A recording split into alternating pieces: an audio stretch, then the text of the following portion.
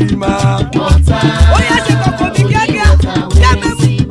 Water, water, water, water, water, water, water, water, water, water, water. Water. Only water we Sima. Hapa o naido. Hapa o naido. Hapa you don't come o.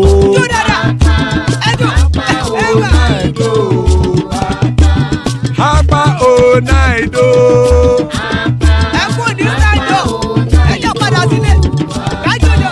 Oro kẹ̀kẹ́ ẹlẹ́mùrè o. Ilé sọ́dí àkẹ́kẹ́ ẹlẹ́mùrè o. Bobby master kẹ̀kẹ́ ẹlẹ́mùrè o. Chief Wẹ́lá ti kẹ̀kẹ́ ẹlẹ́mùrè o. Eruku lẹ̀lẹ̀ ẹlẹ́mùdé. Eruku lẹ̀lẹ̀ ẹgbẹ́ ẹlẹ́mùdóde ojàre o. Eruku lẹ̀lẹ̀ Ghana ti dé ẹgbẹ́ bọ́dì o. Ọmọ ẹlẹ́yẹ ẹyẹ o ó dilé o.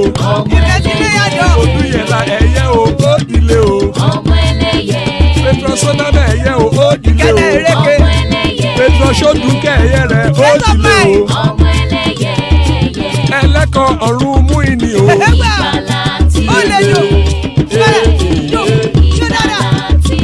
Àkùkọ ọ̀run méjìkọ.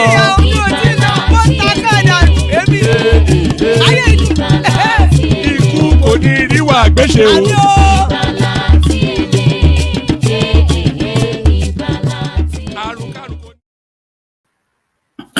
And there, I think, pardon me. It is. It cannot be anything other than nerves. I wasn't coughing all the way through. I only ever cough when the thing suddenly the music stops and my face appears on the screen. So it must be nerves. But there it is. So to rinse and repeat, another Tinubu day, another media interaction. What are we making of it? A lot of you may have seen it. If you have not seen it, you'll be seeing it in a moment. Tinubu has now had that infamous sit down with the media. It was quite engaging, absolutely gaffe-free. The raw meat eaters will be apoplectic with rage. The raw meat eaters will be apoplectic with rage. Where are they going to go now?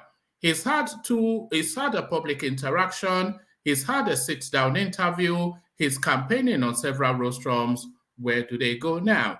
So where do they go now? So Tinubu's now interaction, I've watched it about 2-3 times, but we watch it together again just so we can see the body of what he has to say. It's only 8 minutes, but what an explosive 8 minutes it was. So here it is, Tinubu, that sit-down interview. So before we go to Tinubu, make sure you are clicking on the link that says the hyperlink that says StreamYard if you want to come and have a conversation around this, because we necessarily must speak on this. So let me highlight the hyperlink for you. So make sure you are clicking on this hyperlink that says StreamYard, because this is a conversation that has to be had. Let me just make sure it's the right hyperlink. So it is the right one. So make sure you're clicking on that. Come join me in the studio. Let's see what we're making of our Tinubu's interaction with the BBC. But first, Tinubu with the BBC. Pay attention, pay attention. Your Excellency, thank you very much for talking to the BBC. First of all, how are things going with you with the campaigning? Things are going very well. I'm very, very confident and that this election, free and fair, I'm the front runner. And that is why I'm getting many arrows. We'll talk about one or two of the arrows in a bit. Let's talk about your priorities. If you do win the elections in February and you're sworn into office come May 29th, what are your priorities? Security and economic recovery to accelerated development, to get Nigeria employed and get inflation down. Monetary policy needs to be changed. Subsidy needs to be decided upon and removed. Security Yes, is a big problem for many Nigerians. And I remember in this very room in 2015, I asked President Muhammadu Buhari when he was campaigning about that issue. And he said, well, we know what we're going to do. We know what we're going to do. The problem still persists. What are you going to do specifically? it actually reduced. I would defend him for that. You know, then 17 local governments and about 4 states where we have flags of foreign jihadists in Nigeria. That is no more. That is long gone. To start a chaos is easy.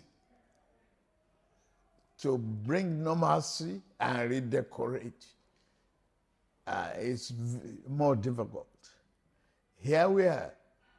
Buhari has degraded, but not completely eliminated Iceworth. Then we talk briefly of lethal weapons and ammunition and technology equipment that could have helped accelerated the cleanup of those. The West is yet to feel comfortable enough with the Buhari administration to sell us the arms. Do and you think that will technology change? That might necessary. change with you, or will that change with you? It could change, it might not change, but we have to look at, alternatives, and those are the mass recruitment of individuals in a volunteer army to really clean up. So, more people in your military forces, security forces, so to Yes. speak, as you said during your speech downstairs. Now, I just want to move away from that because I realize we don't have much time. There's also the issue of, Nigerians have lived under this Buhari administration for 8 years now, almost 8 years. Some would say this 8 years has come with a lot of pain and a lot of suffering. You are coming from the same perspective as President Muhammad Buhari, and you're members of the same political party. You helped bring him in to office nearly 8 years ago. What are you going to do different? Why should Nigerians be voting for you? Because I'm different. I am Bola Tinubu. I have governed Lagos. I've built a model state that could be a country on its own. I've led an administration that is so prudent. From 600 million internally generated revenue to 5 billion a month. That's a record. Nobody else can brag about that. I've treated and tamed the Atlantic Ocean surge in Nigeria that will have perished many people in Lagos. The infrastructural renewal of Lagos is excellent. I've continuity in Lagos. Buhari has done his best. I can't run away from him being my friend, my leader in the party. I will not. Okay, sir. I mean, when you talk about money generated in Lagos, and I want to come to your own personal self. When you talk about, you're a very wealthy man. How do you know? Well, I mean, You are not my accountant. I'm not in your account, but this is speculation, and it's fine. You can actually rebut it or not. When I look at some publications and they say they're worth 4 billion, some is even more than that, but you refuse to explain where your wealth comes from. I know where you live in Lagos. It's a massive, sprawling mansion that takes up nearly a quarter of a street in a very expensive suburb. Why do you refuse? I mean, don't Nigerians have the right to know where the wealth of their next leader comes from? Because they got to know how to analyze and how to ask questions, not in the accusatory format. Are they enemy of wealth? If they are not enemy of wealth, investment do yield. I have an example of a Warren Buffett. I'm one of the richest men in the country, in America and in the world. It started from stock buying and brokerages. I inherited great real estate. I turned the values around. I'm not denying my worth. I've not been, I was the most investigated, the most. All right. I've just been informed that the audio is not coming through as good as we would have wanted. So we'll start it all over again, but this time around we take it directly from the BBC. Indicate to me if you can hear it better here. Indicate. Your Excellency, thank you very much for talking to the BBC. First of all, how are things going with you with the campaigning? Things are going very well. I'm very, very confident and that this election, free and fair, I'm the front runner. And that is why I'm getting many arrows. We'll talk about one or two of the arrows in a bit. Let's talk about your priorities. If you do win the elections in February and you're sworn into office come May 29th, what are your priorities? Security and economic recovery to accelerated development to get Nigeria employed and get inflation down. Monetary policy needs to be changed. Subsidy needs to be decided upon and removed. Security is a big problem for many Nigerians. And I remember in this very room in 2015, I asked President Muhammad Buhari when he was campaigning about that issue. And he said, well, we know what we're going to do. We know what we're going to do. The problem still persists. What are you going to do specifically? It actually reduced. I would defend him for that. Then 17 local governments and about 4 states where we have flags of foreign jihadists in Nigeria. That is no more. That is long gone. To start a chaos is easy. To bring normalcy and redecorate is more difficult. Here we are, barriers degraded, but not completely eliminated as worth. Then we talk briefly of lethal weapons and ammunition and technology equipment that could help accelerate the cleanup of those people. The West is yet to feel comfortable enough with the Buhari administration to sell us the arms. Do you think that will change? That might change with you, or will that change with you? It could change. It might not change, but we have to look at alternatives, and those are the mass recruitment of individuals in a volunteer army to really clean up. So, more people in your military forces, security forces, so to speak, as you said during your speech downstairs. Now, I just want to move away from that because I realize we don't have much time. There's also the issue of, Nigerians have lived under this Buhari administration for 8 years now, almost 8 years. Some would say this 8 years has come with a lot of pain and a lot of suffering. You are coming from the same perspective as President Muhammad Buhari, and you're members of the same political party. You helped bring him in to office nearly 8 years ago. What are you going to do different? Why should Nigerians be voting for you? Because I'm different. I am Bola Tinubu. I have governed Lagos. I built a model state that could be a country on its own. I've led an administration that is so prudent. From 600 million internally generated revenue to 5 billion a month. That's a record. Nobody has can brag about that. I've treated and tamed the Atlantic Ocean surge in Nigeria that will have perished many people in Lagos. The infrastructural renewal of Lagos is excellent. I've continuity in Lagos. Buhari has done his best. I can't run away from him being my friend, my leader in the party.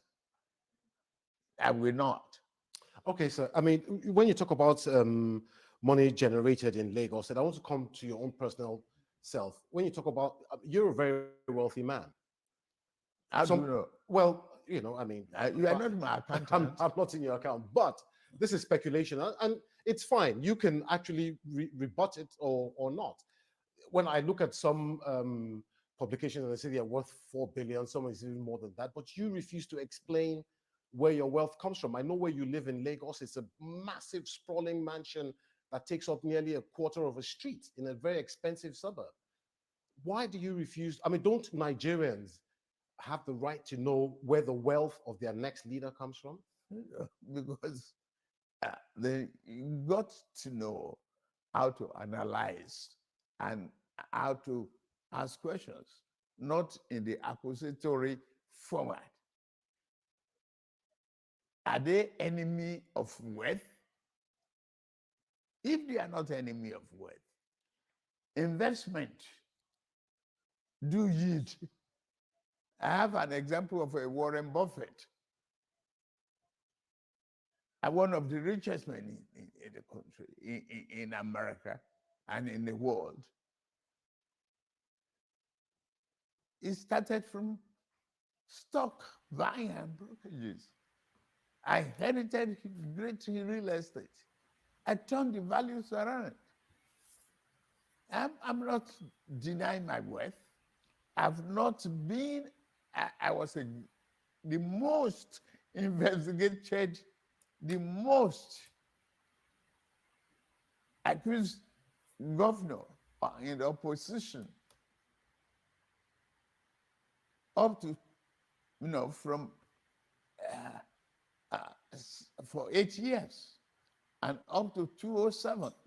And since I left the office, I'm still there. I've not taken any government appointment, no government contract. Yes, but some say the legacy you left in Lagos State was that, you were getting a share of the revenue that Lagos State was generating. Hey, excuse me, share what? Have they proven it? The World Bank has, IMF has investigated the record in Lagos. What's wrong with them? And I want to move away from that. It's envy. I think you've kind of explained that, and we don't have much time. If you are not running for president, sir, you have two main opposition candidates, Abubakar Atiku and Peter Obi, who people are saying, he's the young upstart, and I mean that in a very positive way. Young where? Young upstart. Have they been governor of Anambra 8 years? Anyway, Your Excellency, if you weren't running for president, which of your two major opponents would you be voting for? None. Why not?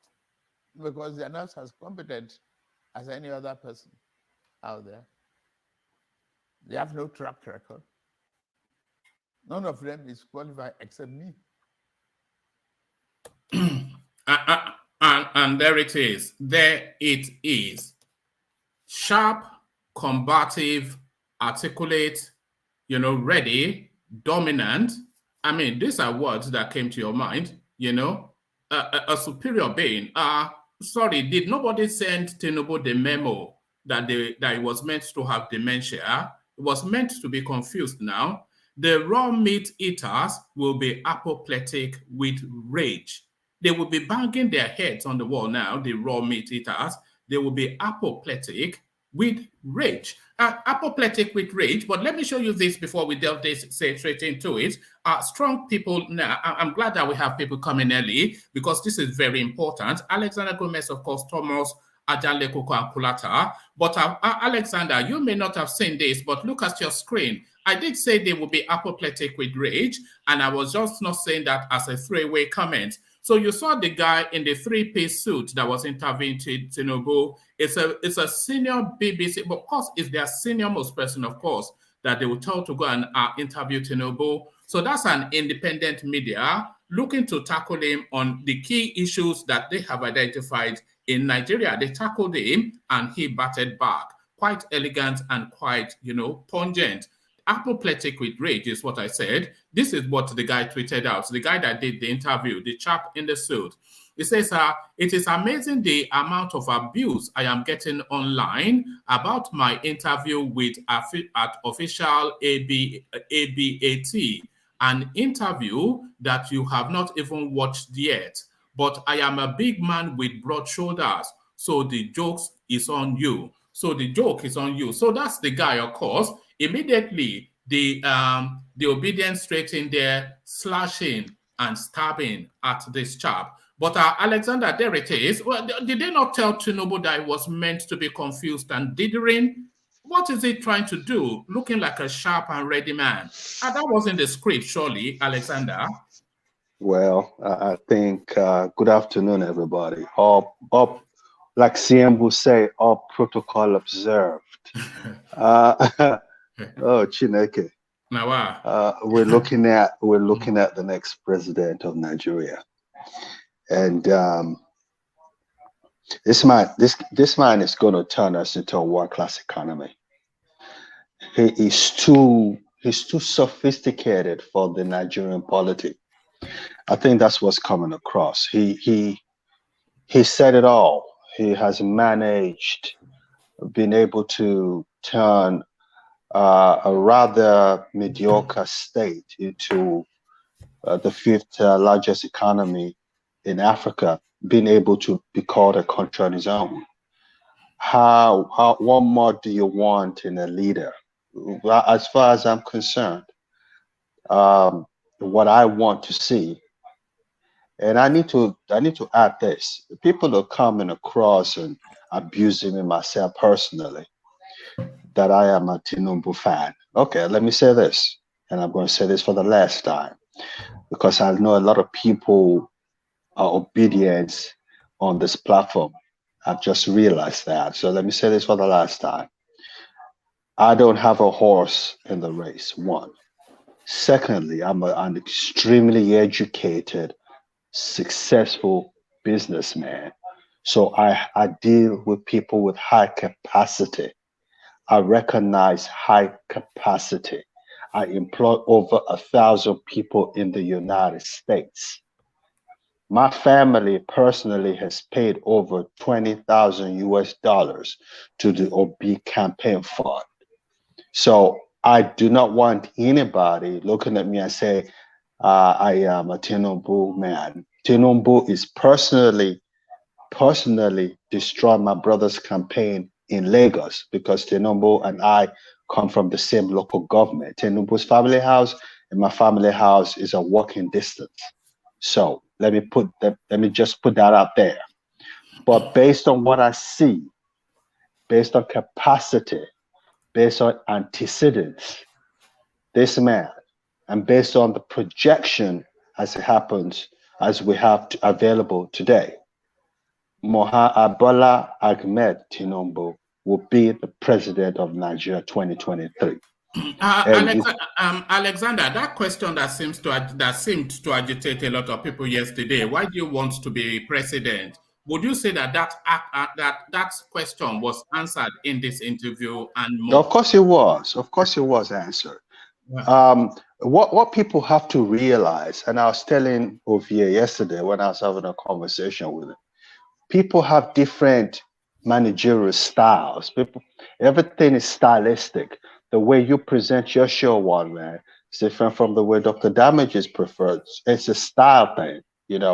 This is a style. If he decides to go to an international forum and articulate his plans for the biggest economy in Africa, the greatest black country in the world, whatever he decides to do stylistically is his prerogative.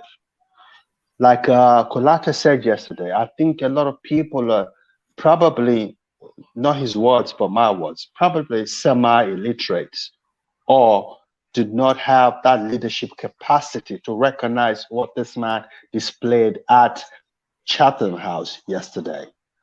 This man today was clear in his vision, was upfront, was semi-bombastic, was even a little bit arrogant in my estimation. So I was impressed. I didn't see this, but based on what I saw today, I'm excited that my country will come out of where it is today, this dark spot that it is today. And I think the only man that can do that because he has the track record and he has the wherewithal and the capacity of the most brilliant minds in Nigeria to do it. So that's what I say, one man. All right, brilliant. So I mean, it's unbelievable, but they say 24 hours is a long time in politics, but there it is right there. Mhm. I thought he put on a decent performance, and I'm not sure that I hope hopefully people will not say the BBC also has been bought as well.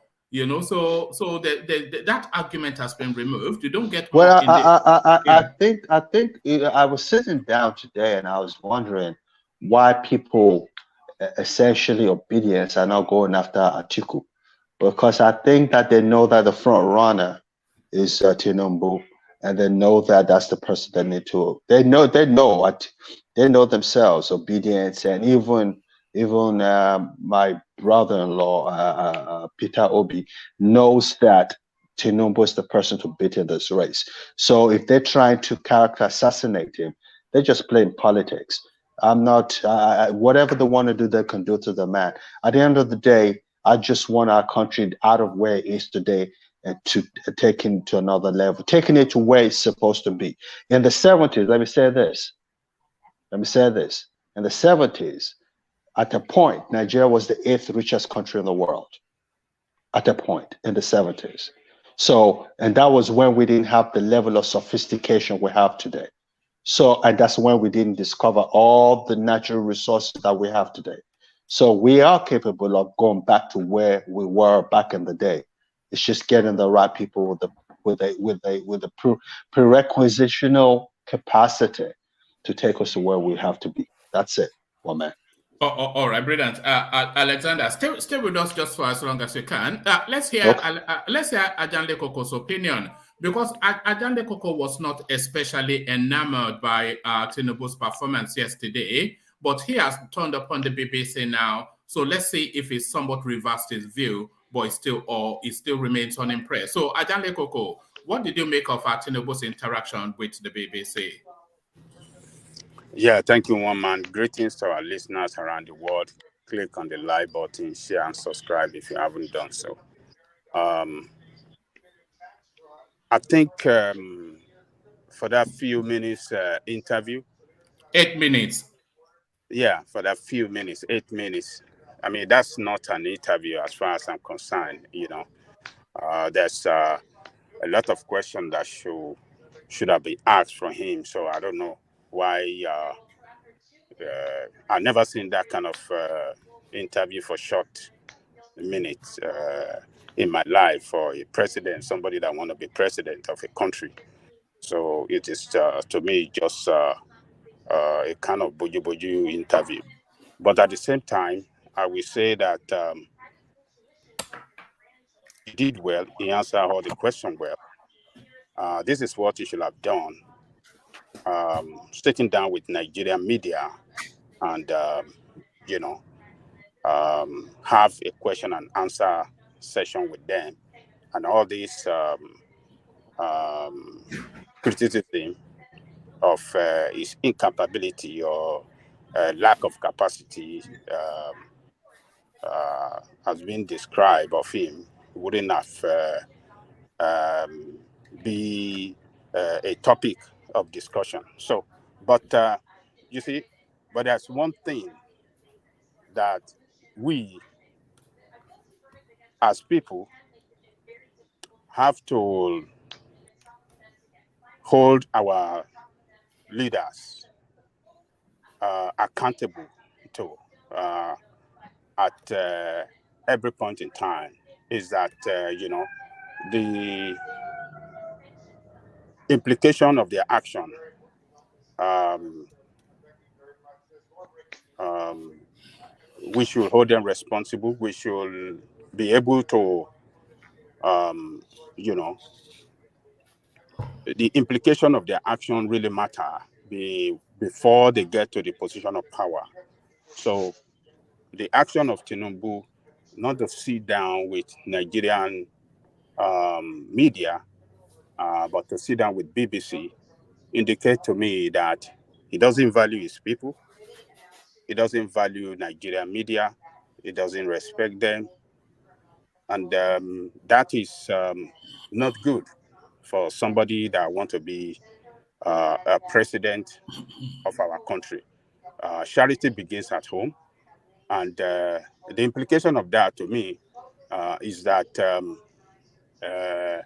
he will, by the time he becomes the president, he will take the interests of the foreign powers more important than the interests of Nigerian people. Whether we like it or not, Nigerian media, they are Nigerians. They live among us. They live with us. They hear what people, they feel the pains. They're going through the same pains with the people. And when they want to sit down and ask a question concerning, our country and the direction you want to take our country, is should respect them. You should have sat down with them and have good interview with them before having interview with BBC. This is not good. This is a bad image for him. It's not a good image, and that implication of their action, of this action, is very, very, very bad on his personality. So, and but in conclusion, I will say that for this few minutes interview he had with BBC, he did well. So if he can do well like this, why is he running away from Nigerian media? Does he think that Nigerian media, we asked him more, more tough question than what that guy asked him? What is the point? He should sit down with our media. He should respect them because he wants to be our leader. He should not honor foreign interview first before us. So that implication, the implication of his action is very grievous. It's very bad.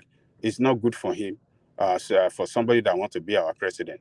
And when you listen to the interview, when that guy was asking him about his wealth, he was just pushing back. It was not specific on how he make his money.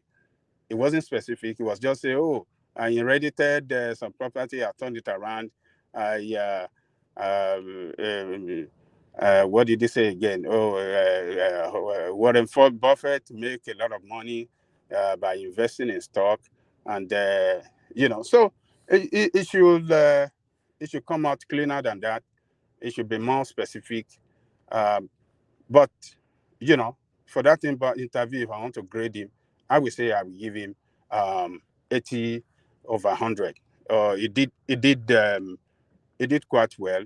He was he did well as far as I'm concerned. But for him sitting down to talk to foreign media house before us, that is not good. It's not good at all for him. He can do better than that. Where's one man? Look like one man drop out. I think he's frozen. Yeah, Let me so let me take over while he's working on his system, if you don't mind, Aja. Kolata, can we hear your thoughts about what you saw on Tinubu's BBC interview, please, sir? Sure.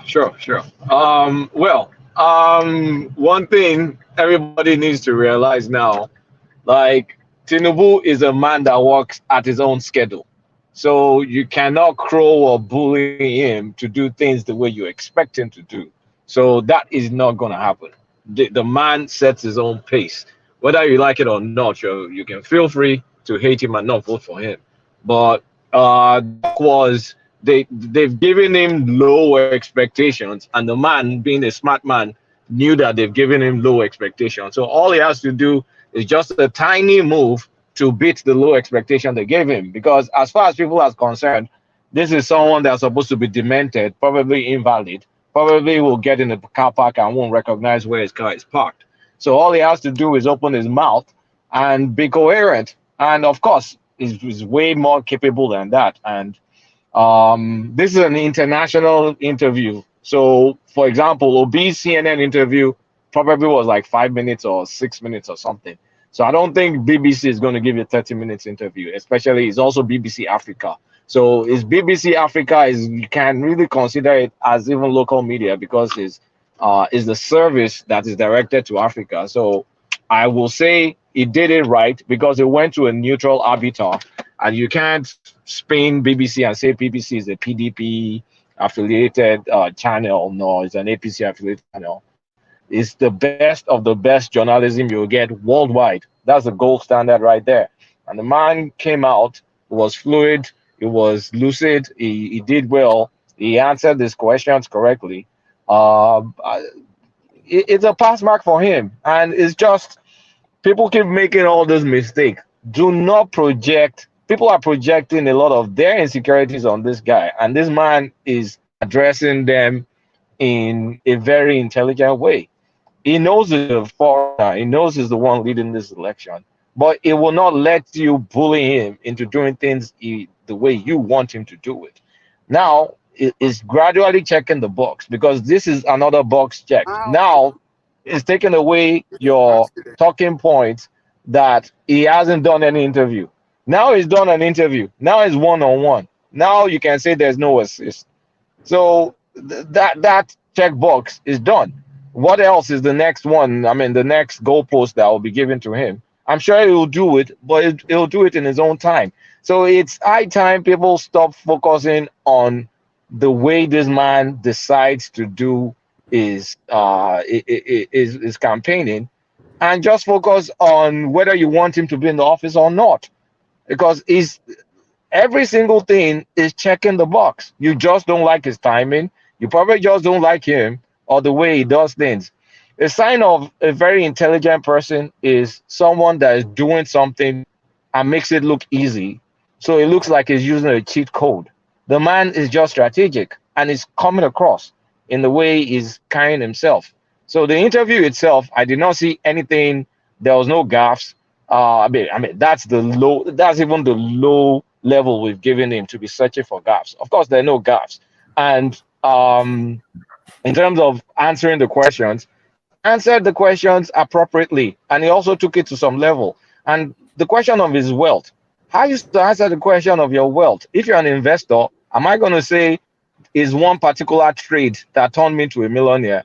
It's only when you win the lottery that will be the case. And he came up with an appropriate response in as far as he gets. And he also tried to put all the other candidates in their place. So that was a great 8 minutes for him in his campaign. Probably you'll still have another interview later down the line. I won't be surprised if he goes to CNN when he's in the US, and he'll still probably have a local interview later. But it's going to be in his own time. And So, that's so, what so, everybody needs Kulata, to get. so Kulata, there's nothing wrong for him sitting down with foreign media house. It's BBC Africa, Hold on, whether BBC Africa is BBC. Forget whether but they it's own. Africa. It's BBC Africa. It's not owned by Nigerian. It It's doesn't being matter. owned. No, hold on. Let's be objective now. Let's be logic. I'm being objective. BBC, BBC Asia, BBC Africa is not owned by Asian country. They just covering They're issues. covering a region. They're covering what is going on. So BBC is owned by BBC. The headquarters is in Britain, and it's a foreign-owned media house. So But you don't what does that matter? hold on. when you say it doesn't matter, so No, I'm asking you, what does it matter? Why? Why it is does it that important? it does matter because we have our own media. Our home media should be valued by our leaders. Our leaders should even encourage them to grow and be very competitive against BBC and other foreign media. So, but when you don't value them, you don't sit down to talk with them.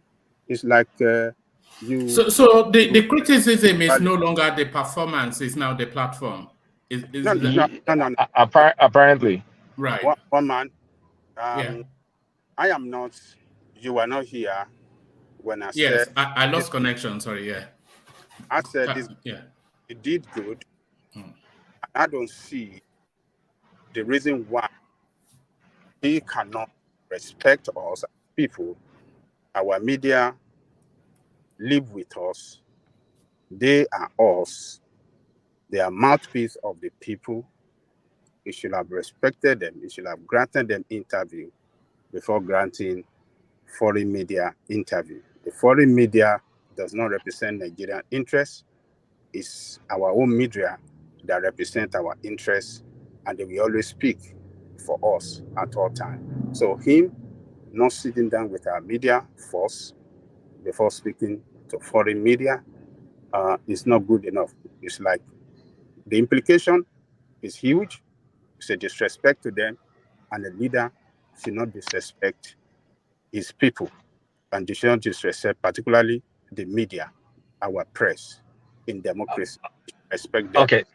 but they can Can I? function Yeah. with Can I with continue? them. Because I think I get the point. Yeah, yeah. All right, So, yeah, yeah, Kulata. so Sorry, I lost connection, so I wasn't quite. But carry on. I'm sure. I already spoke. But Yeah, anyway, let me no, continue. yeah, Let me continue. continue. Yeah, You see BBC Africa. When you look at Nigeria, the number of people that tune in radio and all this stuff, because this particular interview is going to be broadcasted in the BBC Africa radio.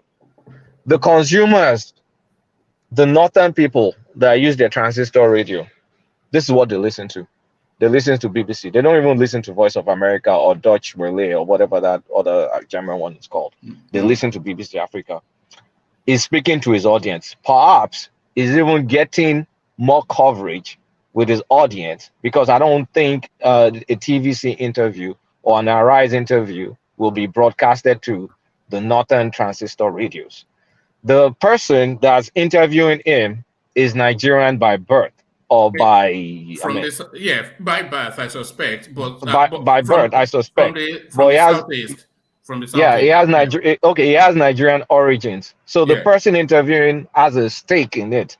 The audience, the potential audience, he gets more coverage with BBC than he gets with Arise or BCOS or OGTV or Lagos Television, if those still exist.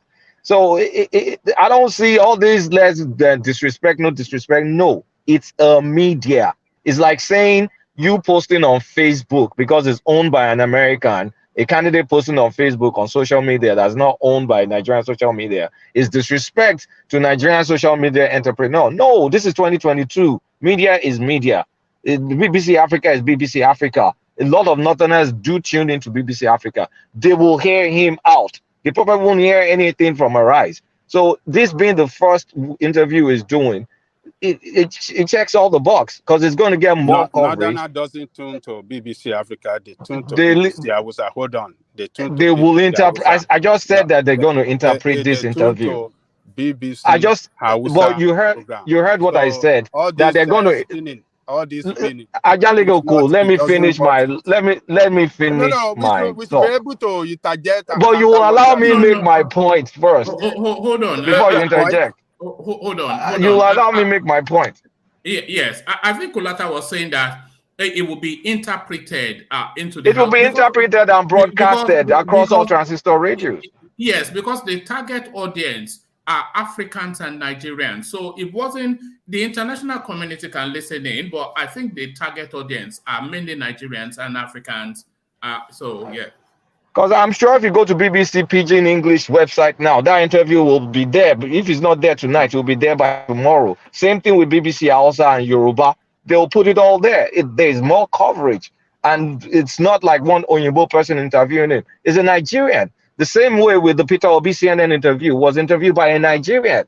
And I mean, it got broadcast. So the bottom line is, you can't say, we can't be nationalistic about media. Like example, no Nigerian owns Facebook or Twitter, but you can put content on there. It's acceptable. Why is BBC unacceptable, especially BBC Africa? So we're Oh, being oh, oh, oh, pedantic.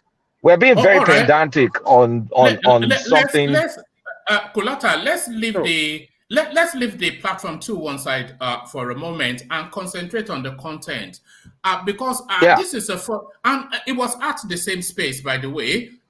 It was at the same scene, so that interview was also at Chatham House, but the BBC made correct. themselves present. So as soon as they finished his presentation, they took him upstairs to say, "Oh, sir, can we So grab a film?" Yeah. So, but yeah, so let's the look at point, the yeah, quality of his yeah, response. yes, Well, yes, yeah. So I yeah, mean, so look, the question about why he wants to run or something similar of those veins. The first thing yeah. he said was security, and he roped security with economy, and he now just not roped it with economy. He now went to macroeconomy, like started talking about monetary policy and fiscal policy, monetary policy in terms of foreign exchange, fiscal policy in terms of subsidy. He hit the most important things. I mean, he didn't have to go like try and bring some statistics or waving. He was coherent. He weaved it based on the priorities, how it will lay out in a thinking brain, from security. I mean, from security to economy to fiscal policy and sorry, to monetary policy and fiscal policy. You can see the way he thinks. Like, he's rounded. He's rounded. The way his speech pattern is still, I mean, he still has that slurring. He still slurs his speech. But you can see the thought process in the way he thinks. And another area, like, to show this guy is no dummy, the BBC guy was giving him a lot of opportunities for him to kind of like distance himself from Buhari. And you can see he walked that part, like, especially how Buhari has gone wrong with security. And he was even factual about it that, yeah, I mean, some Buhari's expectation probably didn't work out. When they got in, they found it tough to get equipment. I actually talked about this yesterday, the same thing, equipment. And he said when he gets there, he's going to try, but doesn't mean the things are going to be guaranteed, because, I mean, you don't know if they'll give you all the equipment you need. And I think I mentioned this exact thing, the security equipment. And then they Yes. also tried to rope him around like, oh, I mean, Buhari is your party that's in power and all. And he had an opportunity to not only defend Buhari, but also to let us, he sold himself that this is a Bola Tinubu administration we're going to talk about, or a Bola Tinubu candidacy. If even though I'm in APC, I'm my own person. I have my own ideas. I'm paraphrasing him. So you could know that he walked that tricky balance. He did not throw Buhari under the bus, but he still gives enough space to insert himself that this is what I'm going to do. So, I mean, it was a short and sweet interview. I liked the interview. I'm not going to lie. I liked the interview. Did you detect a sense of did you detect mental alertness Oh, yeah, yeah, yeah. yeah, Look, the only thing is, if you're not used to his yeah. speech patterns is slurred, but his brain is there. He did not answer a question out of point. His questions were contextual, and he was addressing it head on. He didn't have to dribble here and dribble there to get to it. He was straight to the point. It was a short and concise He interview. answered a lot of the questions on point generally. He even added that he was going to seek alternative sources of weapons, which he missed. But in terms of his sources of income, he was incoherent. There wasn't No, any source. He actually resorted to saying they are look, jealous of him. let's talk about that source of it. Let's talk about that source. No, there was some avarice. There was some pomp. It was a bit pompous in, I mean, arrogance. Let me even put it. There was some arrogance in the air when he was talking. But if you're going to talk about, I mean, this is a guy that's corrupt. So if you're going to like to defend your source of income, how much specific can you get into to talk about, oh, I got some inheritance, and to also imply that I'm a good investor? Because that's all he did. He alluded to some inheritance. Who knows? Whatever shady But that inheritance. is not an answer. You see, that's the point. And They said how do you answer a question? Where did you get your wealth? I Can will I just grant you tell you that. I will that grant you that. Let me just say this. I will grant you that he wait, sat down for 8 minutes and spoke like a human being. If how that do is the you standard you are wait, setting for a Tunaja, commander in wait, let's chief, be God reasonable. help us. Let's be reasonable. If you won the lottery, I can tell you that I got my wealth by winning this lottery, and that's what skyrocketed me from middle class to millionaire. But if you got your wealth, if you're legit, if you got your wealth by investing, what more can you say than to say, I mean, you got it by investing? Is there going to be one particular investment that maybe just threw you into millionaire status? You will have a lot of investments, tons and tons of investments that you gradually build your wealth. Of course, we know probably this guy's wealth is shady, but he answered the question up to the point you can answer a question about wealth. That's too personal of a question to tell you specifics of, I bought this shares, I bought that share. How many shares does he own? Rich people own a shitload. I mean, sorry, one man. Rich Yeah, go people on. own rich people own a lot of investment vehicles, Well, not you just state your investment. source. You state the You source and can't. where No, most no, of So your wealth hold came on, from. hold on. What was your expectation? He said he inherited a big mass properties. of land, and then he made the most out of that, and that was his journey to wealth. I mean, what more do you want someone to say from an investment? I can't even talk about my own investment. I mean, and I'm not rich. You see, if you want to talk about how you grow your wealth, you can just say, okay, I got investment and I put it into this specific thing. This is how it grew. You can't say that. What are you talking That about? shows you're And not. they also question him about the resources he gets from Lagos. He didn't attest to that. He didn't admit to the fact that the company that Oh, he's associated with. He answered it head on. Okay, what was the answer? No, you're not listening. He said IMF has investigated Lagos. They found nothing. And he That is also not said an it's the answer. most investigated IMF. pop. Oh my God. Listen, Well, you yeah, don't oh my like his God. answer. Carry on, Oh my Kolata. God, it's just Yeah. your own personal opinion. Don't worry. Carry on, Kolata. He, Yeah. IMF he is not an went. answer. No, please. He went. We'll come to you in a moment tonight. He went head on it. He put a defense that IMF has checked Lagos financial record. They didn't find anything lacking. And he also said, what else did he say around that space? Who? I think it was. He said it's the most investigated Nigerian. Yeah. He said it's the most investigated Nigerian. And on a factual basis, Jonathan investigated him. There are pictures of him sitting in the court, where whatever, they didn't find anything on him. Obasanjo investigated him, they didn't find anything on him. Does it mean he's not corrupt? No, it doesn't mean he's not corrupt. It just means they did not find anything on him. So he provided the answer to everybody. Just wants him to say, I'm corrupt too. I am a thief. I am a thief. Come on now, guys. I mean, dial down your prejudice. This guy answered the question the way Nobody any wants smart him to person say will that. answer it. What were you expecting him to say? I'm not sure where Tunaja is going, but I'm never. I don't even get. I don't get people. Like, do you want him to say I'm corrupt? Where have Like, really? IMF investigated any country? No. No. Okay, go on. Answer that, because I think I know what he meant there, but Akulata, yeah. It's the same way. You remembered when they were asking Obiano about something in one of these interviews that he said, Anambra books have been investigated by something script fund, that if they don't investigate you, you won't be able to get something. It was something along those veins.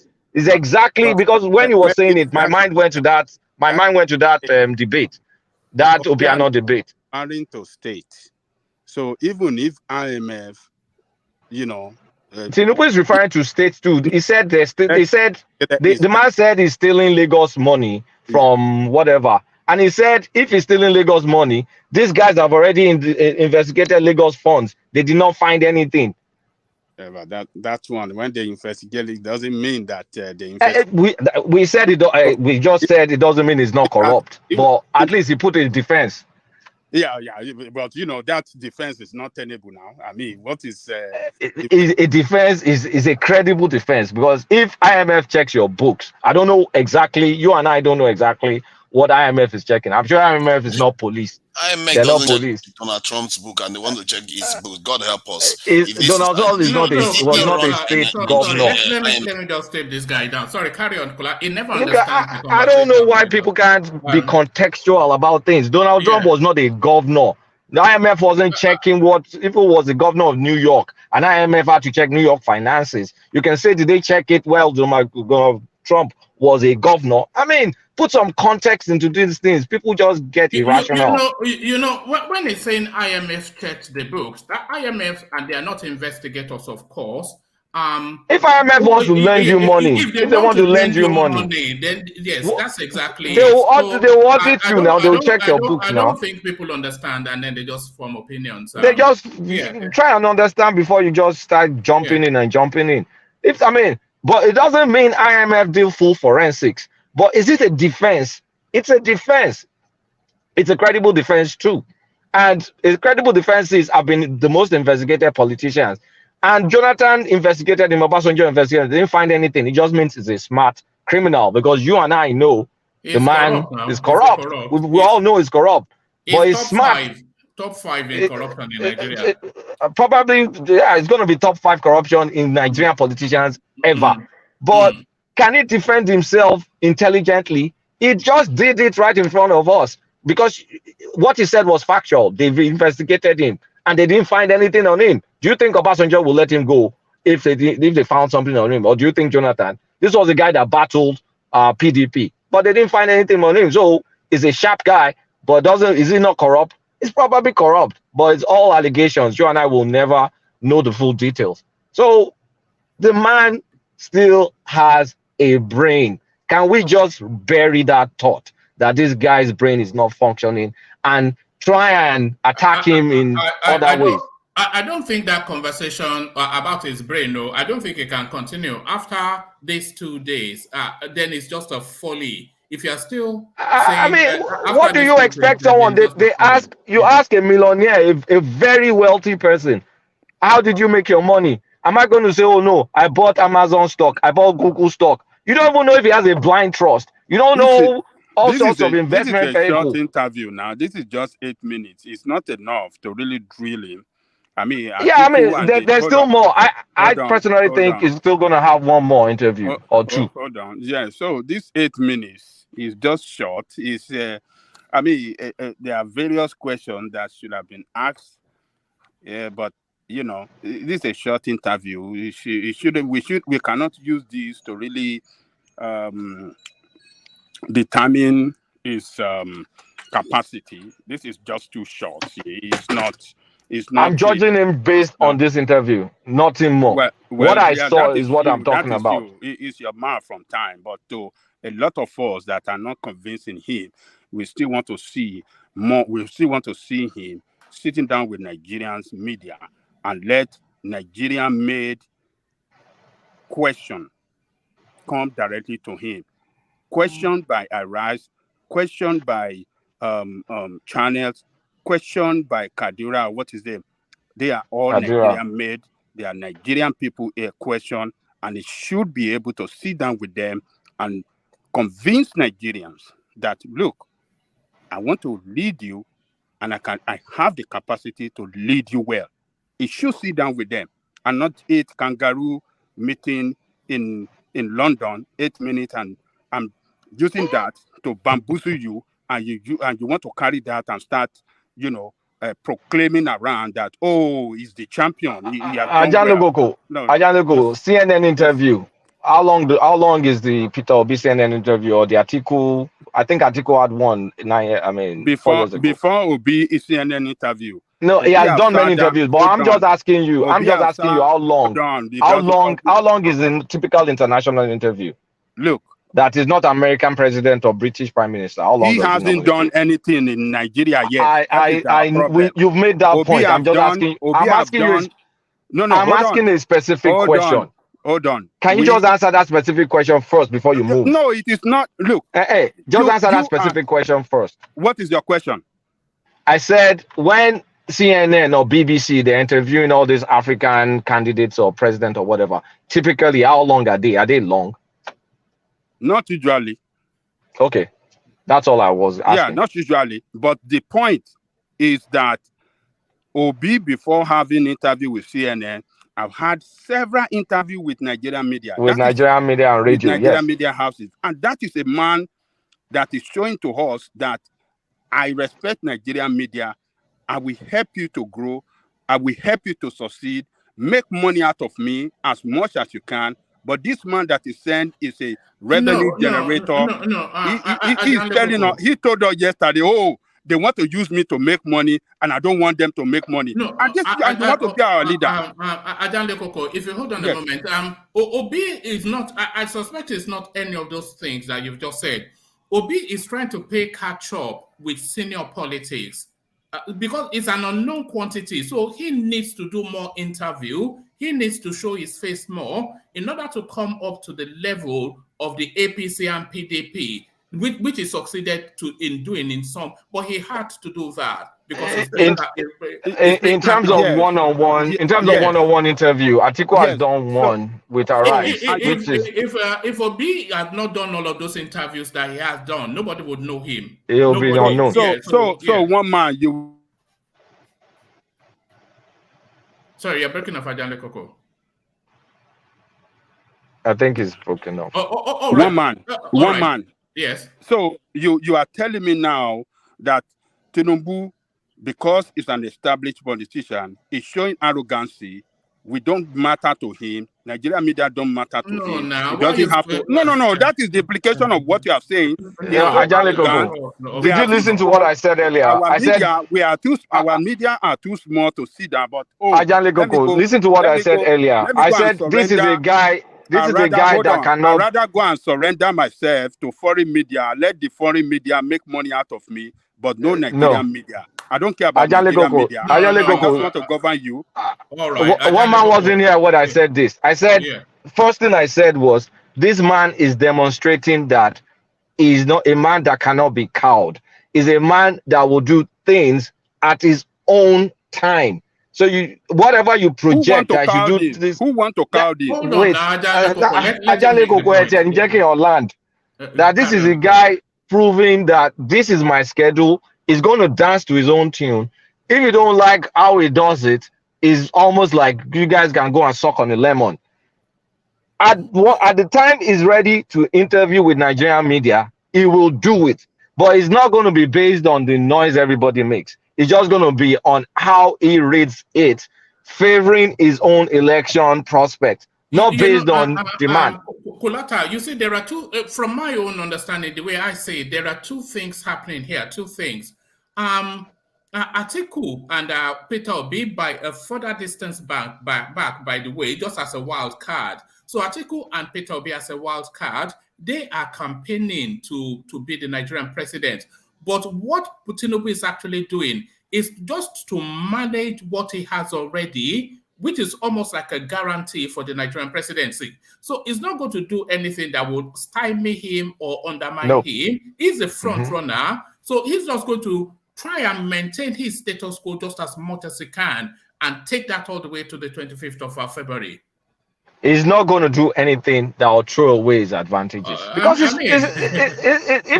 you were a strategist, why will I tell him to go and overexpose himself if you're already leading? Why?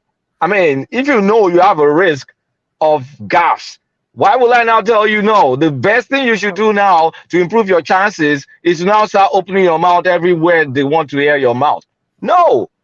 If you already read the numbers and you feel whatever you're doing now is going to get you your win, stick to the script. And if you really wants to kind of impress people too much noise, it's up to him. It's his prerogative to decide I want to talk to these people or not, because it's a choice. Vote against him if you feel he's too pompous. Of course, the man himself is too pompous and he's too self-assured for my liking. But he must know what he's looking at to feel this self-assured. But in fact, can I say something? Hold on, please. In fact, Kulata, I would say, would I be right to say that these two interactions in London is sufficient enough, and it doesn't even necessarily have to do any Nigerian interview anymore? It's giving them enough. He's given enough. He's given Well, enough man. of the various. No, you. Well, Look, man. let me. Wow. Wow. I It, can't make it, it up. Well, it, man. it's Well, it's man his is funny, man. it's his prerogative. You guys, Let's just let me not remove our laugh. brains from our head now. Let's Let, just take let me our let, brains from our head. No let me more let me sense not we laugh, have. Yeah, If I yeah. was guys. his opposition, let Guys, me just say Hold this. on, hold on. Sorry, guys. yeah. It's Tinubu's prerogative. He's the one running for election. You are the one going to vote for him or not vote for him.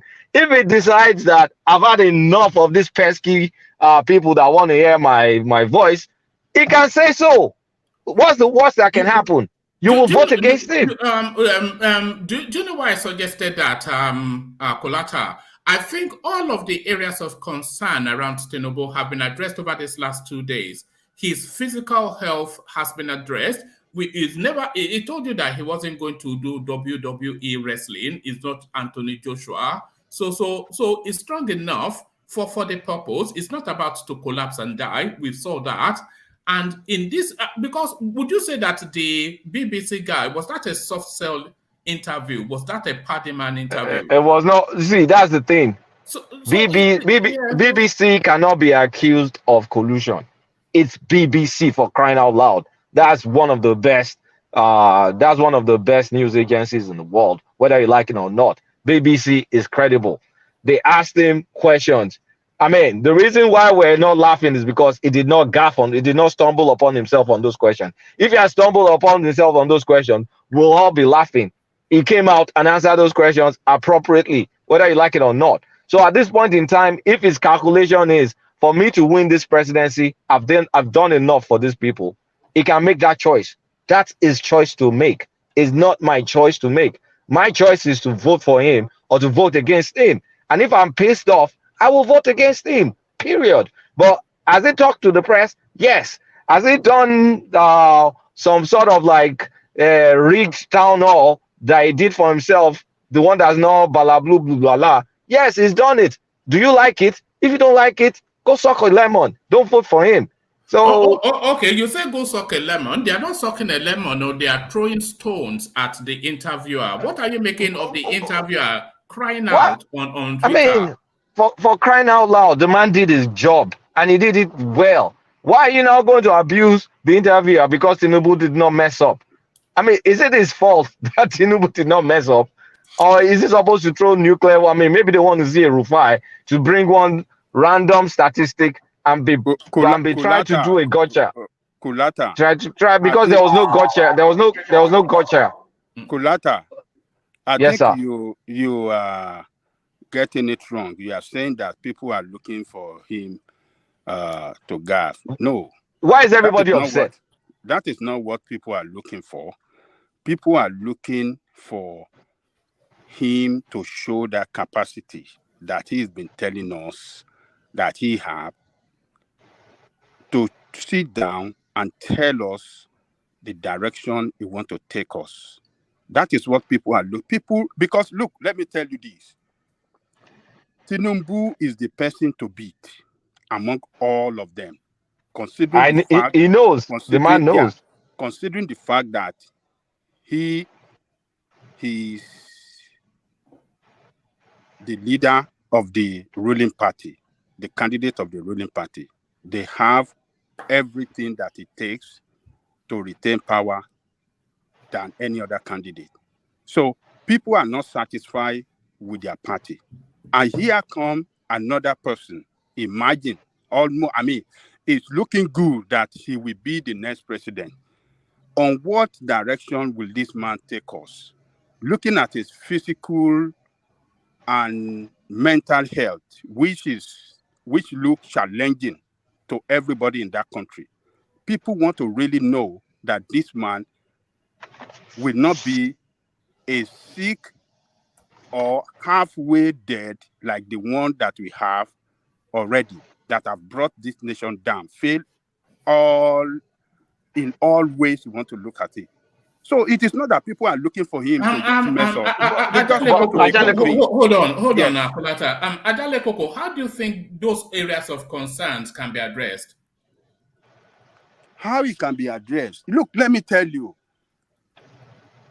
Tinubu is a politician that a lot of people around the country love him. Igbo love him, Yoruba love him, Hausa love him, everybody love him. But the state of his health, as we are seeing it, and his mental capacity is giving people concern. And for him not sitting down to really talk is really it's not it's Yes, I mean but a lot hold of on. people, Sorry, hold on, Ajale Koko. Sorry, Kolata. yeah. Where I'm taking you to is okay. There are concerns about Tinubu's health. So Mhm. how do you think those concerns can be addressed? How can they be addressed? How it can be addressed, that's what I'm saying. You have to Yeah. convince people that this concern area, don't worry, I am good, and demonstrate it by You say, sitting down and talk. And yeah, I want to ask a related question on this, honestly. sorry, let me ask just one last question. You see, where I'm going to is that the only thing that he can do is to verbalize those words, to say, I am all right, no cause for concern. But then that will not satiate the space, will it? They will ask for medical records. They will say they want independent medical records because they've latched onto that space. So no matter what it does to try and address that, it would never satiate that space. no, Yeah, one man, man. nobody gonna ask for his medical record. They We will. never ask. No, we know Can I that is I want never to been go. our practice for any presidential let me? candidate to release. Let me finish, I Ulata, don't want to please. leave 1 this. minute. Yeah. 1 minute. Let me finish this, please.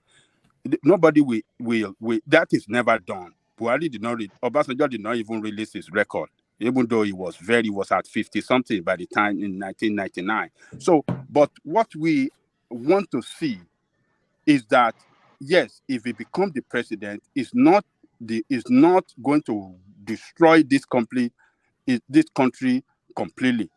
Sit down, Okay. talk to Can I? Nigerian people, let Nigerian people see that yes, this man, the area of concern is not we shouldn't be concerned about it. Talk to us, let us see that okay, you have the capacity, to lead us and lead us right. Because this guy have a lot of good records to him, considering the way he governed Lagos. We might not like it.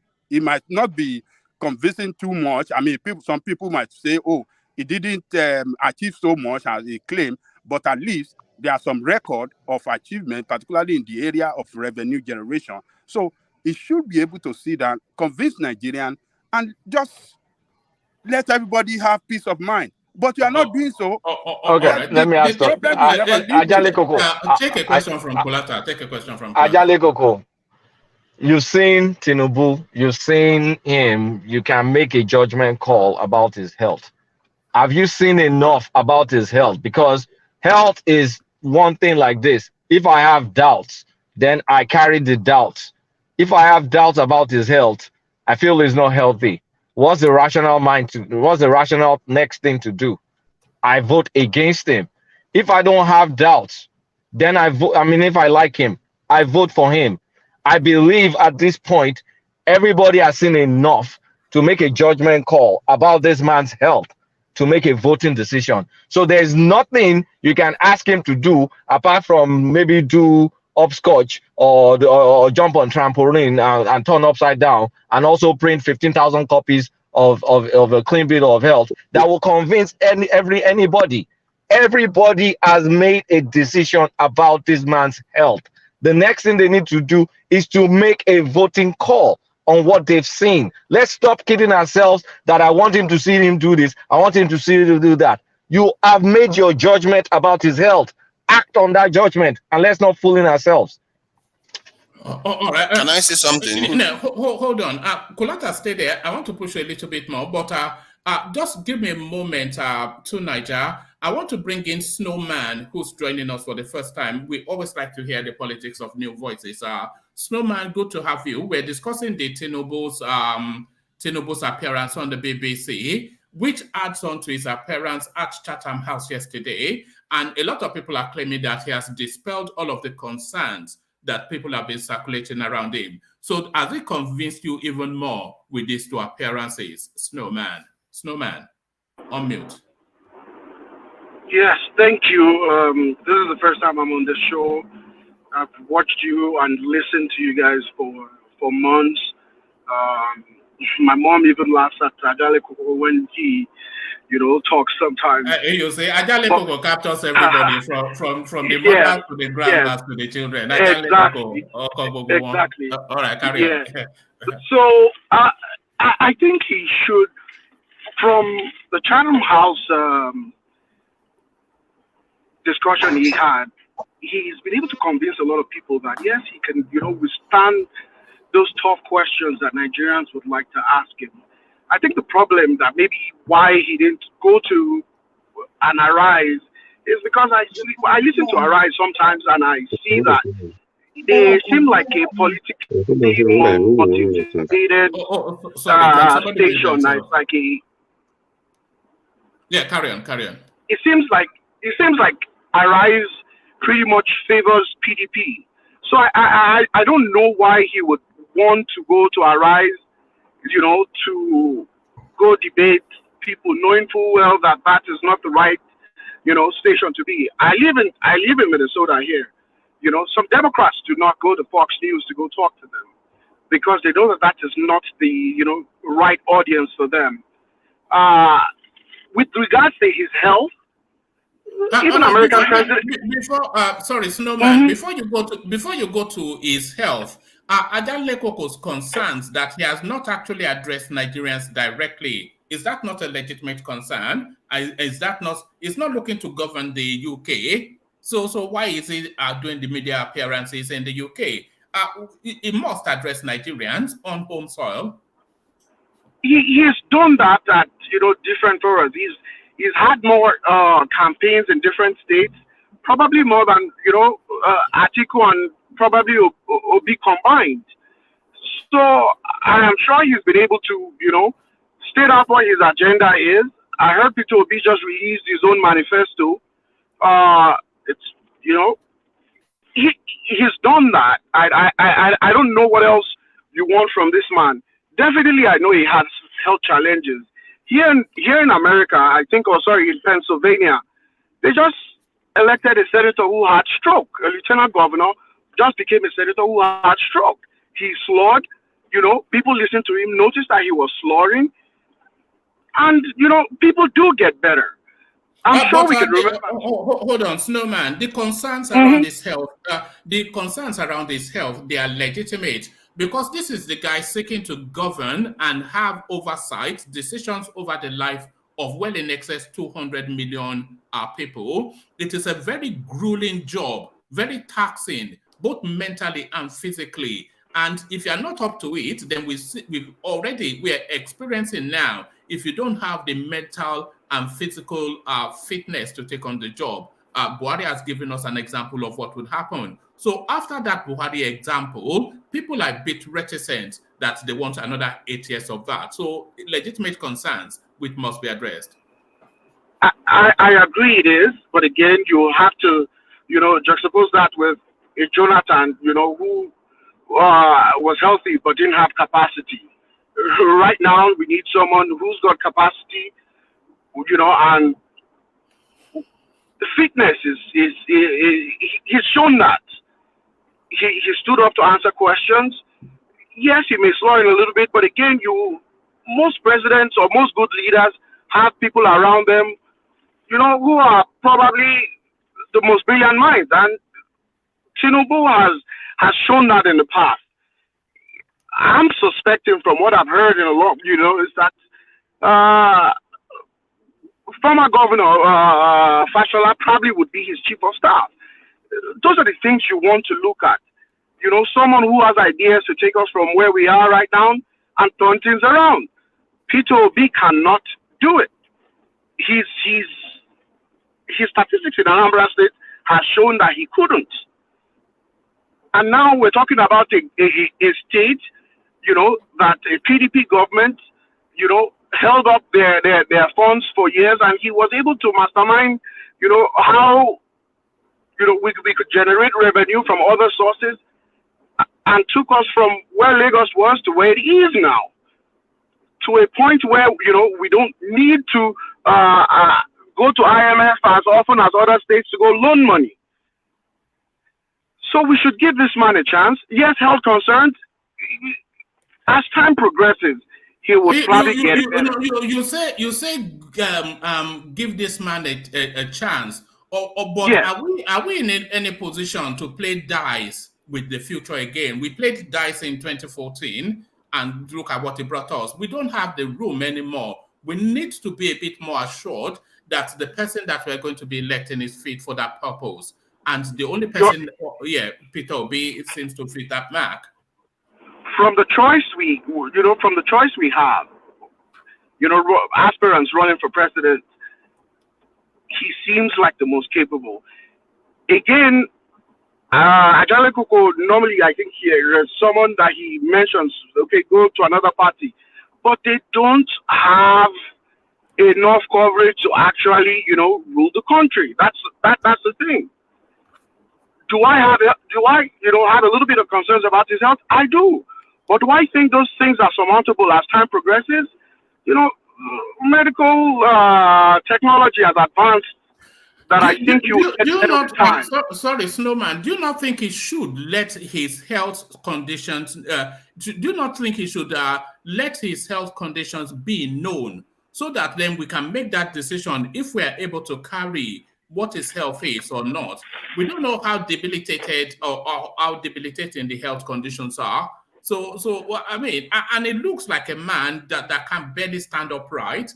So surely that cannot be right, especially after Buhari. But I get your point there, saying, hey, he looks like he's frail. But again, like he answered that question saying, hey, I'm not going for WWE here. It's a question of the minds and wits. How intelligent are you? What capacity do you bring to bear? In America here, we've had, presidents that were probably in wheelchair and probably, in the UK too. Being able to rule, a country and make decisions, we've seen that it's not affected. He's made the decision of not who to answer questions for him. Now that's become an issue too as well. Even though I think the reason why he did that was because he didn't want to be seen on any policy like, oh yes, I said that. But you were like, okay, yes, all go right. ahead. Snowman. So Tinubu has had 2 interactions in the UK now in 2 days in succession. It was actually the same day, but the Chatham House one and then BBC released this one today. But in those 2 interactions, nobody has frontally asked him about his health. So did they ring fence that topic off, that do not mention it? Why was his health concerns not mentioned in those 2 interactions, do you think? Because I'm sure they know those are probably personal questions. We don't have a constitutional requirement that says you must release your health records. Here in the United States, we elected, or some of people elected Donald Trump, without having to release his health records. All you just heard from his doctor was, he's one of the fittest, maybe 70-something-year-olds we've seen before. And that's all. Fitness, if that's what Nigerians want to hear, I'm sure the doctor will be out there to actually give him, a fitness, a clean bill of health. Say, hey, he's fit to, to do the job. And if that's what Nigerians want to hear, I'm sure he can get that for them. But there is no constitutional requirements for that. So we should leave that and let's, Atiku has health challenges. Yes, he does. There's no doubt about that. But if you look at where we're coming from, Snowman, we're coming from Yadua. We are coming from Yadua. We stopped briefly with Goodluck Jonathan, only to have Buhari again. So dying governors, dying presidents in situation, half-dead presidents in the villa, another one that is barely upright. Surely that it must stop. We need to pivot. We need a paradigm shift to a different type of person and a different type of politics. Tinubu, too old, too frail, too confused. I don't know about the confusion, but because I could see that he's been able to answer. Bula Balu is confusion. yeah, I get that, but you will from someone again. This is I am not a doctor. I cannot diagnose anyone, but again, he seems like maybe he had a stroke and he's getting better from it. Um, do we need to know that? Yes, as a people we do, but it is also not a constitution. Like I keep, going back to, it is not a requirement to tell the citizens or give, your status to everyone. Can he first we all thought that he couldn't go through all the campaigns. He has done back-to-back campaigns before he traveled. How grueling could that be? Meeting people, having discussions with people, having political, squabbles and trying to resolve them probably in the north, and then everywhere that actually comes up. It's those are things that shows you that this man is actually ready, and he has a plan. Most importantly, But like those what who about came in at 6 months, they never named a minister. Okay, Snowman, what about the way he was delegating questions during the Chatham House interaction? So the interview was meant to be with the presidential candidate of the APC, not with his flunkies. So, I mean, because people were quite upset about that, and they said that it was further evidence of his incapacitation. I think he was just trying to thread the needle. He was, again, knowing full well that how our politics is, he didn't want to make any gaps. And he didn't want to be seen as if, hey, I am not going to follow through with or continue with some of Buhari's agenda. And those guys could probably answer them better than he would. Again, do people have a reason to, have a little bit of doubt? Yes. I personally, I don't like that idea of you delegating, especially when when we are meant to assess you personally. But again, we all know that it was all a political ploy to probably not be able to be pinned on some things.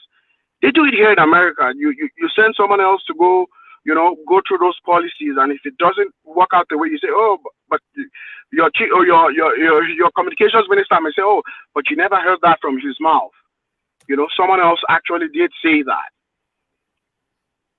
It's just trying to give room for himself to be able to wiggle room for himself to be able to move around like most politicians do, so that you can't pin him down on a certain comment or a certain policy. What are you making? But I think it was easy. Yes, go ahead, please. No, I was going to. I was going to ask what you are making of the backlash against the interviewer, who is now being sliced and diced on Twitter. They've slaughtered him so much that he's in tears on Twitter. So what are you then making of the backlash then? No doubt the obedience, of course. What are you making of how the obedience are launching against the interviewer on Twitter? The obedient people don't do themselves any favor. They seem to have, garnered a little bad reputation for, not being able to just listen and take things in. They will attack anyone who, has any other candidate other than Obi. So again, I think it also just shows that they are probably new to politics in Nigeria, because they are always quick to tear down anybody who's not in support or probably seems like it was throwing what's this called in baseball again, when softballs, at the batsman. We saw when Peter Obi came here, a lot of softballs that was thrown his way, and he couldn't even give an intelligent answer to some of those questions that were being asked. So again, I don't expect anything else from obedience at this point in time with the antecedents of what I've seen in the past. It's in there. What is your anticipation of the election to come? Give us a running order of how you feel the top 3 positions will be filled in February. I think actually, Tinubu is going to win. Atiku is going to probably come second, and Obi will probably come third.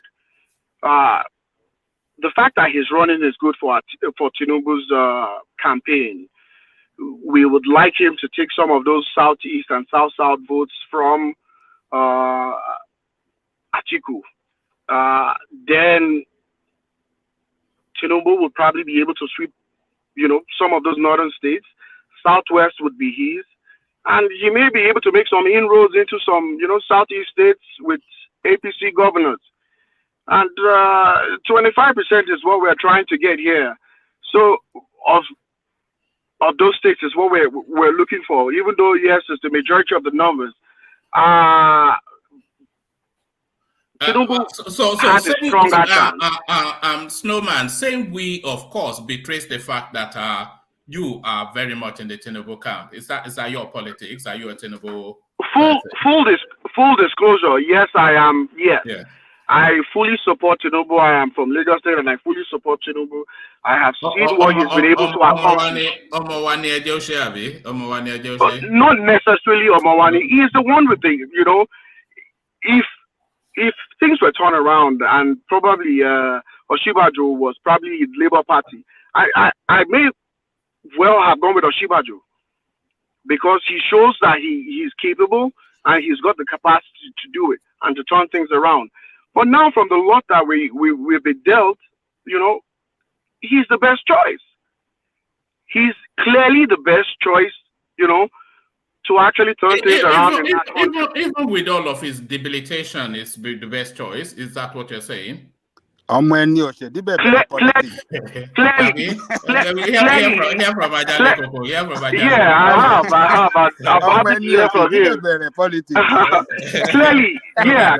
he's the best choice. He's talking about, Nigerians being able to, get credits and facilitate loans. Those are the things we enjoy here or we in overseas. It's not like there's any money stashed away anywhere. But being able to actually, get credit, you don't need to be a rich man to buy an SUV. You get credit, pay for it. This man has his policies or his manifesto for what he wants to do. Seems like he's got everything, straight. And yet we continue to go back to people who Peter Obi cannot really articulate other than go to Egypt and say he wants to understudy Egypt.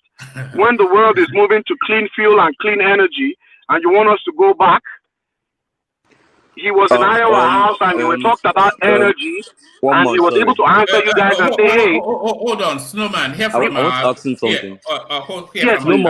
Yes, Snowman. Yes, sir. I think this is the first time I'm listening to you, and I'm very happy that you declared support for Tinubu. And the issue, do you know why I've not been able to engage anybody on this platform is just one reason. Most people that usually back Tinubu in this platform, they pretend like they're neutral, they pretend. Yes. They are not necessarily supporters of Tinubu. It's just like they are sympathetic to him. They can back him up when he does something bad or whatever it is. For any reason, I don't even want to say his tribe, for whatever reason it is, or maybe for the purpose of equality in argument, because if everybody in the platform is arguing in favor of one party, I don't know what we'll be doing here. So maybe for that reason. But then the reason why I've not frontally tried to engage anybody is because of that reason. There is no outright Tinubu supporter. Hearing that you're a Tinubu supporter, I would really want to engage you because I've never seen anyone in this platform, not one Tinubu supporter. So I'm really glad about that. That means you know his politics and you know whatever it is that Tinubu is going to be. It will be at a disadvantage. Uptown, he will be at a disadvantage though because he is a supporter and you are a surrogate. I'm not a surrogate. I'm a supporter. You are. I'm like surrogate. What do you mean by surrogate? Like, am I a Labour Party member? You are a functionary of the Peter Obi space, and he's just a Tinubu well-wisher. No. He's not a well-wisher. No, he's not a well-wisher. Sorry. Mama, how do you know that this guy is not a surrogate too? Well, Mr. it's not. Snowman. It's not. I think I just mentioned that. I said full By you disclosure. mentioning it does not make it true. You can come and I say don't know anything. where you would like. I don't know where you would like to check APC card carrying member. I am not a card carrying member of APC. Mr. Snowman, sorry to cut you short. Knowing you're And coming to this place, hold on, Uptown. Yes, please. Hold on. You coming Yeah. to this platform, you know that it's a different platform. People here, you have to come strong, yeah. tight, and ready. Don't just come because you are saying things that favor one man. That means you are right. We have a lot of questions for you. Okay. We'll push you hard. Just get your coffee ready. So why I commented? Let me say why I commented is Snowman. Like I said before, you are the first person that is actually a Tinubu supporter, and the reason why sometimes when people that are sympathetic to Tinubu in this platform say something, Patrick is a Tinubu supporter. yeah, he said this frontally is a Tinubu supporter. So and that was like that's like news to my ear. Like I love that. Yes, and So Patrick can take you on more than probably. But carry on. the more intelligent he comes, the better for me. Trust me. So because the reason why it's better for me is because I've said in this platform before that Tinubu is my choice number 2 and is a league away from Atiku. That means after Tinubu, I must still keep choosing Tinubu as choice number 3 as well. So that means that whichever way I'm coming, that means that I'm also in tune with if I'm completely excluded from that space, maybe you might be able to, but I'm also in tune, so I might be a little bit more logical in arguing with you. But then the point is that you're a Tinubu supporter with your full chest, and you are the kind of person that would love to engage, not somebody that is just sympathetic and tomorrow they will be like, yeah, I say Tinubu is a thief. I said it, I'm not supporting him. But yesterday you defended him. So you're not consistent. I don't want to argue with you. So I want to argue with somebody that is a consistent supporter that will support today, support tomorrow, and all of that. So your kind of person is the person I want to. If you want to, like, you just a few minutes and you can go back and forth and all that. So welcome to the platform. This is the best platform where he and his mom, his mom is an Ajale Koko fan. This is what he told us. His mom, this is why we keep Ajale Koko around for the babes. He gets the babes for us. Most of us in the platform are Ajale Koko fans. Yes, I'm his biggest fan, as you all know. But I'm not sure Kulata is ready because all the floggings that Kulata will get from Ajale Koko in recent times are. But Kulata, stay with us, Snowman. Kulata, one more space. You opened up that you suspect Tinubu would do a CNN interview. It's almost inevitable anyway, but you suspect that he would do a CNN interview when he gets to America. But then, of course, the Americans, they don't wear gloves. They come hard. So I mean, what's your anticipation for that space, Kulata? No, I mean, if he goes to America, most likely he'll do some interview in CNN. And I think he's still going to do a local Nigerian interview. But he's just not going to do it at people's time. He's going to do it at his own time. I think everybody should have observed that about Tinubu by now. He's a man that can't be pushed. He's so cocksure, pardon my language, about his chances that he doesn't give a damn what anybody thinks. He's going to do it how he sees it fit, and nobody can push him around. So do you think he already has an interview done and canned at the TVC, waiting for the slot to insert it? Perhaps they will have done something. TVC's own, like if he does any TVC interview, I'm just going to be looking at the camera angles. Whenever the camera cuts from one place to another, I know that there's editing there. Yes. I would like to see a continuous stream, but that's not going to happen. So if he does a TVC own, they're going to edit it to death. I've been saying that for months. But yes, expect a local interview, but it's just not whenever you think you guys are demanding it. He'll do it whenever he feels it's going to give him an advantage. And if he feels it's not going to give him an advantage, he won't do it. There was a reason the man was dancing yesterday. There's a reason he was dancing yesterday, because he done that Charter House stuff and he's done this interview. He's probably thought that people will freak out with the delegation. And then when you guys freak out with the delegation, then they will now give you a new dose of, but this is the man. It was a distraction. That this is the man doing solo interview now. So everybody will now just like freak. I mean, everybody will just go confused and, I mean, Kulata, I've not watched this BBC interview. Did you just did it today? He did it yesterday. Yeah, but it was released today. It was released Okay, today. that's what Yes. you have done in that Chartered House. Down, you could have just sit down with that guy in Chartered House. No, it was at but Chatham House, but with the BBC. with Oh, the with the BBC. BBC. Okay, okay. Yeah. I'm But just. you see that it's playing on people's, like, it's kind of like pulling people's strings, like pulling people back and forth. But what really really annoying me personally is everybody has made a judgment on this guy. So why are you letting him affect you? Like, why are you letting him push you hard? You're getting upset. You made a judgment. His character. You made a judgment on his character. You made a judgment on his health. You made a judgment on his intellect. You made a judgment on him. So just do whatever you need to do, and don't let this man rile you up. He's pushing your buttons, and he knows he's pushing your I buttons. think Kulota, sorry, what you said right now, I think uh, most of the people that are doing this, apart from people that are just, I mean, just catching fun with this, but then I think there's also a reasonable population of people that believes that this guy is coming from the ruling party.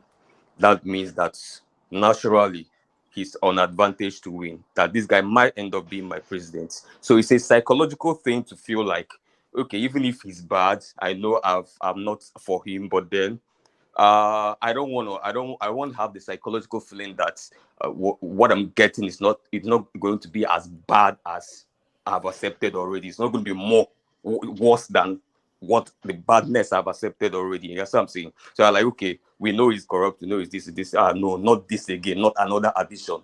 You And know those what I'm saying? are, So those are they want. legitimate concerns, by the way. Those are legitimate Can I say concerns. something? Yeah. So that you I'm understand coming to saying you because next. he might Yes, be I'll your come to you president. So next. that Yeah, yeah. legitimate Yeah, so but quick one. I'm coming when enigmatic says things like, no, if you're angry with it, go and vote and don't query him and stuff like No, that. no, For you me, have to understand I don't think that's his because if personality. That's the reason if why. that's the pattern, then we Yeah, shouldn't be in this platform to stand. you know what they call people like enigmatic. They call them young Turks. Is a young Turk. You know, it's one of those people that fly up their coat collar in the winter and they carry an umbrella as they about to. They say it's a young Turk. You know. I mean, leave my enigmatic. Look at that. They will come here Leave now and my give you another enigmatic. message. Yes. Yeah. So Kulata, stay with us just for as long as we can. Let's go to, before I come to you, Des. Actually, let me do a bit of administrative stuff. Super chat Alexander Gomez, of course. It says goodness. It says my goodness. A total departure from blue la la narrative, speechless. So I don't think anybody can do blue blah blah anymore because you just look silly. It's dead again. Just like the Muslim ticket, it came, but One man on that space, you I can't do agree. blah blah blah anymore. It's just dead. Yeah. I agree with Kulata actually when Kulata was saying that this low standard we are bringing is going to backfire at all of us. And I agree with that narrative. You know what I'm saying? Because I've been like me.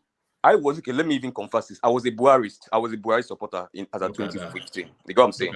So until today, I still know some part of APC that I feel they've done right. You know what I'm saying? You can never see me criticizing Buhari's infrastructure, even as an obedient now. You know what I'm saying? So, what was I even saying about Tinubu, right? Yes, about Tinubu. Okay, yeah. So I agree with Kulata's this and that. When you are bringing down the bar so low, it's going to backfire at you, and that's why I even obedience. Stop bringing down the bar so low. Yeah, that was me, going to be my question to you. Who brought the bar low? Who brought the bar low? Obedience are part of it. They brought the bar low. It's not going to backfire because when I've listened to Tinubu, I used to listen to Tinubu's yearly colloquium. You know what I'm saying? I listened to 2016, I listened to 2017 and 18 as well. So I know that Tinubu can face interviews. Obviously, we have me that have been following as well has noticed a progressive decline in his physical and even his mental capacities. I've noticed that as well. So, but then there's a colloquium that Tinubu spoke for almost 45 minutes to 1 hour. And I can go and dig out the video. And it's not 10 years ago, it's not 20 years ago. You know what I'm saying? So I know he can start an interview and answer random questions. So this whole exaggeration of blue, blah, blah, that's why I didn't even come into the platform the day we were discussing it. Sorry to take you there, but Yeah. is it not what Uta Soludo was saying in his essay? It was referencing Unzobu politics, and all of that blah blah blah blah is Unzobu politics. No. Yeah. It's not about the Zobu policies. What I'm saying is, yeah, I admitted, so I'm saying that he, as someone that's been following Tinubu as well, he has had steady decline in terms of both yes. physical. We all acknowledge You that. understand what I'm saying? We But can all then, say it now. We can all the say point it. I'm Yeah. making is that it's not to the extent of the blue blood narrative people we are bringing in. We know some stuff with, I don't know, I'm not a medical doctor, but it has to do with nerves, speech defects, induced probably kind of declination. But that does not, the way they're painting it, if this man come out in any interview and answer 3 to 4 to 5 questions like this 5 to 10 minutes interview you just did now, it's going to be world class. It's going to be world class. Even if you answer, what's your name? Tinubu. Where is this? Where are you from? Lagos. Everybody will be like, oh, you see, it's not even that bad. You see, he's wonderful. Because you have brought up the cutoff mark from 10 to 0.5. If he scores 1, he will be leading anybody that scored 10. It's a psychological thing. Would you say that the stars are aligning for Tinubu? Are the stars aligning for him? Because, like you said, they've set a low bar, which he has scaled. And Kulata has always warned against this, so that you are setting the bar too low for this guy. He will scale it, and then he will look like a winner. So they've set a low bar, which he has scaled. And then, of course, the path opening for him are Kwakwanso opening a pathway for him in the north, Obi opening a pathway for him in the southeast. That's what I'm saying. He doesn't even have to do any interviews anymore. No, one man. What you have to understand as well is, in as much as I criticize obedience, and indeed PDP, obviously PDP and obedience, they're all oppositions, they're doing the same thing, doing all mockeries and the likes and everybody. I criticize, let me just say, Nigerians, the section of Nigerians that has been bringing down the bar so low for this guy. But again, to answer your question, I don't necessarily think that it means a soft landing for him or a free pathway for him. And the reason is, interviews on TV and this sort of interviews we're talking about and debates and what have you, it serves a particular demography. You get what I'm saying? Now, that demography that it serves, most of them are decided. Yeah? But then, the things that come out from there are usually sound bites. And they're usually sound bites and narrative, yeah? But guess what gets to the man at the newspaper stand in the morning? And guess what gets to the market woman eventually? And guess what gets to some populace is the soundbite and the narrative of cognitive disorder. Because that market woman or those men at the newspaper stand in the morning, what they are going to see is that Tinubu has made another mess of himself in Yankee. And they are disgracing Nigeria. They are not part of this platform,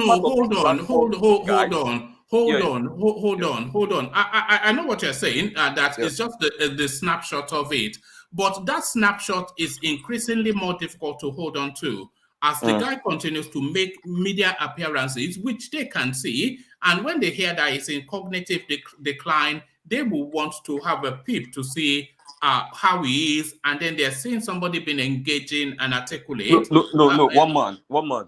Two things. I'm going to say two things now. One. Nobody out of our social class is going to ever make that lengthy. Who wants to own an interview and watch it the way we're watching it? Is a very minor population in Nigeria. And two, most of them go with. I listen to newspaper stand buyers a lot from across different newspaper, whatever, across Nigeria. I occupy myself with listening because I want to get the idea on the streets all the time. So they go with soundbite most of the times. Now, on the other side, if I'm supposed to advise APC, and then to buttress on what you just said, if they really, really, really want to fight back on this, let them double down on the interviews, especially coming back to the local. And you don't necessarily have to grant Arise. Let's write off Arise. Probably do a channel. Probably do an NTA. NTA is even far more reaching. I don't know why you do you know the reach? He will of, do it at some point. It's no. inevitable, but he will. You know the Yeah. reach, You know the reach of Kadiria Ahmed's the candidates. It's not as far as you. It's you and I. It's you and I that she reaches. She doesn't reach to the depth of the interlands. She reaches to you and I. I'm making a comparative analysis here in Yes. terms of comparing the Arise of this world, the channels of this world, and the NTAs of this world, because I know a lot of families, you understand what I'm saying, who do not have cables and DSTVs, you understand what I'm saying, who are still relying on the manual antennas, who has access to both the local TV stations of their states and the only national TV station they have access to through those manual antennas is NTA. Oh, all right. Yeah, so that is why I also rate shows like Kakaki, not Kakaki, the Brekete family. Brekete, because Yes. Brekete airs in NTA. You know, I've never seen that program. I only hear about it. Yeah, I have and to go guess and what? look for Guess it. what? Have Guess you ever what? seen it, Kulata Brekete? Go carry on. So, but guess what, one man? Guess who made use of that at the early stages of the campaign? Peter Obi. So when we were talking Yeah, about no, we've already addressed that. Peter Obi has to make himself available because he's coming from ground zero. No. I think we Yeah. all agree. We all agree on that. Yeah, but I'm just talking about the penetrations and what have you. You know what I'm saying? I'm talking about this is almost like an advisory now to the APC. We want to counter some certain kind of narratives. You get what I'm saying? And APC cannot tell me that Tinubu cannot face. I'm one of those still refusing to believe that he can't face interview. It doesn't have to be too harsh an environment. Maybe flunging yourself to maybe Arise TV or maybe going to face Shion or Kumbalo, all up in your face, journalist and all that. He might ask some difficult questions you don't want to air on live TV.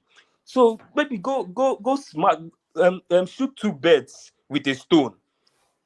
Go to somewhere you even have a farther reach and also somewhere that might be friendly. NTA is a national station. No, but ultimately, he will still do it. Like Kulata said, the guy will roll only at his own pace. Nobody is going to steamroll him. But Otan, let me go to Des. Only to move it around a bit. But stay where you are for as long as you can, because I want to have your take on the Tinubu's interview. But let's go to Des. Des, have you made the journey? Are you in Nigeria now? Yeah, one man. Oh, well done. Nigeria. You got home safely? Yeah. Oh, well done. The journey was smooth and everything. They didn't harass you at the airport. No, it wasn't that bad. It wasn't that bad at all. So what's been the experience so far? You have to hook up with Uptown. He owns Lagos, and I've told him that you are bringing plenty of money so he can attack your wallet. No, that's not a problem. Yeah. We are waiting for this. Don't worry. Yes. Well, man, I'm sorry I've not been on the show for a while. It's been from one problem to another, bad network and all that shit. Mm-hmm. Oh yeah, in Nigeria, yeah. When did you get home? I've been here for like almost a week now. So, I thought we've not seen you for a week. Yeah. Oh wow. It's been almost a week. So you didn't notice? You didn't miss me? No, of course we missed you. We missed you, especially the super chats. You are the only other one that does it. But no, I'm only joking. No. So where are you? Tell us. You are in Lagos. Have you been home? Everybody's been giving us reports from. So what's been the experience? You are in Lagos, are you, or? Yeah, I'm in Lagos. For the whole week that you have been there. Yeah, I've been in Lagos for almost a week. Yeah. And in terms of the developments that people have been reporting back, are you able to confirm? The last time I left Lagos is like this. the tears that my road is still bad. Even it's gotten worse that they even blocked. I don't know which kind of stupid government does that. Block the two major roads that they're supposed to, Ibue for Junction and New Road Junction. They blocked the whole two road. There's no place to get in. So it makes the road so compacted and the traffic is now getting worse. I don't even know. Why not open one? Build like try to build the other one, then allow one have access to get into the street or whatever. And when you're done with that one, you open the next one. That's how it's done, not close the two at a time. But they're working on it, so I guess that's the progress. Okay. All right. One man, can I ask a question? Yeah, go on. Is this not in order? Because I think I came before the ES, and somehow I'm not allowed to say anything. No, you're allowed to say stuff. People will tell you that it doesn't usually flow in the order that you arrive. It's just really people that have traditional positions. I said it Because because of yesterday. You put me at the last, and I didn't even get to say anything in the end. And I all was right, let's hear from Des then, and then we'll correct that. So because I've already gone to him, so apologies for that. Of course, a valued member of the team you are. But Des, let's take it to it then. The Tinubu's interaction with the BBC. Hopefully you've had the chance to have a look at it. So what are you making of it? Yeah, well, man, I didn't see the interview, but I'm trying to comment on the yesterday show when what he did about what's it called, the so-called performance you guys were praising, and it was sad when I was watching the show today. I saw Ajali Coco. Thank you very much. It was angry, wasn't it? Ajale Koko was so angry Yeah, yesterday. you're very objective, and I loved it. I was like, in my mind, I was like, you're a very objective person, and credit to you. So it's I don't see how some Yorubas, be it ethnic sentiment, be it whatever it is, I don't see how you're gonna commend such an act. I really do not see it. It's an act that is so shameful, like Ajali Koko said, and for Yorubas to accept that as a norm, I have never seen. When you say that it's trying to create something else. I mean, United States have been in this kind of, United States have been, their president has been doing a solo interview and answering questions. You can't compare United States to Nigeria when you're saying what Tinubu is trying to do is a norm. United States is one of the biggest, city in the state country in the world, and they still do it this way. So what are you changing? Are you better than United States? That is, I don't get it. Or are you better than United I'm not Kingdom? sure that you should say that. Anytime, especially because I used to pay attention a lot under the Donald Trump phase, and anytime he's having a press engagement, it will tell my secretary of this should answer that, and then that one will walk up to the rostrum, and he will stand further back, and then another question, the next secretary that holds that One man, portfolio, yeah. what you're saying now, is it when Trump is now a president or when he's trying to become a president? It's still the That's same the thing, question. isn't it? It's It's not. still It's the not same the same. thing. Hmm. One man is definitely not the same. Is it You not? can. You can. And If actually, Tinubu, whenever Trump, it was during the COVID that he was doing that, when yeah. Dr. Fassi and some No, other no, no, not just head Dr. expert. Fassi. He did that all the way through his administration. It will tell the relevant person to the question to address it, and then he will chime in whenever. So No, it's a lot. one man, maybe for some issue or some particular um, incident, then he will do that. But Trump, most of the time, when it comes to one-on-one interview with him, he doesn't get himself surrounded with associates. But when there's an incident, some issue of national um, importance that require him and his team, to address, he will have them with him, and you know, some of his associates can answer some specific question, and that is quite understandable. So, one-on-one interview, Trump did a lot of it, and he doesn't have anybody to sit Yeah. with him to answer that. Yeah. Yeah. So In a one short man. addition to what Ajaliko was saying. So I think what Trump does is, for example, let me say I'm a president now, and then there is an accident somewhere, and then we are coming to report to the citizens, and then I call on the accident guy, the guy in charge, to come and explain what happened at the venue and all that. The person comes on board. That's different. But when you are applying for a job or you're running for a president, people want to get into your head. They want to know the way you process questions. There are a lot of things they want to know, your idea about things. You understand what I'm saying? Because you are the one on the ticket. So when you're running for president, they want to know things, even at things like your mannerism, the way you process questions, the kind of how you view the world or how you view governance or leadership. There's a lot they want to know. So it's a huge, big difference. And what he did yesterday was unacceptable completely. Let me add to that. What Angelica was saying, what Trump, what one man was trying to say, that was a totally false one man. Trump does not allocate his questions to somebody else to answer.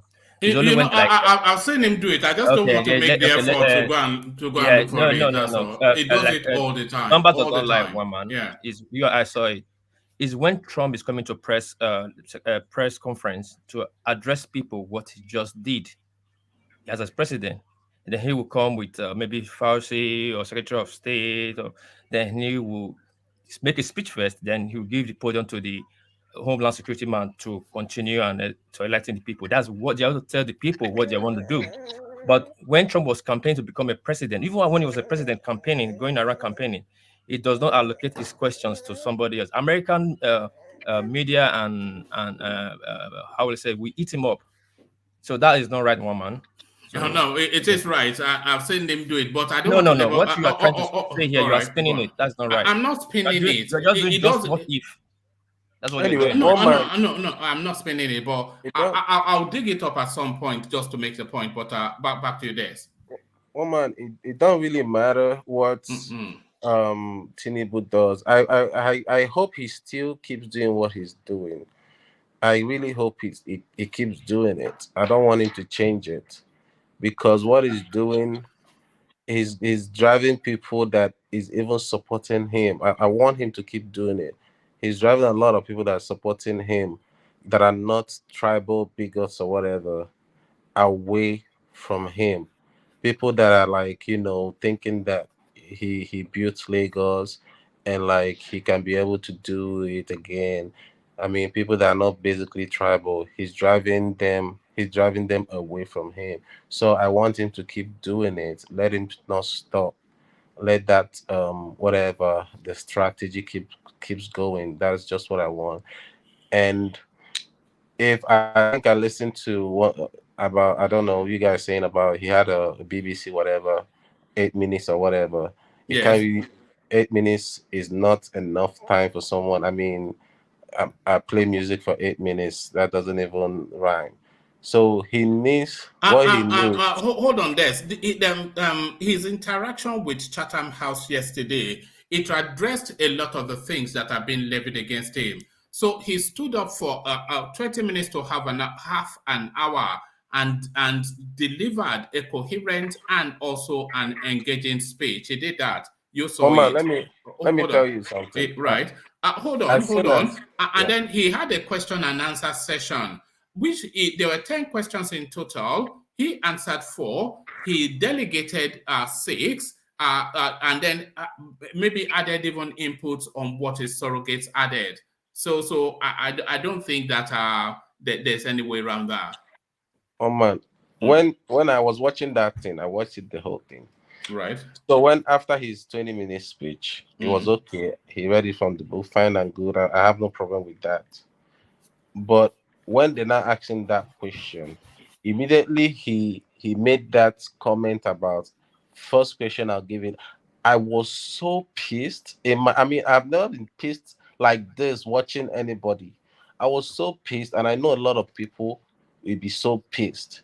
Do you get? I don't hate Tinubu, but that's what he did. He did it with a smile, like he's using us to play games. I mean, he did it with such a smile that pissed me off. Do you get? I'm like, what's this man thinking? Who does this man think he is? Do you think you found the questions too difficult to answer? Is that Yeah, what you think? I think that is what it was. He didn't know what to say. You know, one of the questions was, why do you want to be president? Would you have found that difficult to answer? No, I'm pretty sure he wouldn't. But But that was one of the questions he found out. one man understand me. This was their strategy. Whether anything happens, the first question they throw to him, that was gonna be his response. Do you get? And they have already planned it. The first question, whether is why do you want to be the president, or are you sick, or whatever, the first thing they wanted him to do is say, I'm gonna delegate this question to this guy, or so rat and cats. That's the first thing they plan to do, regardless of the question, which he did with a smile, thinking that we are fools. People that you're trying to lead, you're trying to be like, I mean, I don't get it. I mean, if he did it in a normal sense, like, okay, with this, without this gleam on his face, I would be, better about it. But he did it with just such a smile, and it was so disgusting. It was really so disgusting. It's just like the show I was watching, when the guy that was supporting the whole shit, after he finished talking, he had a smile. Do you get? Because he knew what he was saying was rubbish. That's why he finished making a comment and laughed about it, because he knew. Do you get? It's annoying. If you want to believe in someone, believe in that person or whatever he feel like, but not lying to yourself and trying to sell the person to us. Do you get? It's the highest sin for someone to lie to himself. It's the highest sin. Well, Tinubu does not consider that he's lying to himself. He has come out to say that that the Chatham House interaction was a resounding success. He's come out to say that. Yeah, of course. But anyway, like I said, hear him in his own words, then you see what he feels.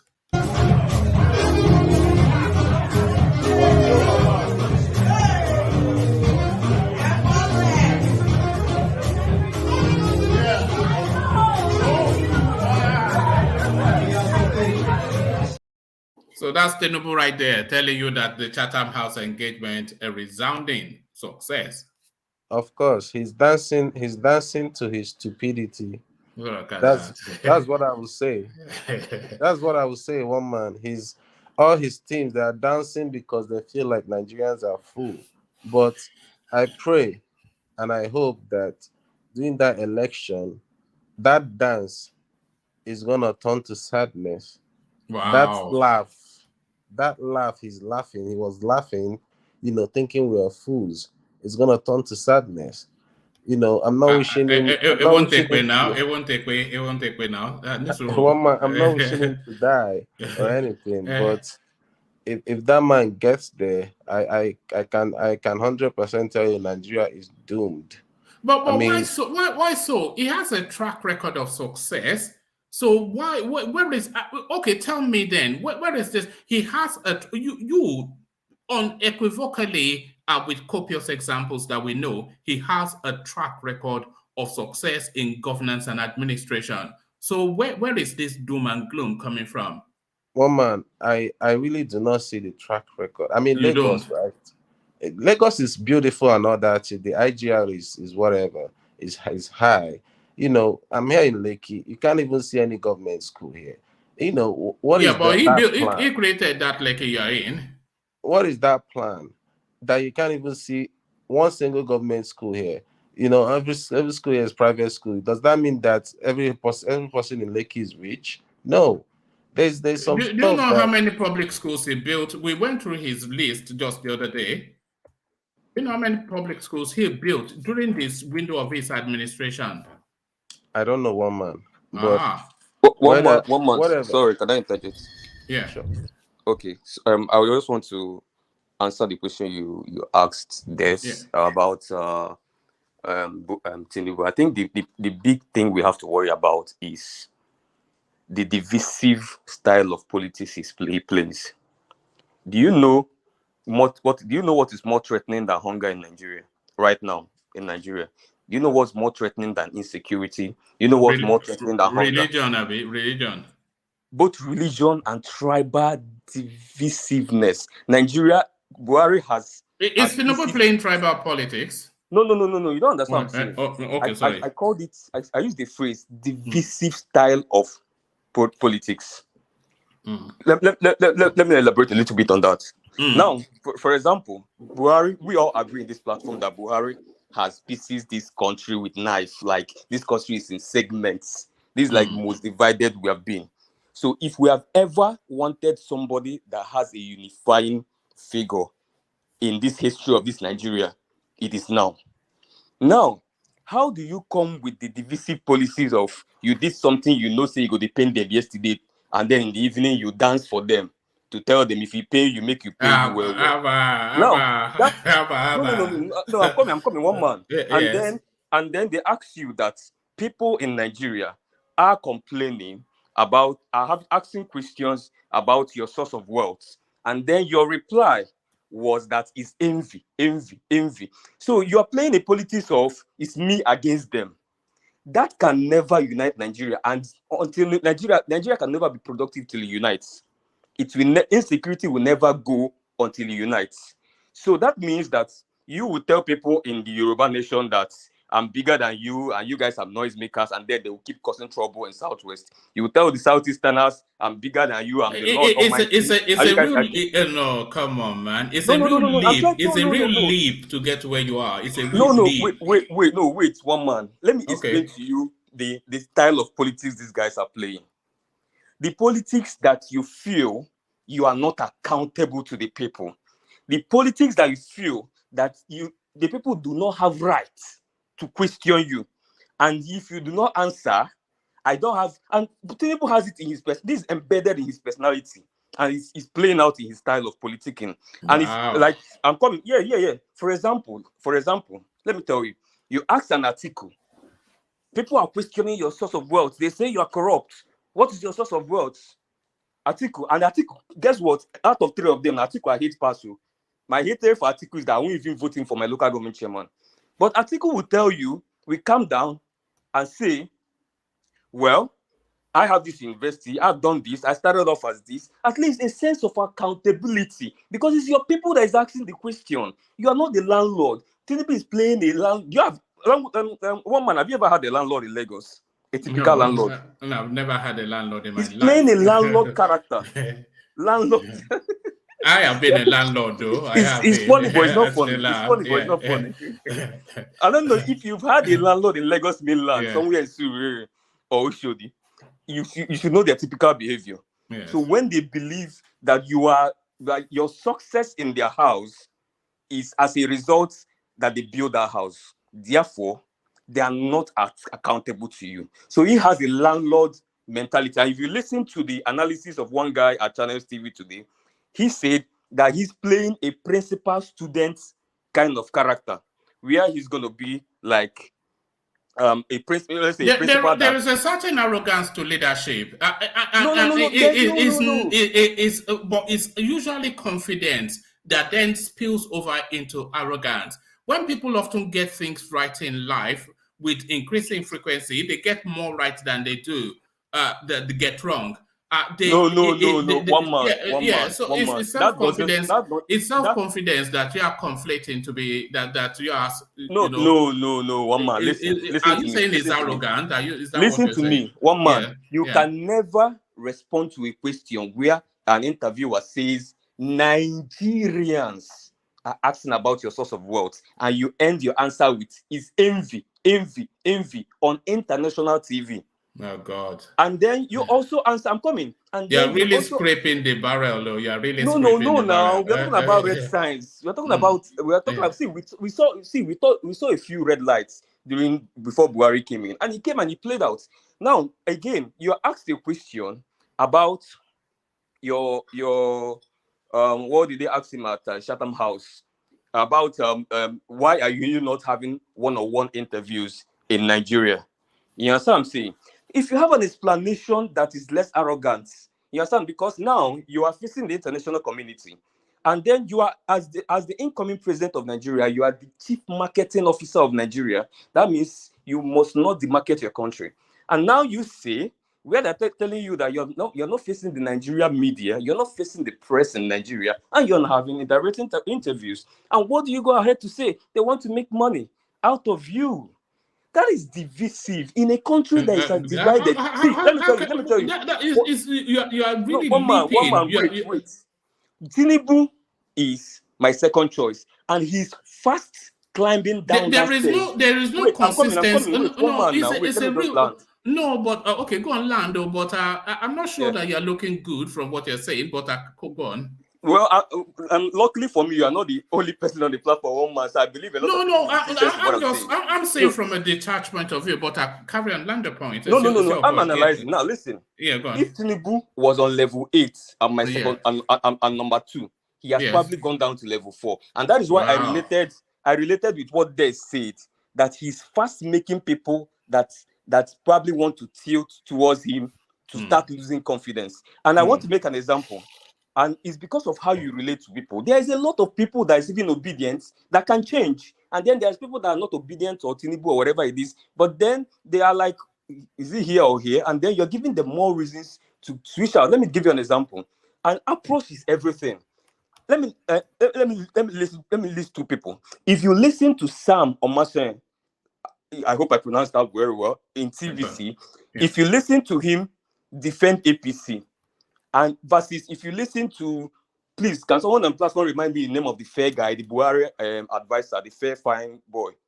Oh, the one that looks like an Arab. Is it the one that Igali Ajololo or something like that? Yeah. If you listen to that guy defend APC versus if you listen to Sam, if you listen to that guy, you might just find yourself, you'll be tapping your head on the leg. Hey, guy, focus. So remember, you're not APC. You will have some certain kind of, you will bring superior, you will make you gravitate towards that, even though you don't like them. If you listen to him probably 4 times in a row or more, you will probably be wearing APC t-shirt by 2 days time. But if you listen to Sam, if you were gravitated towards APC, you would be 100 years out of it, away from APC. And that is the point we are making. Because it's a country we are trying to build, and one of our biggest problems right now is unity. I might suggest with the kind of pattern Tinubu is showing us now, fine, a country like Ghana, Rwanda, or some other country that is a little bit more united might just deal with ignoring all those divisive style of his, because let's him just give us capacity. But then a country, when you're choosing a president, that is why the president you choose for Ghana, you can't choose it for Nigeria. The president you choose for Nigeria, you can't choose it for London or for UK. The president you choose for US, you can't choose it for, you know what I'm saying? So you have to be tailor-made to the heart of the problem of the country at the time. The country is, in fact, it's almost like the division of the country is hanging on 2023 election, and then probably 6 months to 1 year after that. That's where the unity of the country is hanging. So that means we have to prioritize a unifier. It's not the audio unifier. There was the word bantering that PDP is doing. We have to look for. Unifying has to be one of the character traits. It has to be very, very important now. And we have to look at people that's willing to do government of national unity, where we are with this unity now. People that is willing to, we need an Obasanjo. You know what I'm saying? Someone that saw an Obasanjo regime. This is the time we need an Obasanjo. Someone that can work with people from across different parties, from across different tribes, that can walk down to Southeast as a sitting president and sit down. Southeasterners are not violent. All this violence you are seeing now is just because of that politics of division. I'm bigger than you, a dot in a circle. All these comments, we are bantering them about as political ranting. Our bundle will be back to Anambra. These things are triggering in a country so divided. You know what I'm saying? And then people that are not known for violence in the past are now becoming violent people in character. Just because of your body language as the president means a lot. And if your body language is showing so much red sign without the ultimate power of presidency, you are just a candidate. And you are bestowed the ultimate power of the most powerful Black president in the world. On top of that, I don't even want to imagine it. So why I said what Tinubu is doing is hurting me is because I know, okay, probably you can work with teams and all that. You can work with some nice team that can come up with this thing. But if the country is on fire, even if you bring a combination of George Bush, Barack Obama, Reagan, and everybody and pack them in Aso Rock, this country will still burn down. If you All if you right. Well, if you if you come if you come with lighter, because what Tinubu is showing us that he's coming with lighter. He's saying social media, he has dismissed the mainstream media already with a swing of the hand. He wants to make you money know, out of me. hold He on, hold has on, hold on. he said social media. You know. I don't look at social media Can again. you No. can It you is hear me? Can insulting. you Uptown? Can you hear me? Yeah. If Tinubu wins the election, then it will show that he's the popular will of the people. That will tell you that that is what the people want. No, it will not show. It will show that the structure has won. What do The you mean the structure that structure? has always won. Is it Yes, the not structure is that it has not always votes that won are in going to be Nigeria counted? politics, that structure was able to still triumph. That is what it's going to show. It's two different things, yeah. But the fact, one man, if you Yes. remove Tinubu versus Obi emotions out of I this, will you might suggest that. understand what Hold I'm on, saying. hold on. I'll suggest that you go and reread Soludo's essay because there are lessons to be learned there. Because what Soludo is warning against is a lot of things that we still continue to hear. If Tinubu wins that election, then it will tell you that he is the popular will of the people. That is what elections usually produce: the popular will of the people. One man. If the will of everybody in Nigeria is that one man should be president and one man does not have the structure to deliver him, does not necessarily mean that the popular will of Nigerians are not that one man should be president. That it only means that the structure that has been working against the popular will of the people that are always saying Donald Duke should be president, the ideal president should be president, Professor Simajo will be president, but the structure worked against him. People are saying Fayemi should be president, the structure worked against him. So it only means that same structure has triumphed then again, just like it has always done. That's only what it means. Does not necessarily mean that. Yeah, so I'm saying. So my concern is that sorry, 2 days uptown. A lot of people are of the view that the sort of reactions that we're getting is that people are upset that the anticipation was that Tinubu will go to London and he will stumble and fall at Chatham House. But he did not stumble, nor did he fall. In fact, he almost came out triumphant. So there's no Agbado anymore, there's no Bulubala anymore, and that's what, No, that narrative only addresses a segment.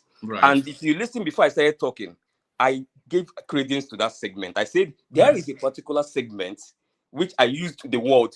If you see the kind of word I use cruise to dismiss them. Who is just casting cruise? They probably want more people, this guy to make more gaps tomorrow, just to feel good about. It's a segment. I give it to them. But there are genuine segments that have genuine concerns. This country is not a country of 200 million stupid people. There are actually people like you and I, one man, and millions of us across the urban areas, across hinterlands, different parts of Nigeria that have genuine concerns about their president that is going to rule them in the next 8 years of their life. If they are 30 years, you add 8 years, they are 38. If they are 50, they are 58. They are heading to 60. You know what I'm saying? It's almost like a decade. So they have the right to show genuine concerns. So what we are doing is that we are focusing on that little demographic, which is made up of teenagers. Most of them are even below 18 that cannot vote. So we are using it now, carry all our logic and put in that demography, and we are refusing to address the real issue, which is the genuine concerns. All right, brilliant. Stay there. Next, we'll go to Niger. But on the way to Niger, let's acknowledge Victoria, who joins us.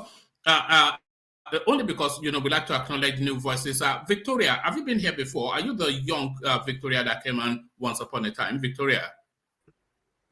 Yes, I am. Yes, I'm that Victoria. All right, but you split your name up the last time, so I was a bit confused. It was Vic and then Toria, but now maybe you've cured the dyslexia. Oh no, that's a joke. Let me not make that joke. But stay with us, Victoria. People have been asking about you since your last appearance, but let's go to Niger first and hear his take then on Tinubu's interaction at the BBC with the BBC. To Niger, you're up next. Yeah, thanks for giving me the opportunity. Just to acknowledge the previous speaker, I think he made a lot of solid points. I saw the interview, and yes, Tinubu spoke this thing well in records of the current this thing president. However, I think the answer he gave for the this thing, his source of wealth, was a little bit crass.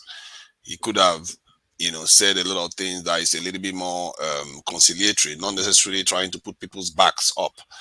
And in terms of the, from what Kulata, the low bar that was set for him, true. I think if that is the case, then he's crossed the bar, isn't it? He's done well. From that point of view, he didn't collapse during an interview. But we are trying to elect a commander in chief, and I think that like Kulata said, he has a right to do what he wants to do at whatever time he wants to do it at his own pace. That's up to him. And why the parties that are this thing running against him that cannot take advantage of that. If somebody cannot be able to consistently show up on the campaign trail and talk for long periods of time, and you cannot defeat them, then God help you. Maybe you don't deserve to be in office. Personally, I would recommend the other parties just blitz the airways and campaign and block the whole But airways. he has been turning up at campaign trails now, has he not? That's my point. He not as many, and if you pressure him enough, he will show up, and whatever you think is lacking, if you are worried that he's not going to be able to be consistent and he's going to fade, that will show up. He will be exhausted, and and he personally, I feel like if they occupy the airways, especially in the context of Nigeria, then he will be forced in. I don't know to drag him, beg him, come and talk to Nigeria. Don't no. If the opponents are occupying the airways, it's up to him to decide to join the party or not. Because for me, his behavior as somebody that looks at from the point of view of trust and patriotism and all the rest of it, I feel like why would anybody choose a foreign country after recently they just said that he actually said not others said he's to the UK to go and rest because Nigerians are disturbing him or something like that. The guy is tone deaf. It's up to him to do what he likes. And like the previous speaker said, he's pushing people further away from him. I can't even believe it that I begin to look at Atiku now and begin to think, I think it's not so bad anymore. It's crazy. I don't know, understand how the way he thinks. And his supporters, they really, just like I also caution Obi supporters, they have that if you want to win people over, you need to be a little bit more conciliatory. 50%, 51% support is 100% of the vote. If somebody supports you 51% of the time and they go and vote for you, that vote is just as eligible, this is valid as somebody that supports the candidate 100%. This attitude where we just want to divide and divide, as that's going to get us anywhere, it's not going to, and I don't think, point of view, he has helped himself a lot with this kind of attitude. In terms of setting the bar low and crossing it, that's good. And he's also gotten a lot of coverage. That is good for him. But it's up to the opponents to take advantage of it. Because personally, if I was on the other side, I would see a lot of opportunities out there to run the tables on him. Like you can say some of the things here I said where he undermined the INEC, this thing talks, it doesn't answer simple questions like why do you want to run the country? Just play the video over. This is a campaign video. Play the video over and over again. Because these type of things, ordinary people will relate to it. They will relate to the fact that you don't even want to tell us. Did he not answer that question at the BBC interaction? He did. I think he confronted. He did answer that question. But the problem is that it doesn't matter, isn't it? It's when he didn't answer it that's when it matters. Because to ordinary people, if they ask you that basic question, you should be able to answer it. Another issue I have with what he did yesterday, that it could be said to be innovative. Yeah, there's no reason why. but hold on. You say if they ask him that basic question, he should be able to answer it. But he did answer that question and excellently in this BBC clip that we just saw. Yes, but not yesterday. He passed it on. He passed yeah, it because on that was the structure. That was the format they were using yesterday. Now that was the format they were using yesterday. The previous speaker said something that it was a planned approach. Yes, they were basically word counting, because they are How worried. do you mean? How do you mean they are what counting him? They don't want him to go on for too long before he loses his trail of thought, or he says something like what he said before. That is your speculation. Okay, but it ties into the pattern. You look It at does the not. interview today. It does not. How The does interview it? today is 8 minutes long. It's not as long as yesterday. No, that's traditional with foreign interviews. I agree, but the point is that it help, but think that it ties. They are trying to see one. They don't want him to fall like he fell before the campaign started. You can see that they are propping him up. That's fine. Then later on, they felt that okay, because he started saying all those things, you notice that they changed the approach again now. Because they felt that his speech was also impaired a little bit, so they don't want to stress him out for too long. His speech was not impaired yesterday. He gave a near 20-minute standalone speech, and then had an engagement with a select audience. Yes, because that's the reason why he has to pass the questions on. Because if he had to engage with the questions, have to think and talk. He doesn't have to think about why they want to be president now. Why would they? All right, just make that point, and then I'm not sure that you are looking at just one question. Their approach was to answer all the questions like that. So it's not only whether you want to be president. They didn't answer all of the questions like that, did they? They did not. You said he answered 4 of them out of 6. Then the 6 was passed on to other people. The point I was making was that the actual question of whether he wants to be president is not the reason why he created the strategy. He created the strategy to answer to deal with all the stressful periods, so that it doesn't make any gaffes. So you have to understand. No. There's an inherent contradiction in what you have said.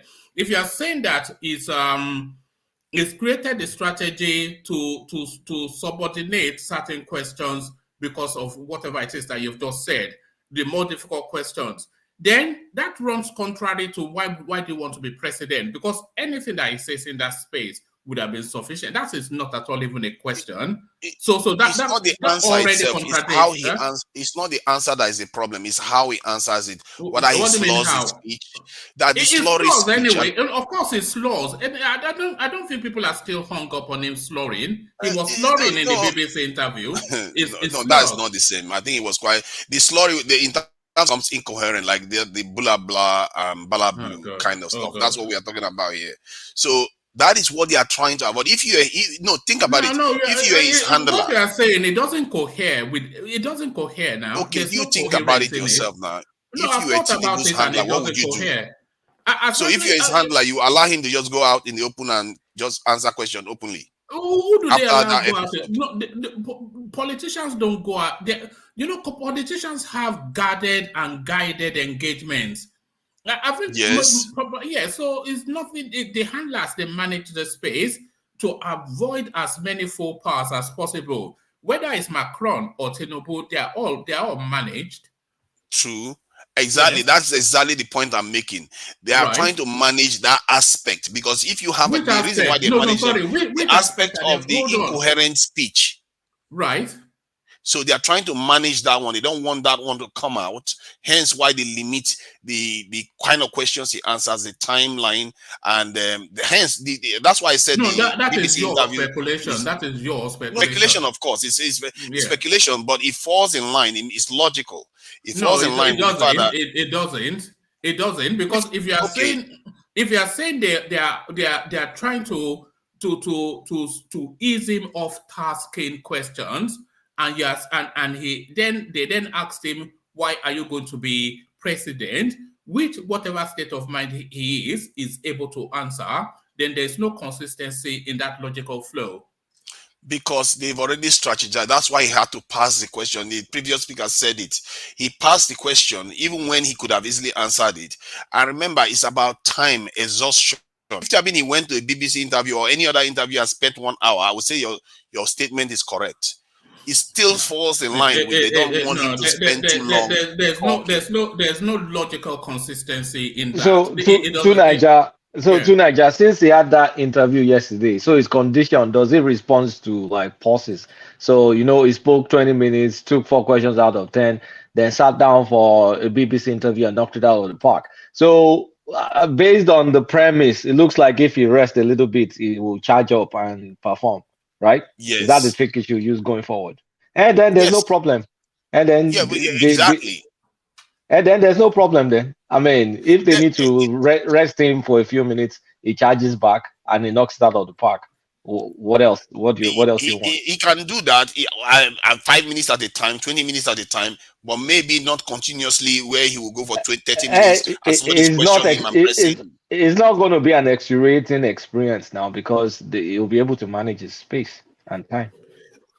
Okay, that is something that, like you said it before, it's up to him to do whatever he wants to do, and it's up to Nigerians to choose the direction that they go. Personally, I also look at it from the point of view his opponents too, because this is not only about Tinubu, it's also about his opponents, what they are doing. Because if they allow a candidate that is this disadvantaged on so many levels and they are not taking advantage of it, it's their failings. It's not only Tinubu's failings. Sorry, you say so many levels. What disadvantage have you had? Because of course, what are the disadvantages that you are saying he has? He's divisive. In what way? In what way is it divisive? He's political. See, he goes about talking about this in other groups, and he refers to Peter Obi as somebody you should not mention, and they describe even Peter Obi as a kind of a Christian kind of this thing when he's not. Peter Obi literally said, "If you don't want Peter to," when? Come on, man, come on now. When did he do that? A Christian his follower or the guy that was supporting Peter Obi yesterday wait, wasn't Peter Obi the one that brought out a phone and read a message that was written by an obedient and said, "Look at what this man and his followers are saying. The man is sick." Do you forget? That is the most divisive yet of all of the. Isn't that divisive? That's like talking about Yoruba people, even though it wasn't even written by Yoruba person. That's ethnic. That is ethnic. I mean, you are not Yoruba. I am. You can't see it the way I. No, you can't tell me how I feel. You can't tell me how I feel and how I interpret things. You cannot tell me how I interpret things. The implication of that thing was like the likes of me, one man, or Ajanle Koko, don't want ports to be built in the south, and the southeast. That's ridiculous. And that was not fact checked. How do you carelessly bring out a WhatsApp message for crying out loud and give a surrogate of yours to read it out, and you know what that implies? Kokolata, let's remind ourselves of that space. This yet the most divisive of anything that's more divisive than article speech in Arewa. This is the most divisive. One month. This particular thing has come a second. Hold on now. Let's hear from the man. Let me read out the WhatsApp for you.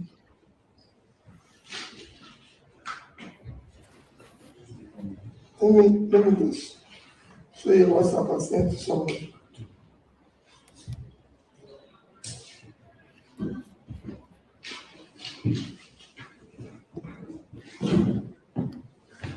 Is there anybody here who can read very well? And everybody will gain? Yes. This is a WhatsApp sent by Tinubu's group. No, read it out. I want you to read that. Everybody can. Power Clan led. No. Okay. Just read that what it says. Yoruba, shine your eyes on. If you vote for Peter Obi, is automatically voting for Seaport in South and Southeast. Then Igbos will stop coming to Lagos State to invest. Rather, they will go to Delta and River State. They may even stop building houses in Lagos. It will affect a lot of Yorubas. Yoruba remove.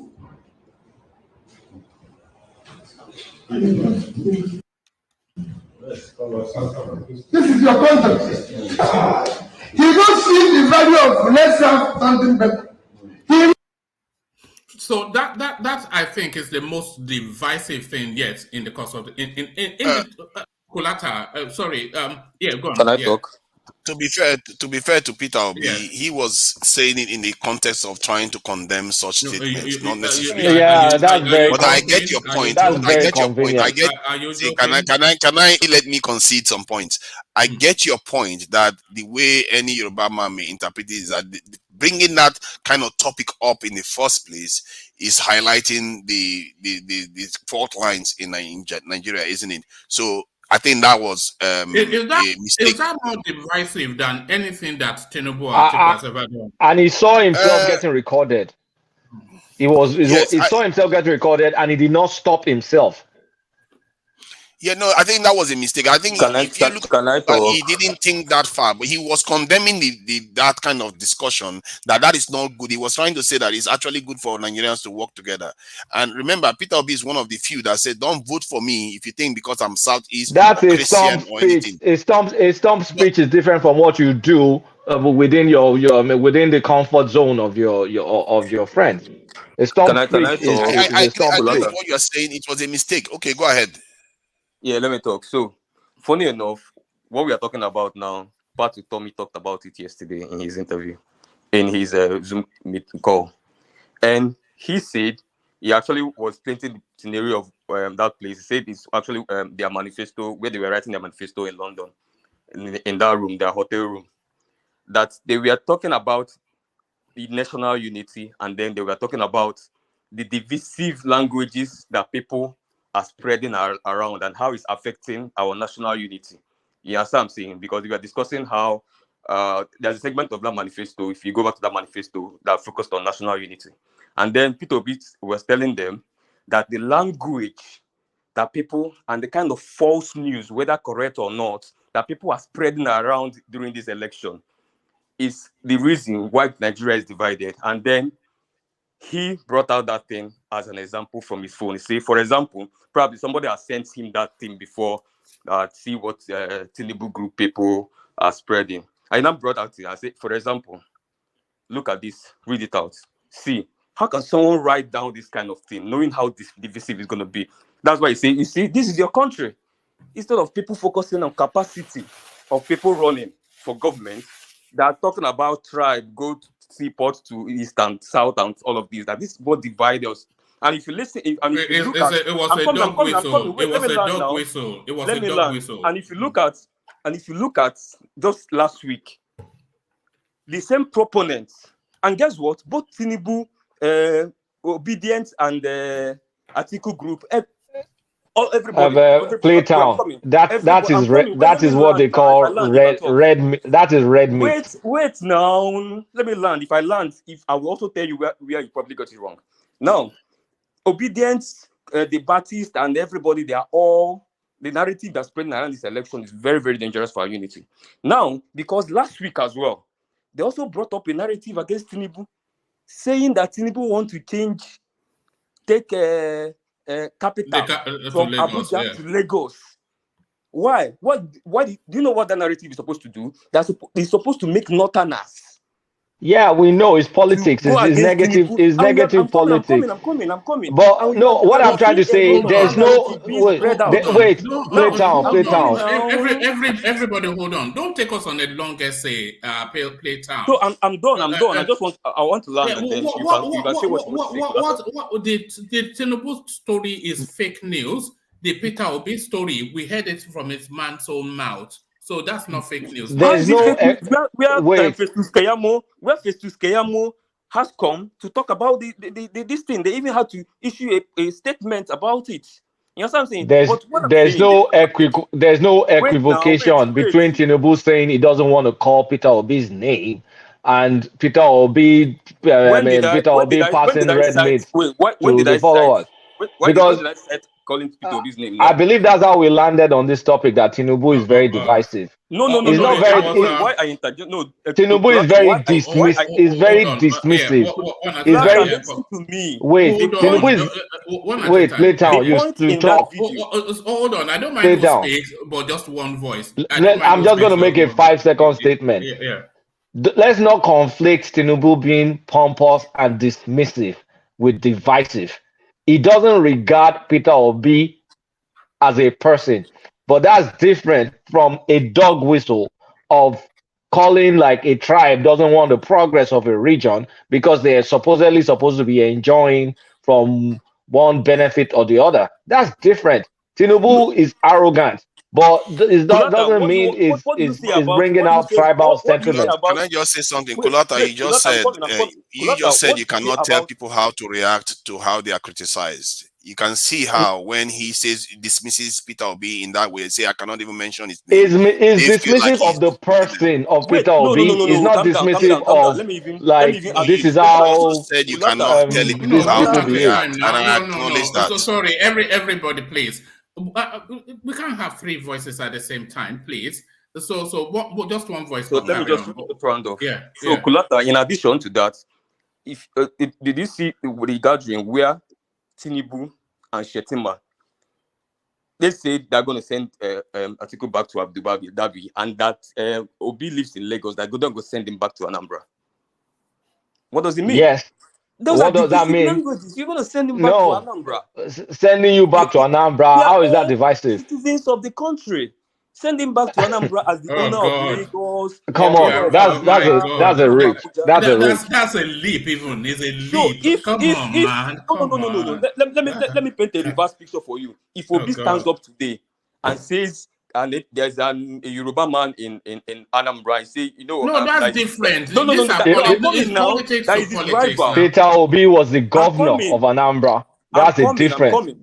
Wait now, calm down. If Peter Obi come out as a contestant now, and then there is an Yoruba contestant that lives in Anambra, and Peter Obi says, you know what, that's Yoruba contestant, we are going to send him No, back to Ogun State, no or we are equivalent. going to No, send him back to there's no Abeokuta. equivalence out of all those two. Peter Obi was the governor of Anambra, and I think the point being made was, if you governed Anambra so well, why are you staying No, in the no, no. Lagos that I governed See, well? Can I All right. interject? Yes, let's hear from Ajan Lekoko, and then after Ajan Lekoko, we go back to Tunaija because I think we just loop right around in circles. But Ajan Lekoko, let's hear from you. I think we have to be fair with each other. You see, what Obi did that we just watched in that video was very bad. Yeah, it was very bad. Discriminatory against Yoruba. And what Tinubu said too, that we will send Obi back, is equally bad. We shouldn't be saying that to ourselves.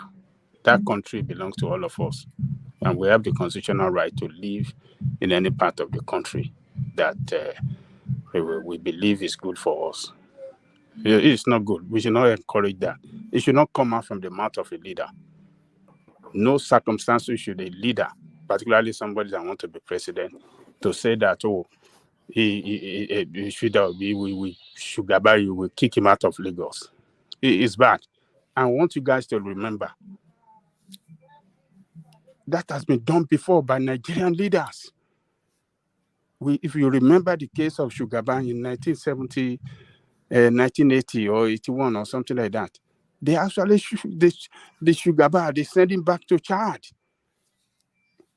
A prominent politician that was once with the MPN, and I believe he crossed to UPN, and they were mad because of that, and they frame up something against him that is not a Nigerian citizen, and they deported, they took him, they repatriated him to where he was not born. It was Chief Obafemi Awolowo and his group that fought for this guy, took used the law court to gain his freedom before they went and brought him back to Nigeria. Nigerian leaders are criminals. So that statement made by Tinubu, very, very, very sensitive and very, very bad. We should condemn it. We should not take it lightly. So let's make everything balanced. Oh, that's my contribution. All right, brilliant. Thank you, Ajan Lekoko. So thank you, Ajan Lekoko. The depth of history that Ajan Lekoko brings to the platform, I a don't gold think it's mine. that. I don't think it's that deep. I don't. Yeah, God. Anyway, let me keep quiet. I'll keep quiet. All right. Yeah. So let's hear from Victoria. She wants to come in. So Victoria, come in.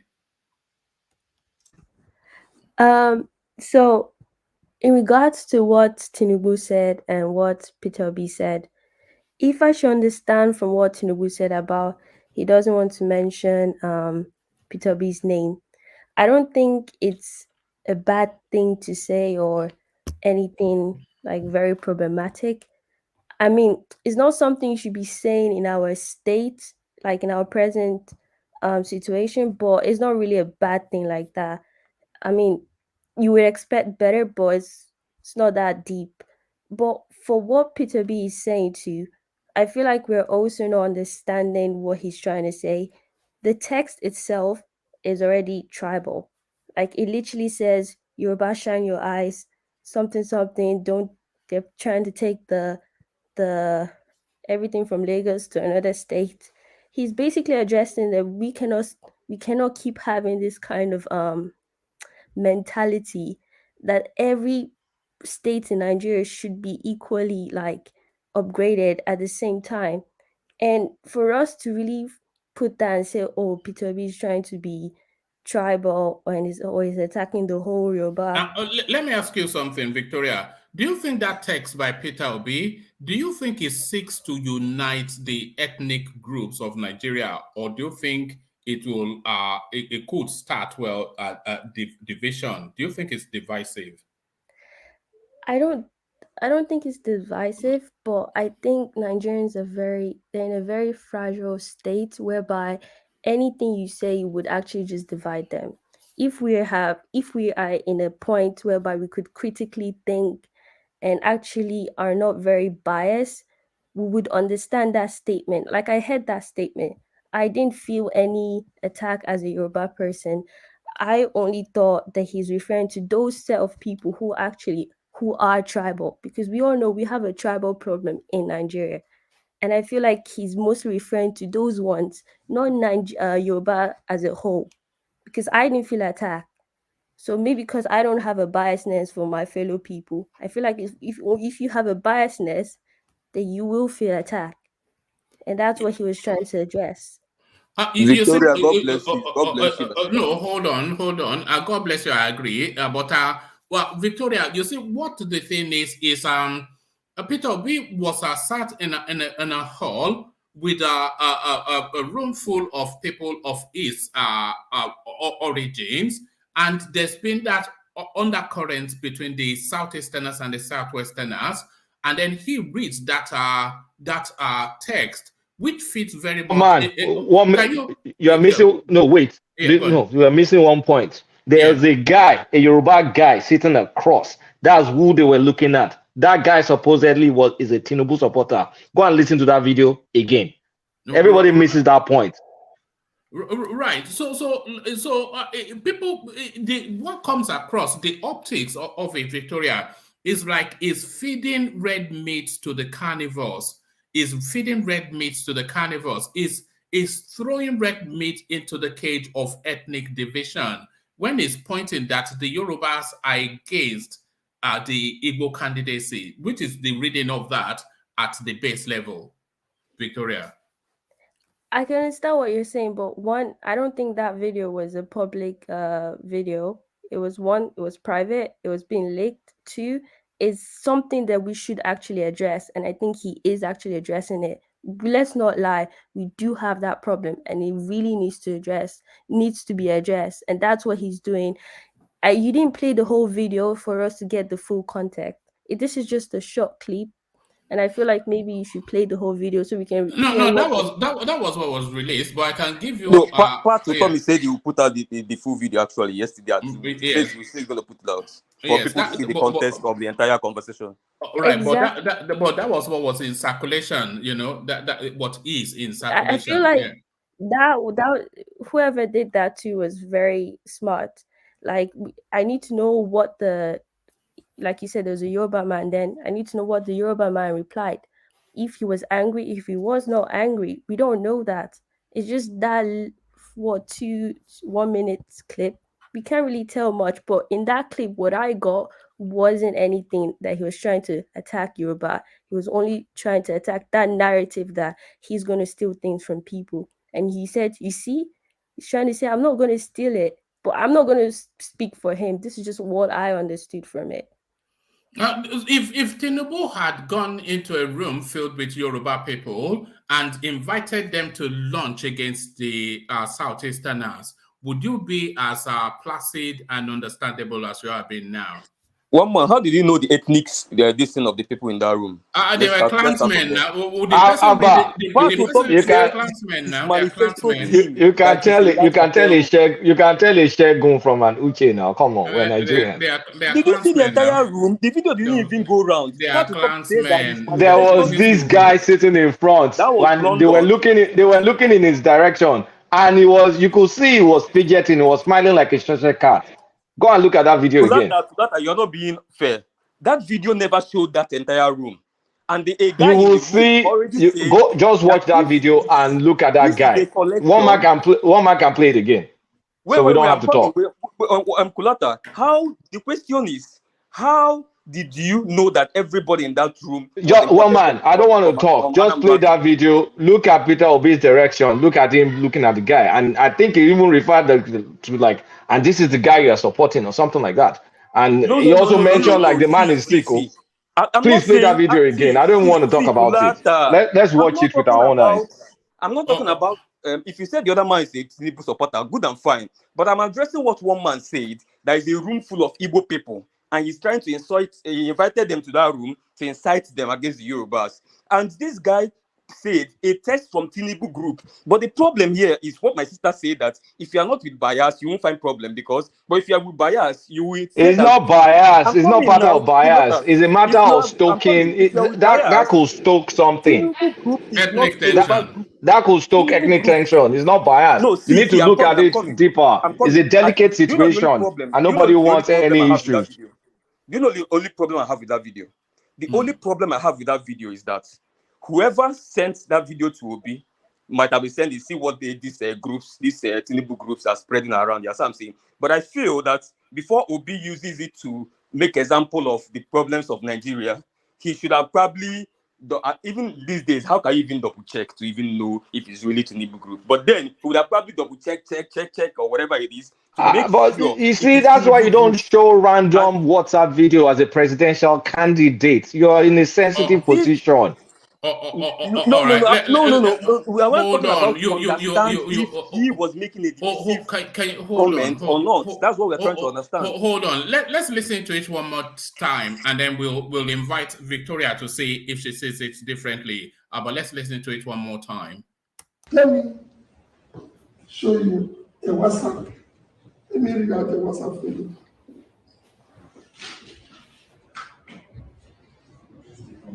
Let me just show you a WhatsApp I sent to somebody.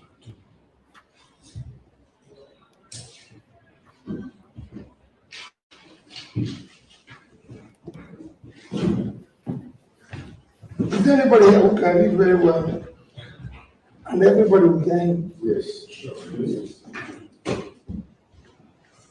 This is a WhatsApp sent by Tinubu's group. No, read it out. I want you to read it out. Everybody can. Power Glad Lab. No. Okay. Just read out what it says. Yoruba, shine your eyes on. If you vote for P2B, is automatically voting for Seaport in South and Southeast. Then Igbos will stop coming to Lagos State to invest. Rather, they will go to Delta and River State. They may even stop building houses in Lagos. It will affect a lot of Yorubas. Yoruba Remu.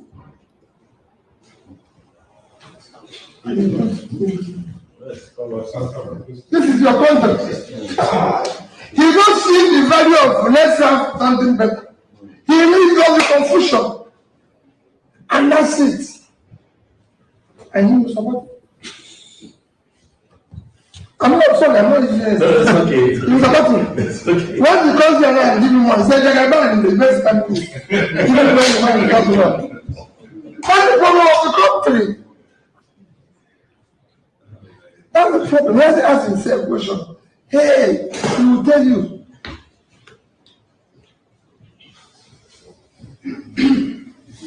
Somebody said to me,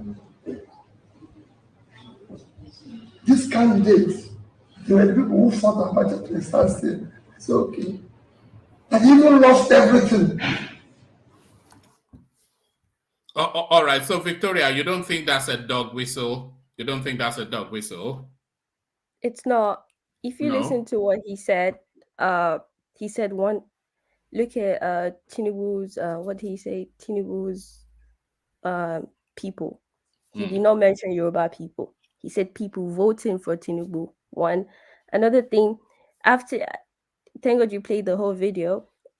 That video did not address one about like the Yoruba people are trying to divide whatever. He says this is the problem we are facing. And he can I also ask a question? That's that chat that's been sent. They read it. Do we have any problem with that text? The Let's content of it. question The the content of it. content. Is it problematic or not? Well, it is it not? It Exactly, is. and that's what he said. So why are we? It's not that the chat wasn't Yeah, problematic. It yes, was but problematic. is there an ethnic undertone to that text? No, I feel we're the ones trying to make it about tribe or ethnics or tribe. Well, is it not? It says No, the Yorubas are saying texting amongst themselves no, that that's not what he said. He The said text Tinubu said group. That is the problem we are. He didn't say he the said no, Yorubas. no, he hold said on, Tinubu's group. no, Wait, I hold still on, like what we're saying. hold on, Victoria. It did say Tinubu's group, but I'm talking about the content of the text itself. Yes. Not where he purports that is coming, and that's just a red herring, by the way. That's just a rather feeble cover story for him to present an ethnic narrative. But the content of the text itself, standing it outside of whoever sent it, is it ethnic or not? The text is whoever wrote that is actually being tribal. It's Right. trying to convince people to vote for Tinubu because you as a Yoruba or a Lagosian, you're going to lose all your things. So that text is the problem. And he's Oh, saying all right. this is the Stay problem. there. Stay there. Don't go So on. tribal text coming from Tinubu group means what? You just said it yourself. The That this text, is the problem of wait, Nigeria. hang on. You said the text. The text is tribal. So he's saying a tribal. You are saying a tribal text. Peter Obi said tribal text. I mean, the tribal text is coming from Tinubu group. What's the inference from that? It That means that that he's Hold on playing now. tribal politics. You're not Victoria. She's very clever. You know, she's been here severally. You'll be surprised. Probably the smartest person I here. know that's why I'm Yeah. throwing it to her. No. It is Uptown that thinks he wants to help her out. She's very sharp, very sharp. But yeah, so Victoria, why would Peter Obi share such an ethnically laced text with his room full of clansmen? if you heard what he said, this is the problem of Nigeria. If you be for Tinubu, Atiku, Kwankwaso, or whatever, we all know that's the problem. I don't know what kind of meeting that is. I don't know if they're trying to talk about their plans or whatever, but they're literally addressing a problem that is a Nigerian problem. And he says this is the problem. You cannot even what did he even say? You cannot even measure someone like he basically said something you can't even like be measure someone outside from this. He never said anything about Yorubas, but we need to remove that mindset. He literally just said it. He did not say Igbo, whatever. So I feel we are just trying to bring out something that isn't there, and it's very sad that we see the problem in the text and we're still displaying that same thing again when we should be critical about it. Victoria, if you look at the content very well, they don't want port in the east. They don't want Igbo to go out together from Lagos because they will not be buying land anymore. They will not invest in Lagos anymore. If you read along the line, that is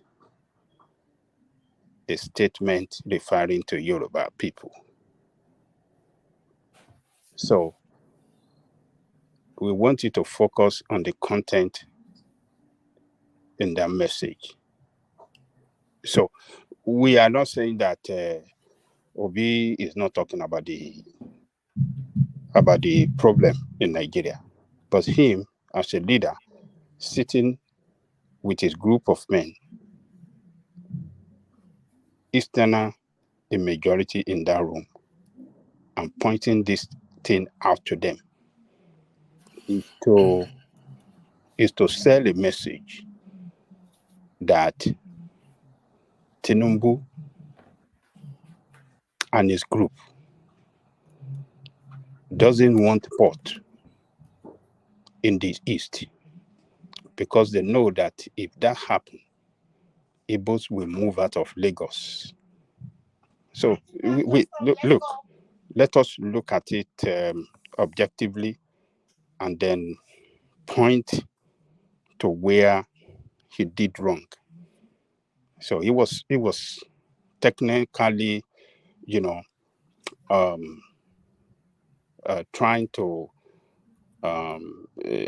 promote tribal politics right there, because that message that WhatsApp message carried the content of tribal politics, and him as a leader selling that to his people in order to,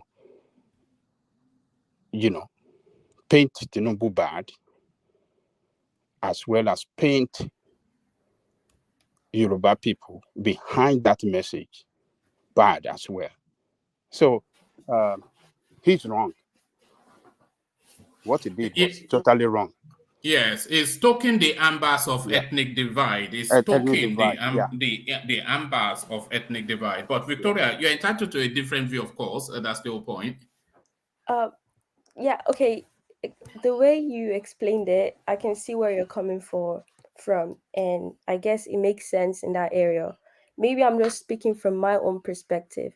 From my own perspective, I guess I'm not the person that video is directed to. I guess I didn't see anything tribal about it, but more or less like a problem that we should actually solve. It's very sad that it's 2022 and we're still dealing with tribalism or whatever it is. All right, brilliant. So stay there, Victoria. I'll come to you shortly. I want to hear your thoughts still. Let me say Can this to Victoria. Victoria, you see this politician. This is divisive politics they play in order to divide the people along the tribal line, religious line, for them to have their way to victory. So, because when they talk more about issue, they believe it doesn't resonate well. It doesn't catch people more as ethnic issue, religious issue. This is the politics that these political leaders play. Tinubu, Obi, Atiku. Atiku even said it in Kaduna recently. Do not vote. Vote for an Hausa man like you, and not Yoruba man or Igbo man. He said it openly. We heard it. So these are the things that they do to divide the people against each other, and then enjoy their achieve their political objective and political victory. That is the way they play the game in Nigeria. So just to let you know that. All right, thank you for that, Janle Koko. So, Victoria, stay there.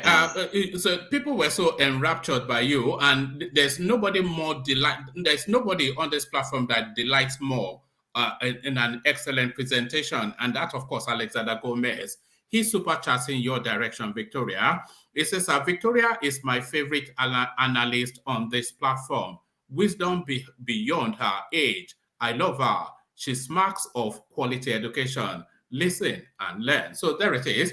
Of course, impressive. You refuse to be pushed, even though politely say no. I hear you, but that's not what I think. And that's exactly what we have. We want here. Somebody that is able to hold firm to their thoughts. Let's go back to Niger, who was narrating us through Tinubu's interaction with the BBC. Yeah, I think everyone well from their point of view, and I held the position that Victoria held, which I think she held it better. But the reason why I conceded to Kulata was because of the final point that Ajan Lekoko made. Because sometimes people perceive things in a certain way, and if you pretend as if it's not happening, it just leads to further division. Hence, why I think maybe Peter Obi should think twice about doing things in that way. If you want to talk about these things, you can do this kind of stuff that Obama did, where he came out openly and talked about ethnic divisions. I really, I really wish sometimes I'm the one advising his campaign, because he can bring it out in the open, because he was trying to address the issue as a vice, as an issue in the country. But the way he came across to the people of that tribe, it came across as being targeting them, and which was not the point in the first place. So I think it would make sense for somebody to take the issue head on and address it in the context of Nigeria. That said, Tinubu's approach to these things, I think Olada said something about his. He comes across as arrogant, and arrogance is also divisive. In other words, when you come across as being entitled and you talk to people, you talk down to people, the same thing. People will read it the way they want to read it, and most of the time it's not positive. And like I said, I'm feeling almost as if I'm being pulled towards Atiku as a second option now, because he's coming across as being like he doesn't even want to give people a chance to gravitate towards him. You see what I mean? So that kind of attitude is not going to help. And given the landscape right now, people are, some of his followers think that the whole thing is just a shoe in. Let them keep thinking that it's just good. Let them think that, and it's up to the opponents. I've always said it. It's always up to the opponents to set a higher standard. That said, Tinubu is entitled to what he's doing, and I must say, sometimes he comes across as actually being an intelligent man. He must have had a lot of capacity in his time when he was very young. I didn't think that he should be running at this time. He's a little bit too old. After we just had an elderly president that doesn't talk too much and doesn't communicate with the people enough, because communication is also important. It's part of, and if he is lacking in ability to communicate frequently and alertness and all the rest of it that comes with being the commander in chief of one of the most important countries in the world, I can't, I can't sympathize with that. And if he's angry that people can't sympathize with that, it tells you that he's just all too much into himself. We can't reward people like that. You see what I mean? So my take on him on these 2 days, these are some of his best days in this campaign. That's saying a lot. That's saying a lot. These 2 days, as some of he was in a foreign territory being served by foreign media. That, my God, is astounding. And in a continent, because we're having a discussion yesterday, how our leaders are often very the way they, some of them die overseas. Since the year 2000, 11 African leaders have died in foreign countries out of 23 that died in office, which is relatively overrepresentation in terms of dead leaders. And in the context of Nigeria, we've had 3 sickly leaders, potential 3 sickly leaders. He will make the third one. We need energy right now. We need to move forward. And if we want to settle for him, he has to at least meet people where they are. That's my criticism with this in Tinubu, because sometimes I see him. I was one of those who that said the way those candidates stepped down for Tinubu for him to become the flag bearer. I thought that was a great thing to behold. You see what I mean? So if he's able to command people, it's a good thing. But when he commands it in a way that appears to be like godfatherism or some kind of entitlement, that becomes, I don't want that in the context of Nigeria. We need somebody that can reach out to the people, solve problems for people. Maybe he can, but I think right now, I'm being a bit biased, maybe, but in the context of so many things that I can weigh in terms of Afrocentrism, empathy, in terms of being able to, that's in terms of corruption. You can see that it tilts, and health, it tilts towards Peter Obi. Hence why I take the side of Peter Obi. It's not because I'm obedient. I don't obedience called, they want to buy. I am not, because my focus is on who can deliver for the country, and who is the best person to bring the country together to be able to march into the future. Tinubu was my second candidate. He was my second candidate, and he's pushing people further and further away from him. And I think his followers would do some good to listen to the criticism, just as Peter Obi's candidate followers should also listen, because we have to listen to each other. That's why when Kulata told me that you can't tell me how to interpret that information, I heard him immediately, and I pulled back. I said, there. We have to listen to each other. That's the only way we can get out of this mess that we are in. Thank you. Sorry, I was talking. I didn't know I was muted. So thank you. Well, always well put by Tunaija. So thank you, Tunaija. Stay with us. Let's go on from Tunaija to Victoria, just to break up the pitch of the voice a little bit and take it to Victoria. So Victoria, then the conversation really since yesterday it's been wrapped around Tinubu. First, a presentation at Chatham House. A lot of people, they were a bit off put by the fact that he was farming out most of the questions, more than 50% of the questions he farmed out. But then this interaction with the BBC as well. So your take on those two spaces, Victoria? I want to say whoever is in charge of Tinubu's marketing sector, they didn't do a good job in that area. They know that a lot of Nigerians have been shouting that he hasn't been talking to anybody, he's that, he's weak, all those things. And they still let him go up in that interview and just give the questions to other people.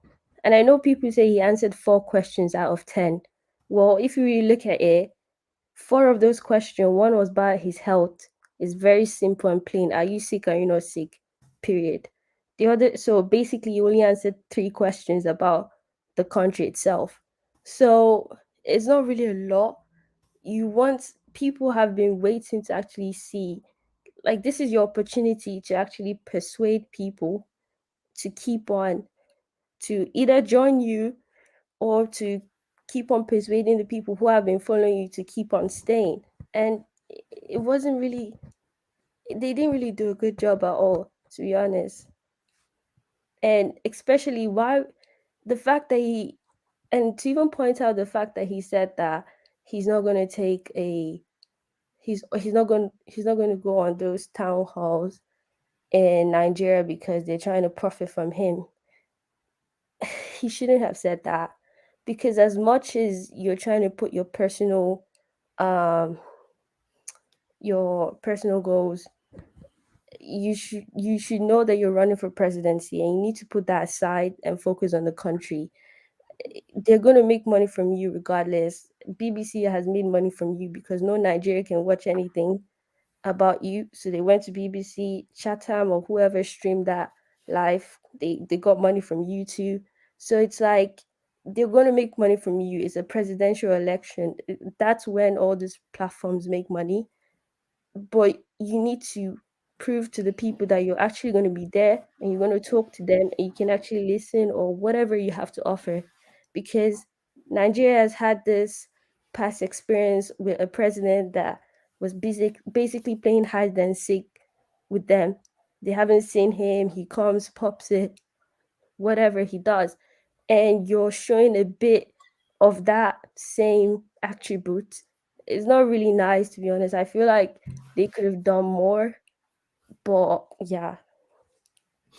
You see, it's a matter of managing the space, isn't it, Victoria?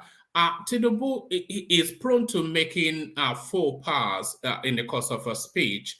A lot of people will speculate as to why he makes all these gaffes. Some people will say it's a debilitation, it's debilitating cranially. Some people will argue that it's the speed at which he thinks that his utterances cannot catch up with. But what it boils down to is that he makes a lot of gaffes. and a lot of people latch onto that, and they make hay with it, especially the obedience space, which I suspect you belong to, because you fall within that age demography. So they make a lot of hay out of that. So in order to remove that, they have to manage both his utterances and his appearances, so it is well orchestrated, and they don't then allow the room for him to be the object of mockery. So a lot of that in play, and the interaction with Chatham House. A lot of people argue that it's gone a long way to dispel a lot of the spaces that the critics of Tinubu go to. All this, his hand is shaking, he cannot stand and deliver, he cannot take on questions, all of that, he cannot speak without making a gaffe. All of that over the last 2 days has been dispelled. Would you concede that, Victoria? Um, well, with the BBC, that one was just 8 minutes, so it wasn't that long. And I think the Chatham House was it an hour? I don't know. An hour and a bit. Yeah, so I mean, he didn't really do much, to be honest. Like, just gave you a speech and sat down and answered a question, which is basically what they all do. So I don't see anything that would like cancel a whole. Like, we all know the man, either he's sick or not sick. We all know that he's not like attached to a bed or something like that. We all know that. So I don't think that really disputes anything at all. But I think the main thing I think most Nigerians are attacking is that you're talking to people in the diaspora. Okay, they have the opportunity to leave the country. They're not really as we are, they're still affected by how the country is, but they have more power in their hands to really decide.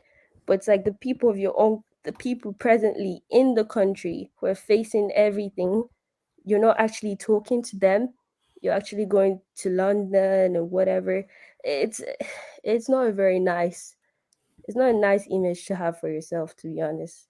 What are your concerns about Tinubu? Because I can sense concerns. What is your fear of a possible Tinubu? Maybe not fear, but what are your concerns about a possible Tinubu presidency?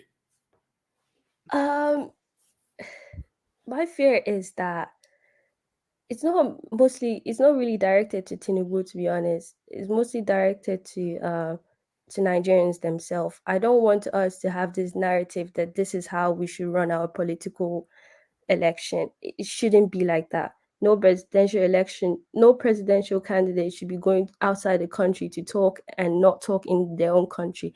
I know Tinubu is running his we because it benefits him.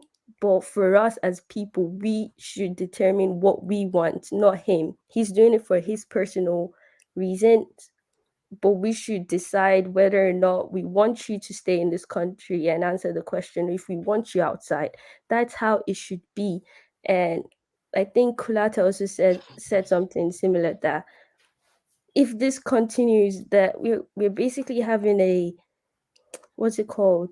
We're um keeping this setting the standard low, and it's just sad. Like, you're going to be the face of the country. Is this really how we want things to be run? You don't see people in America or presidential candidate from America going to the UK to sit down, and like, you don't see them going up and down. They sell their business in their own places. And I know, yes, we're still small, we're growing, but we should start learning all those positive attributes of other countries and start putting it in place now. I don't want us to keep on saying Nigeria is you can't compare Nigeria to the UK, but we cannot keep on acting like babies. It's 2022. We should be better than this. We have all this country. Nigeria is probably the most advanced democracy of within the African space. I know. Probably. I feel like you saying that is mostly the advance within the African space. You want to make it seem okay, but it No, shouldn't it's be not like okay. that. It's not okay. We're a long way from. You have to understand that because you say people should not really. You are saying it's too ready an excuse to claim that we're a third world country, therefore we have to settle for less. But it's not really an excuse. It is a reason. Nigeria came into formation as a country barely 70 years ago. The United Kingdom going for about 1,000 years, at least a few hundred years. In China going for thousands of years, unbroken as a people. So we're still at the nascent stages of even evolving anything. I don't think we can hold ourselves to the standards of the United States, the United Kingdom, etc. It's like we're setting ourselves for disappointment. But yes, I do concede that the standards are still too low. But do you see any progress in any direction in Nigeria in terms of democracy, Victoria? Uh, it's a different thing if we are in the 90s or those like 100 years ago. I can understand this, but we have the ability to look at other countries' mistakes and actually take things from them. For example, if you were not successful 20 years ago, it's understandable because the ways you could be successful is either becoming a doctor or certain career fields. But it's in this day and age 2022, if you have an internet and a laptop or a phone, you have your chances of succeeding has amazingly increased. So for us Nigeria as a country, we have the ability to really, really like, I'm not saying we should be number one, obviously not, but we have the resources to actually upgrade. But we keep on downgrading ourselves and saying, "Oh, we're number one African giant," but it's like you really have nothing to show for it like that. Like we're not even trying to aspire to be great as a nation. So it's just very, very sad to be honest, and that's my fear for Nigerians. Can Then I ask Victor a quick question? Yeah, good Do you God. know yeah. the Beaver system of voting that wants to get introduced? It's supposed to be like fail safe and everything for voting. So we're supposed to get a true representation of our votes this time around. So would you say, or will we say, if Tinubu wins in this Beavers with this Beavers method, then Nigerians have, I mean, we have nobody to blame. We can't be blaming bad leaders. We can't be blaming anything because that will be a true representation of Nigeria as we are. If with the new technology, we vote Bola Tinubu into office. Um, I don't think Nigerians' problem has actually been the voting. The voting aspect. It's all, yeah, it is a problem, but our real problem is we don't Us, us. yes. If we Yeah. vote a Tinubu with Beavers, that means there was no rigging, right? Do you mean? I mean, And what Kolata is putting to you is that what we have is a near fail-safe system now. So whoever becomes the president of Nigeria in 2023 would be the best representation yet that we have had of the will of the people. So if that happens to be Tinubu, then that is what Nigeria wills.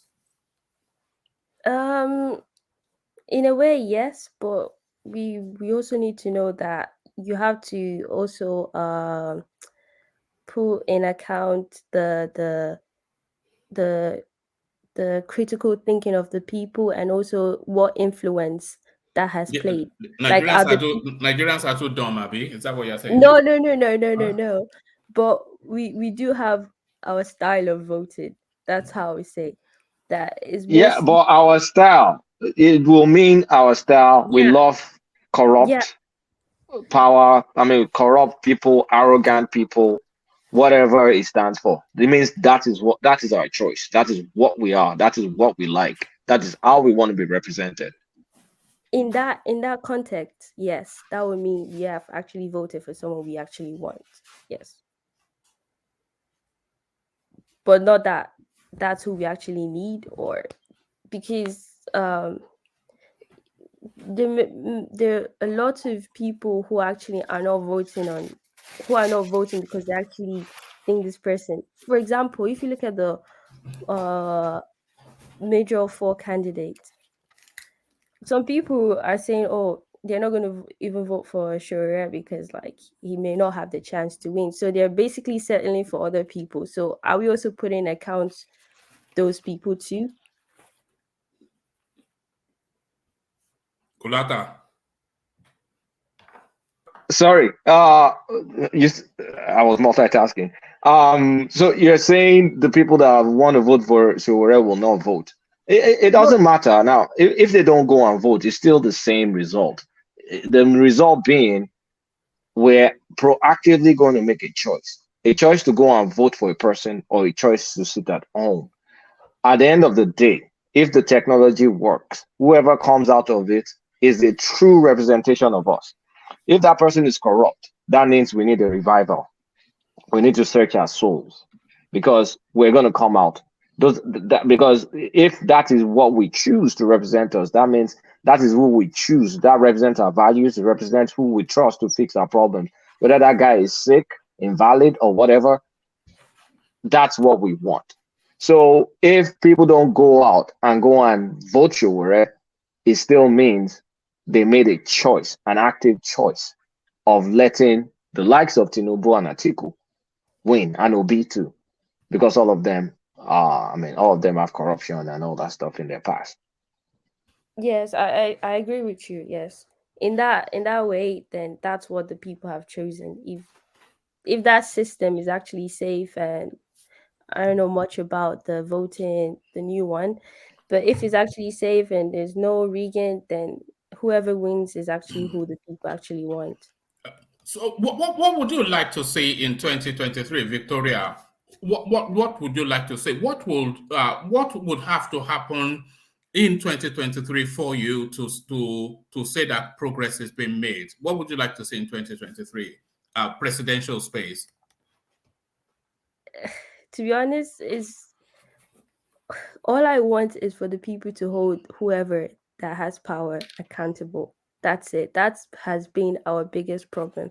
I know, yes, our constitution is not the best, but if we can actually say, if someone is not doing the job, like it doesn't matter. I might not be a big Tinubu fan, but if Tinubu should actually win and he doesn't start doing what he said he's going to do, if we can hold him accountable, like really hold him, that's all that matters. Then we wouldn't be scared about who wins or not win because we can actually hold them. I feel like why we're so scared is because we know we can't hold them, or like we know the way the country is, you never hold anybody accountable, and that's why everyone is shouting this and that. But we just need to focus about holding them accountable. That's just my hope for And 2023. how do you imagine we can get to that space where we're in that position that we're actually the bosses of the politicians? How do we get there to that space you just described? I think is when people realize that these people are coming to work for us. That's it. Because as much as people are scared, like I know nobody wants to die in Nigeria for sure. I also don't want to die, but as much as we realize that they cannot kill everybody, they still need one or two people to still work in that mining or whatever. That we really need to stand up. That's the whole point of revolution. We need to have that revolution of it. And it also goes to other people who, for example, the people who say they want to leave the country. I'm just like, if you cannot hold anybody accountable, no country will ever work, because you will have that one person that would go into power, because they say power is it not money is the root of all evil, but also power. They did a whole experiment in Harvard about giving normal civilian power, and they actually abused it. So you're going to have that area where Is it that old woman that was a classroom full of students? Is that the one? The no, experiment. Oh. I think it was like a prison experiment where they brought like university students and gave one the jailer, the prisoner, and all that. And over time, they actually just lost it and they went crazy. All right. Yeah. So Yeah. we can. Sorry, can I just add something about how to hold leaders accountable? Um, I think that the transparency is part of how you can empower the people without necessarily resorting to violence. Because if you see, the problem with holding leaders accountable is that sometimes they can promise something, and extenuating circumstances can mean that it change. It will be unfair for somebody to promise something in an election, then maybe there's a war, something crazy happens, then you say step down because that's the rules that you agreed to. So these things are often dynamic. Hence, you need a way of having systems to check what is going on. And transparency is at the heart of these things. And I feel like because Nigerians distrust their leaders so much, it's very important that they push transparency. And none of them, I find it very, very disheartening, advocating moving in that direction. If personally, I say I want to see all governments accounts, public, EFCC, all of them to have access to government accounts in real time. So that's where you start from. Then you can even extend it to citizens. So that's all I'm going to say in regarding transparency in terms of holding our leaders accountable. Oh, all right, brilliant. Victoria, if you were in Nigeria and you had the PVC to vote, which direction would you point your vote? And you're not obliged to answer that, but answer it if you're willing to. If you were in Nigeria and you were in a position to vote, which direction would you point your vote? So with what Kulata said about like if the Nigerians actually like whoever wins, we actually wanted them. Because of that statement, I would say I will go for Shure because he just seems like someone who has just put his whole life wanting to change that country. Like you can just tell about he has Yeah, the one of Ajan Lekoko's people, Abby. Okay, carry on. yeah. So as much as yeah, I want to say Peter Obi and all that, you could just tell that he just wants this country to be better, and that's all I also want to. And certain things he says, policies and all that, I do agree with. And so yes, I think I'll go with Shure. All right. Victoria, do you know that he advocates using mercenaries to solve our No, no, no, security no, issue? no, no. So let's not go to that. No, forget all of that. All right, all right. Thank you. So thank you, Victoria. Stay with us, just for as long as you can. Let's go from you, Victoria, for reasons of time. Let's take it to Thomas, who joins us from Nigeria. Thomas, are you still there? You've been very quiet, Thomas. Thomas, I like Bagbo. All right. Hopefully Thomas hasn't fallen asleep. So thank you, Thomas. Stay. Let me see. Let's go to Dapo. Dapo. Yes, we've not heard from Dapo. Hopefully Dapo is still there. All right. Let's go. Let's hear from Uptown. You say you've put them to sleep with your voice, Victoria. You've beaten logic into them. They can't Her, think her, anymore. her voice is like All they want to do is shout. And when they hear an intelligent brain now, everybody is hiding. But no. Uptown, I yeah. was feeling I was feeling massaged, vocally massaged. Yeah, well done. Well presented, Victoria. I think the comment section delighted in your presentation, especially Yeah, the ladies there. But yeah, it's but therapeutic. to that space then, Tinubu's interaction with the BBC today. Your take on that? I one man, yeah. Yes, you. Okay.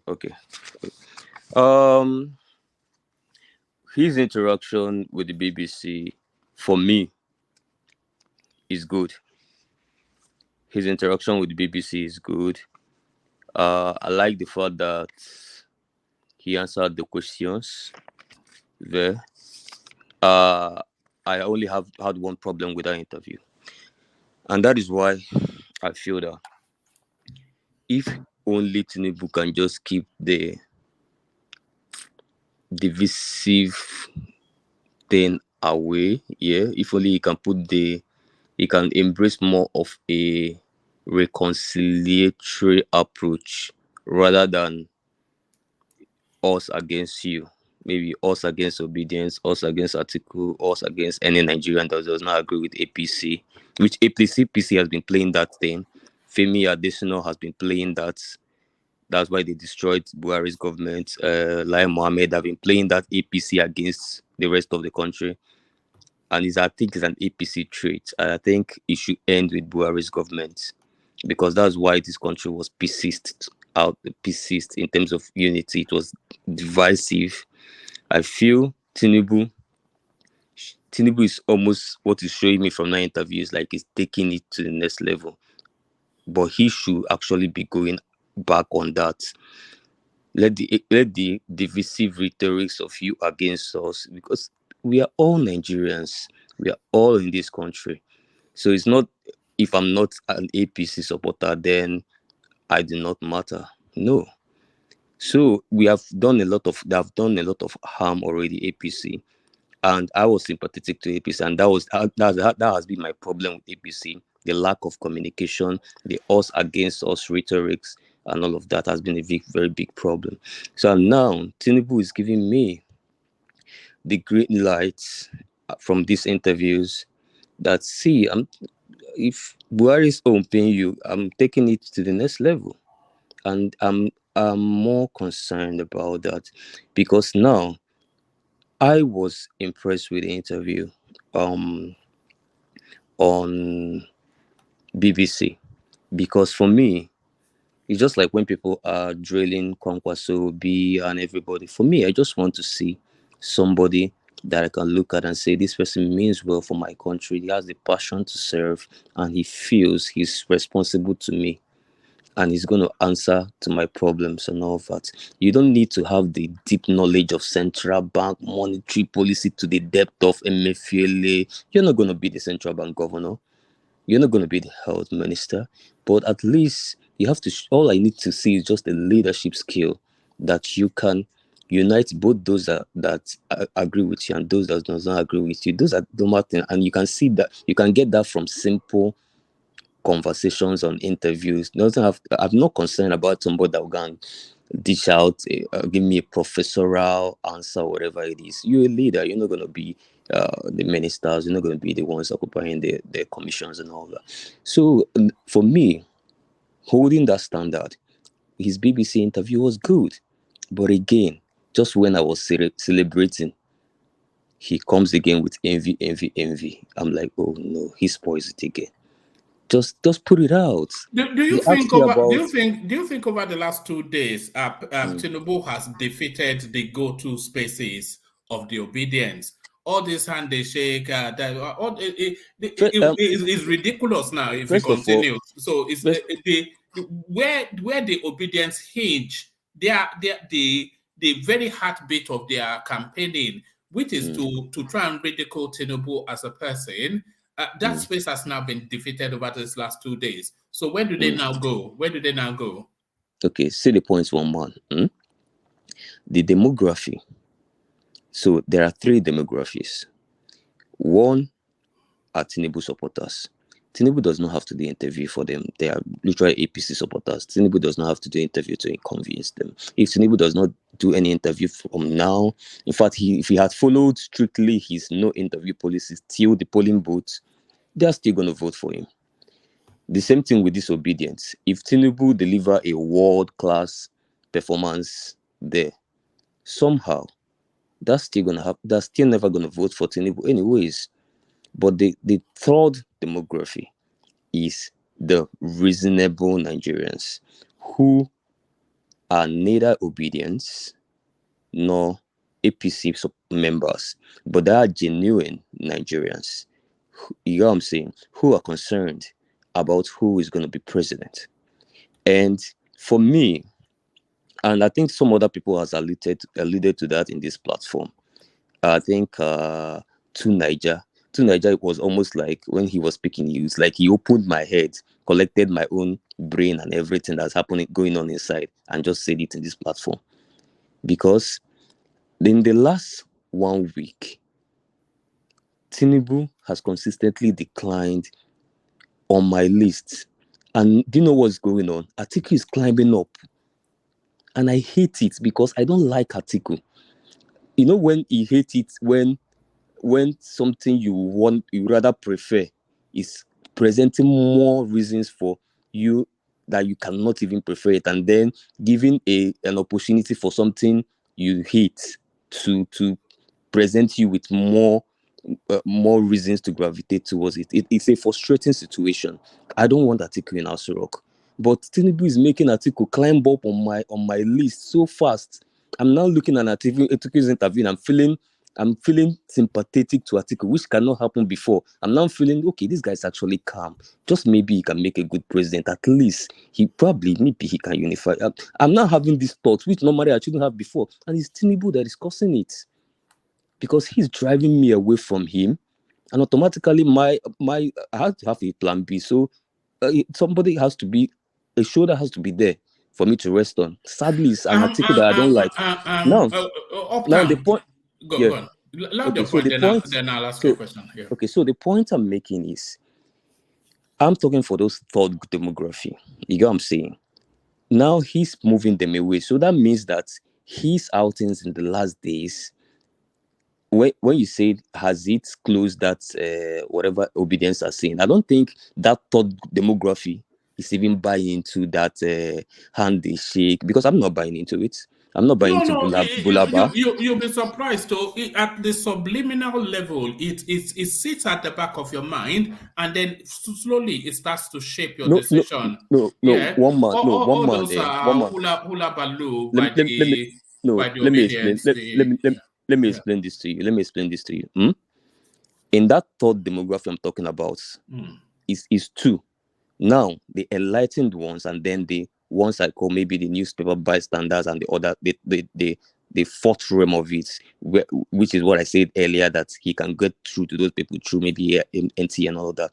But then I'm not talking about those ones on the streets, because guess what? Those ones on the street does not even watch BBC. He will not play that BBC interview from beginning to end. And neither would they play Chatham from beginning to end. Those ones just believe in sound bites. So if you tell me those ones buy the Bula Baloo things, yes, but guess what? This BBC won't also penetrate that demography to go and change their minds, because they are not enlightened. But the ones that are enlightened are not buying into Bula Baloo or buying into, yes, they're probably concerned about if when Tinubu stands up during the primary and tries shakes in the staircase, or when he was doing his homecoming at Teslim Balogun, and then Jide Sanwo-Olu was putting hand, other people were putting hand to lift him up the staircase and all that. Yeah, you might be concerned about the health because of the experiences we had in the past with Yaradua, a couple of people and all that. Yeah, it's concerned, but I don't think it's with the gaff parts, because it is an old man. We could make gaffs. That doesn't It's only necessarily mean 70. anything. What do you mean it's an old man? No. One man we age different. No. We In age presidential differently. terms, it's only No, we what age. 5 years older than Peter Obi. He's not 5. Peter is 61. He's 70. So he's All right. 9 years Okay. older than Peter Okay. Obi. Okay. But that's not But the he's point. only I mean, 5 years if you older have, than Oshibanjo. Yeah. yeah. You get what I'm saying. But then, we age differently, yeah. So maybe I can't come and judge him if he's not aging as gracefully as some other person, and because it is not in his power to choose how he age. You get what I'm saying? So maybe for me, I might now let me even throw away Peter Obi from this thing. So maybe we'll get more logical. Now automatically, if I throw away Peter Obi, Tinubu is my candidate.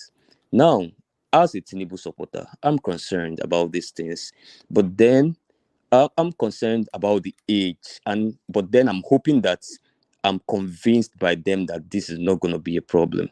But then what I can never be concerned about as a Tinubu sympathizer that might be a supporter or already a supporter is, I won't be concerned about Bula Balu. I won't be concerned about gaps of PDAPC. Do you know Malaya called APC instead of PDP?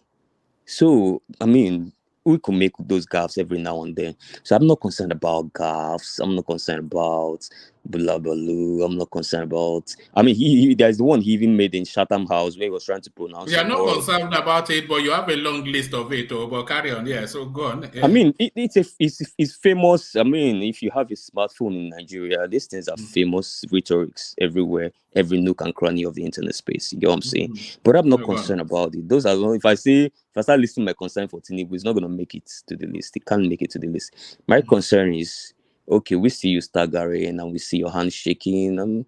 I hope it's cool. You are fine and all that. But then it's also not top on my list. You know, the top on my list is that concerned of the kind of politics he's playing. And it didn't start with Tinubu. Uptown. It's an APC style of politicking. Uptown. And it has proved okay. You want to ask a question? Can I chime in a second? I just want to call one man's attention to something real quick. Okay, sure. Go on. Sure. Yeah, one man. I'm speaking to context of statement, comment, or ideas, or some things that comes out from certain quarters. This actually, people try to give excuses or try to define certain statements or certain action. When you presented what Obi did in the conference of his friend or within the recess of his associate the other time, they actually came out with several excuses and whatnot and stuff like that. The conclusion was that it was a short clip, that it wasn't really, nobody can actually get the full context. Everything that has been posted online up until now that has become a meme, that has become remixes and all those kind of stuff about this Bulabalu or whatever they are saying about it. Was it a full contest video? Was it like, I think they were probably less than a second or thereabout. So when you are talking of contest, when people give on the flip side, want to excuse or probably define what it means within their own dictionary when it affects them, and then it affects other political opponents, and then they want to ride with that, you should just understand what contest means and then how you pander to certain hypocrisy. Just to put that there real quick. No, there's a double standard to the political narrative, which it shines through, and that's yet another example. We've done that with corruption. When we go through this a retinue of corruption allegations against Peter Obi, just a stream of readily plausible or sometimes even fantastical excuses, which they'll sequence in a logical fashion and tell you no, it's not at all as you imagine it to be. But if there's even the hint of any speculations as to if Tinubu had been the one using Lagos State money to buy shares in a brewery that he owns, they would have thrown him into the lagoon. But Peter Obi, he does that. They say it's a good investment. So yeah, there is a double standard to. I think we all know that. But carry on uptown. Okay, I think with what my friend said right now, it just goes ahead to explain what I was talking about when I say I do not buy into Bola Balu and all of those things. Why? Because if you go back to check the context of those things, because I am so deep into this that I watch all clips. I look at all angles and all sides of everything. I like when the Bola Balu thing came the day. They were spreading it on Twitter. I was more interested I'm waiting for when Channels TV is gonna drop the video till I post my tweets. They dropped video. I went and watched the entire video in Owerri story. What was he saying? The town hall about is trying to I don't even know what if maybe there was a particular word like palambulating or something like that he was trying to say. But then there could He also was be trying to say halabaloo or something hula like that. baloo. You get what I'm Yeah, saying? Glue, halabaloo. Yeah. bulaba and stuff like that. Hula baloo. Yes. But guess what? Hula baloo is not an English word either. So It's just to indicate that something an is indication. You gibberish. know what I'm saying? So even if I decide to coin my word, my own word, pattern of word to also pass the same message, is allowed because bula balu is not even it's not even any sane English word, anyways. Uptown. So for me, sorry once again. Sorry. No. Yeah, Okay, someone sorry. was talking. Okay, I don't mean to disrupt your, thought process. thought But processes or yeah, like I said, right? If anyone will have time to go and look that video, or probably take time. He was referring to, because this issue of you're not speaking with Nigerians and stuff like that. He was referring to the narrative, the idea of not speaking with TVC or whatever. So he was saying, now we've had another session or another round of our own town hall, stuff like that, successful and stuff like that. And then instead of being in an arena where it's all about shenanigan, about blah blah, about blue blue, so they mix it together and they came out as a mix and a meme. So that's what I was speaking to, the point of contest. that, When they that excuse other candidates, but this guy yes. did not even give him any chance. But even when he comes to speak, I sent something to one man. Excuse me. I sent something to one man this evening. The Do you know the journalist that actually interviewed him? That BBC journalist is being cancelled now. It's under attack by obedience because they expected. I think they expected him to ask certain questions that they felt he wasn't asking the guy, and now they are mad. When he speaks, they are mad. When he doesn't speak, they are mad. He speaks to BBC, they are still mad. What actually do they want? And that's why I say most of the time, what is his sin? The person who should be getting all these slacks from them should be Atiku. He stole their ticket and shouldn't be in this show. So basically, go ahead, my brother. Don't Yeah. Just before you go ahead, just to what Enigmatic just brought up. So this is Okwoche.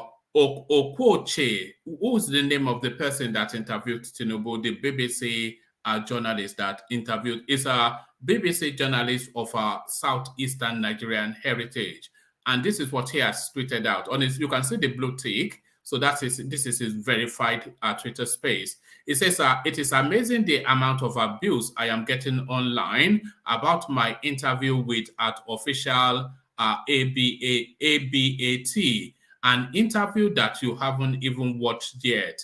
I am a big man with broad shoulders, so the joke's on you. So what really struck me is just the latter part, that I am a big man with broad shoulders. That is to say that is somebody that is feeling the weight of something and is telling you that he can carry it. So this guy just been sliced and diced by the obedience Yeah, uptown. sometimes obedience can be their own worst enemy. They need but I say that to them all the time. This type of attitude is not winning them fans. Just as some of the attitude of Tinubu is not.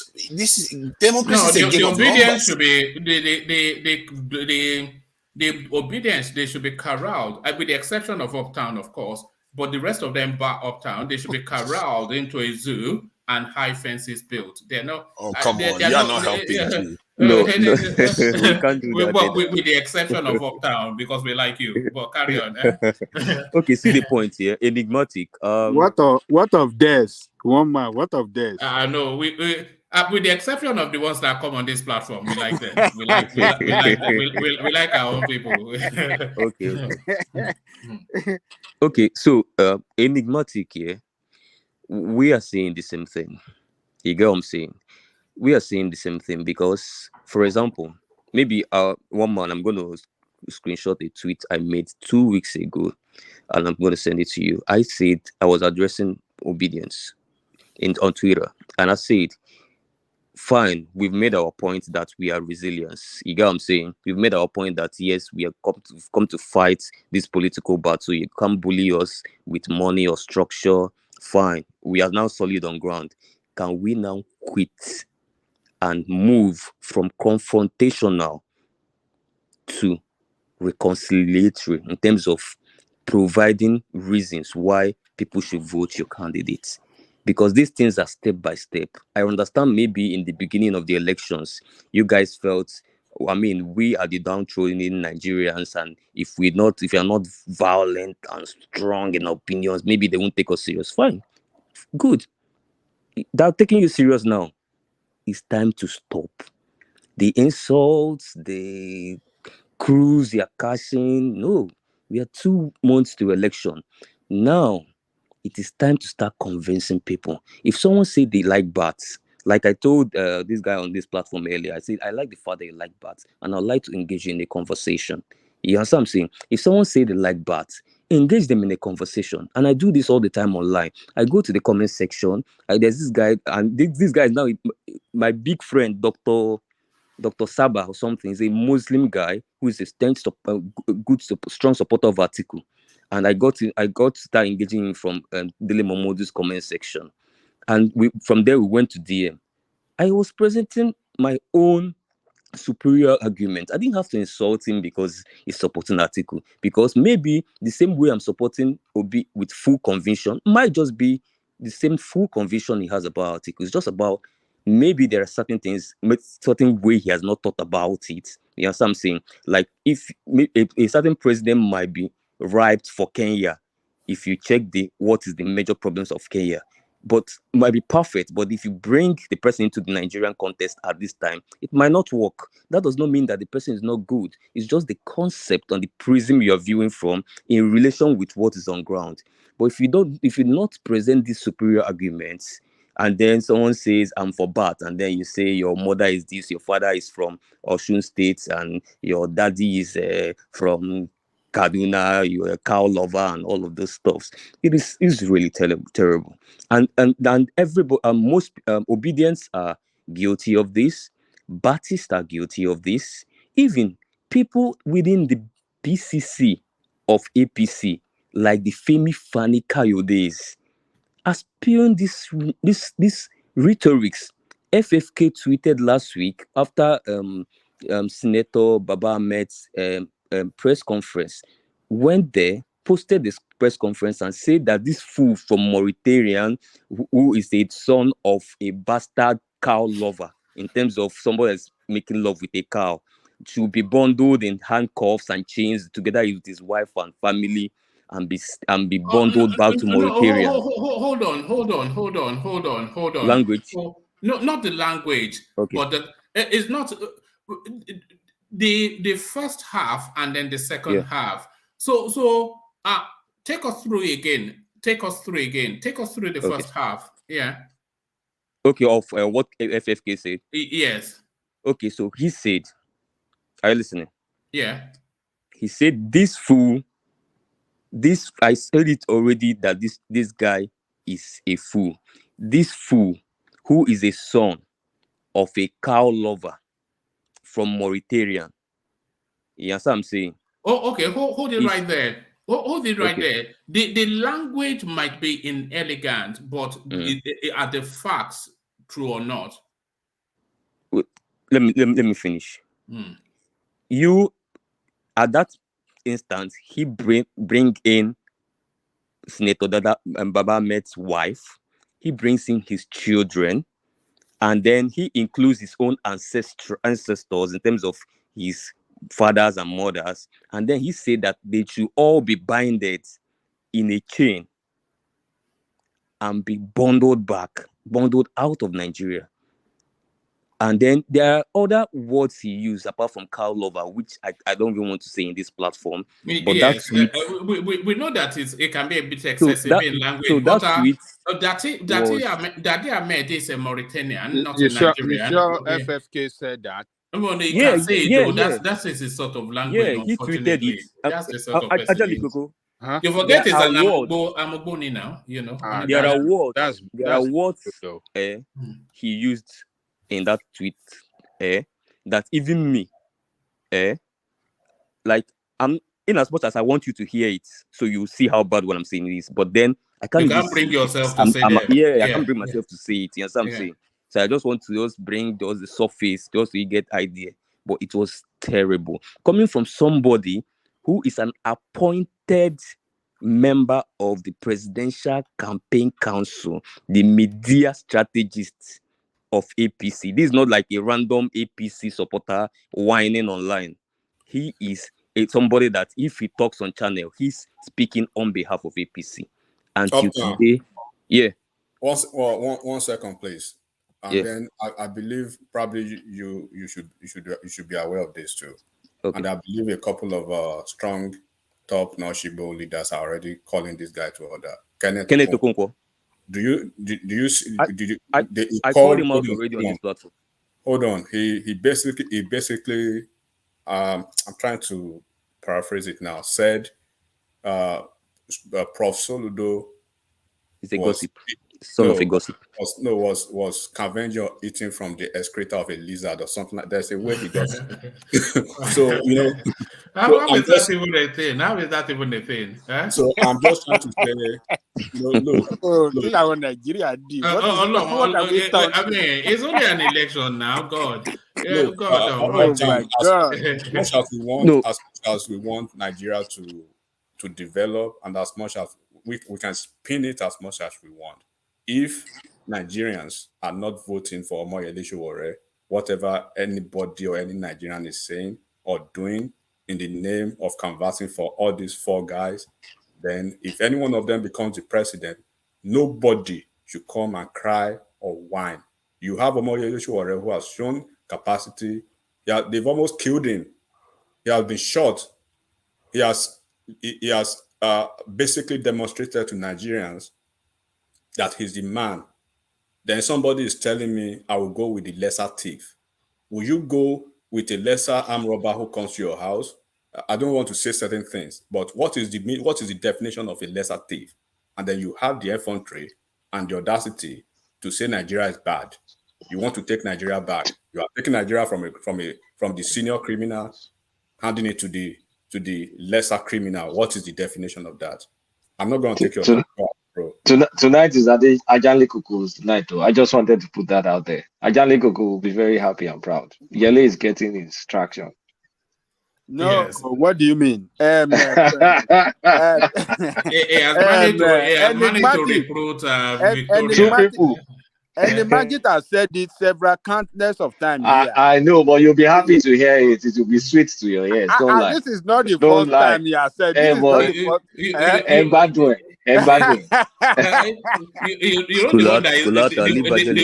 the one that is sweet for Ajanle Koko is Victoria. Is Victoria because he say, "Oh, now we are getting the young ones as well." You know, but, I know. I just kept quiet and see what you did. I was smiling. You could just imagine the big smile on his face as Victoria was declaring for. We are conquering. You don't know what we are doing behind the scenes. We just leave you guys alone to be making noise. It's not some boneheaded Kulata trying to speak English. We are winning, and we're going to win. Just don't worry. Look, it's the way we are doing our own is a different politics. You know, we are winning the heart of the people. And people, our campaign resonate with people because we make a lot of sense to them and they love us. Don't worry. Do you know how many people that Victoria have spoken to? Do you know how many people of our age that don't make too much noise, but they have their conviction in Sowore and they will vote for him? Millions are out there. Don't worry. Kulata, Mr. Big Grandma. Àwọn ọmọ bàbá alágbàdo. Look at that. Agreeing without conceding. This is how Kulata enigmatic always. We say agree without. We are not in the law court. They agree without conceding. All factors. God Almighty. You know you can take a lawyer out of the courtroom, but you can't take it out. Sorry, we are not just serious. Nigerians are not just serious. You know, we can't be talking about lesser thief. What is the definition of a lesser thief? How does that even sound? A lesser thief. An evil is an evil. What is? Well, a lesser thief is only a thief that has not had the opportunity to steal more. That's just it, isn't it? Really? But so one man, so he got the opportunity. Yes, now. And they put him in such a position where he can still be. He will double his effort. That's what you are saying. Of course, now. How do we know Sowore is not a thief too? How do we know? Because he hasn't been caught. No, there's been no allegations levied against him, but everyone else, they've had sufficient enough allegations But there's no need for allegation. You have never committed power to his hand, neither have you committed any treasury to his hand before. No, For us to know. it doesn't have to steal from the public. If he's corrupting his own personal life, then he will only carry that into office. What do we know about his personal life? Have you done business with him? Yeah, no, that's what I'm saying. We don't know. That's the problem. So it's going to be a blind we vote. say it's clean because we don't know. That's what we exactly, which is even worse. Blind vote. That he wants to use mercenaries, and I don't like that. Yeah, somebody that has been fighting for the country wants to hire people to come and kill Nigerians. We don't want to. I don't know about that. Nah, sorry, but we don't want to do. Let's not do mercenary today. We do it almost every night. Yeah. Please. That's fine. All right. I'm just giving a reason why I don't like him. Yeah, but thank you. Back to where you were off time. You were talking us through. The Tinubu space. So for me, I agreed with Enigmatic when you talked about contest. But guess what? The news is that these guys on Twitter, these guys on social media, they are Nigerians. They are Nigerians. You know, this whole tax we brought during this election, BAT, the Baptist, the Mikano boys, and the obedience. It's almost making it look like when you now say obedience is some certain kind of people. But no, these are all Nigerians. So we are all Nigerians. It's just that these Nigerians that have this own idea about what they want, and this other set of Nigerians that they are all Nigerians. So these Nigerians online that it's spewing all of these things and using it's fine. That they are never going to think in terms of let's look at contest. Guess what? Because they are not logical in terms of when they listen to those speeches, they don't want to. They wish those gaps are being made because they need those gaps to be made. You get what I'm saying? So even if those gaps are made, but then if you look at the full context, you find out that they're not really something bad. If what you want is the mistake, you will take off the contest very conveniently. You get what I'm saying? And some of them just want the mistake, so you can't expect them to be logical. But the point I'm making is that to the other segment of millions of Nigeria who are logical, I think most of them want to see the full videos. Everybody just like when someone mentioned Obi and the video, I said, look at the context. If you mention Atiku, please watch the full video, look at the context. If even with the context is still wrong, then say it's wrong. Look at Tinubu's town hall. Go. We are lazy. It's just 2 hours video.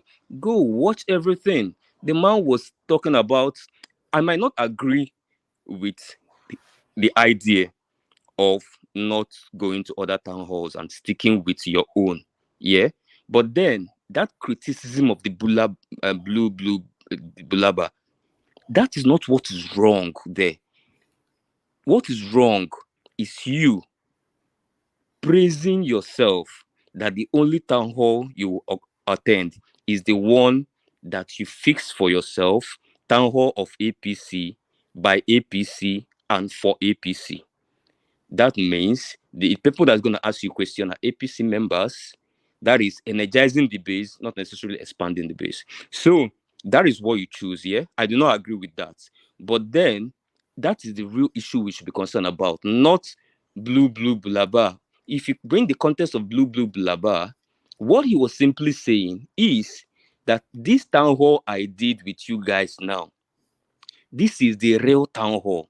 This is successful. Unlike the hula baloo they are doing. So that's what the Bulaba meant.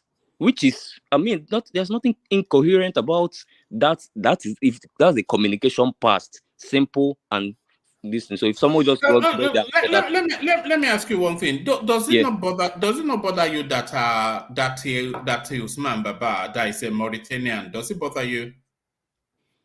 One man. What do we mean? He has his ancestry traced to Mauritanian, but no, it doesn't. His father is a Mauritanian. No, one man. Is he the question here? Is he a Nigerian? No, where does he? No, that's not the question. The question is where does he owe his allegiance? Where is his allegiance placed? Okay, one man. This conversation we're having now, That is what we want to stop in this country. Right.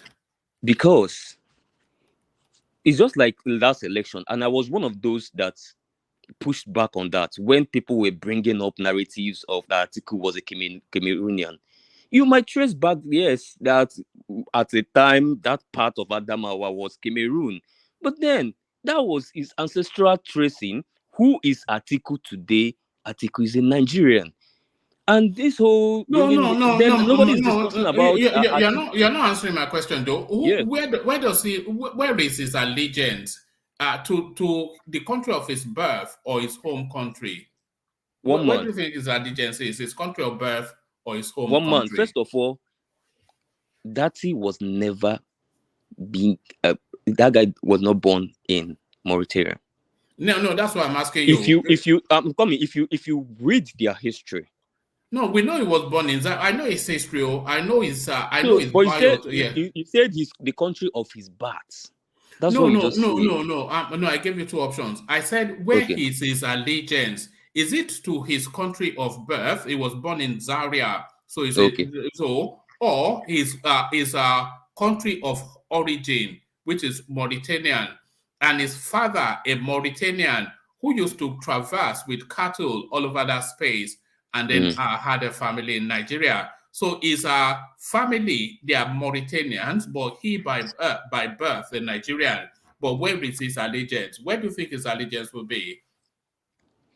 The last time I checked, in all data of whether it's Dirty Baba Ahmed or the family, whether Hakim Baba Ahmed is a spokesperson of Northern Elders Forum. That's an exalted position. You're speaking for the Northern Elders Forum. You understand what I'm saying? I don't think Northerners cannot bring in a Cameroonian to speaking on their behalf. So, and if you look at the antecedents of their family, if you read into their family, very influential in Zaria. They have contributed to the country over time. They are Nigerians. That is carrying a green passport. All of them they're carrying green passports, married here with kids and everything. So we cannot give credence to an FFK bringing those kind of narratives. We must dismiss it and we must condemn it fully because we are trying to transition.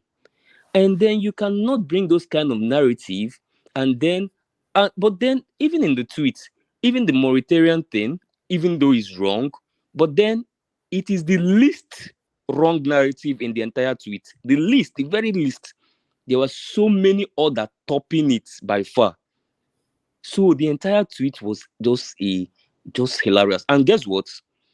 I tweeted that tweet, and Hakim Baba made responded because some people were tagging him to the tweet. A lot of people called out the tweet and all that. And then I thought maybe this guy should be embarrassed. This guy Sorry, why do you think Buhari is building a train in Maradi, which is in Niger Republic? Why? I went to check and I listened to Rotimi Amechi provide an explanation because usually most of the times it didn't make sense to me that you're sinking a lot of money into a train from Nigeria to Niger Republic. But then I also try to know what could have informed that. And this, what I'm saying now, does not necessarily mean that I am endorsing that. But then, to the argument, apparently, that line, you know what I'm saying, it serves a lot of export purposes in present. And then, if you check certain other policies and programs that their administration is working on, you understand what I'm saying? That means don't worry about all that. no, I'm not going to say I'm talking about the train. No, That forget. means that No. Don't worry. Buhari was asked this question in an interview with I think it was either Channels or Arise, and they asked him why he was expending money to build a train service in, because we've heard all of what Rotimi Amechi said, that that it will make them then the export portal for Nigeria Republic. So that's just a nonsense. When they asked Buhari, he said, I have to do something for my own people. That was what he said. I'll try and find it if I can find it in the course of this session. At the exclusive Arise interview. Is it that or one on He Channel? had only one interview with Arise. Yeah, it would have been that then. So go and listen to that again. He said, I had to do something for my own people. That's the interview where he referred to Southeast as a dot in a circle. Yeah, the dot in the circle one. Yeah, so that's why he had to do something for his own people. And 80% of his family, if not 85%, they are from Niger Republic. Okay. Yes. You know, he renamed the best road, the most important road in Abuja after the president of yes. All of these things, you know, it spends a lot of money on that country from Nigeria. Well, because 85% of his family ancestry are from there. So again, the question: where would the allegiance of Usman Date Ali be? Mauritania does not have any connection with Nigeria, whether it's border. Hold on. Let me say this. Okay. You see, allegiance to one country or the other is very, very. It's an issue that is so important, and we should not look at it and just take it so simple like that. You see, even those of us that are Americans, where do you think we still have our heart is so committed? Why are we on this platform every day? Why do you think we come here every day? Even though I'm an American, but I still come on this platform to talk about what? To talk about Nigeria. I might carry American passport, but in the heart of my heart, I love my country of origin. An Igbo man that was born in Lagos, he can spend all his years in Lagos, but in his heart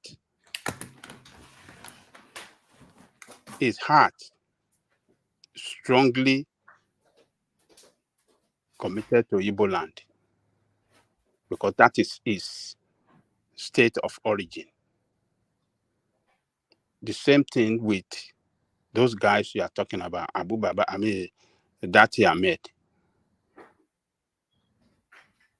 For our national security, that guy should not be allowed to be at the corridor of the most powerful position in the country.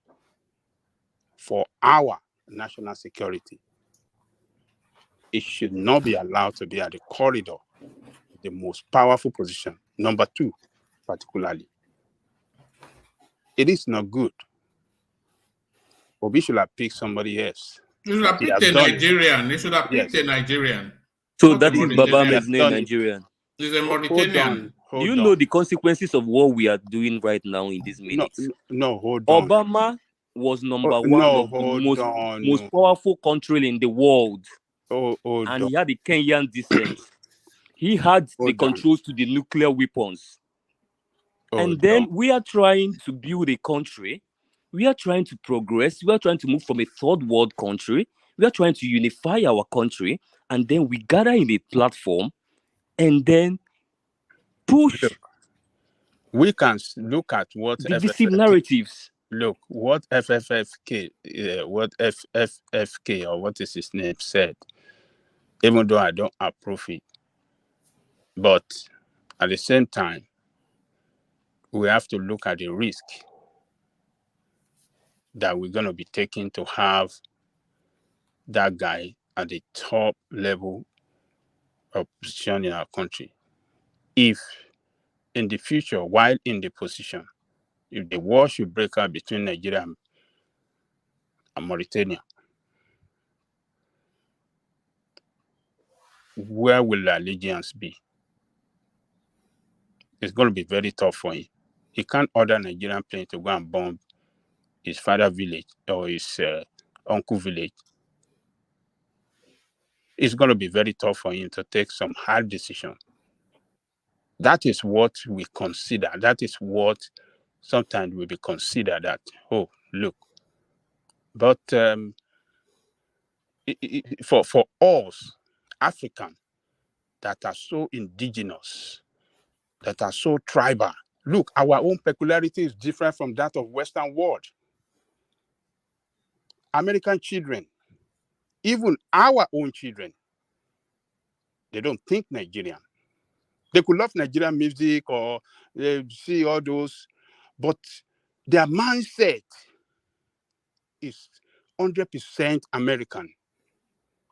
Because right from elementary school, they raise them with the mindset that America is the greatest nation in the world. And they provide them with everything to make them see America as the world. And they give them that support and everything. And they protect them. The system overprotect those children. And those children know. Some children, when at home, they become, the moment they enter the school compound, they become things. They be acting up because they know you can't do anything to them in that school compound. So you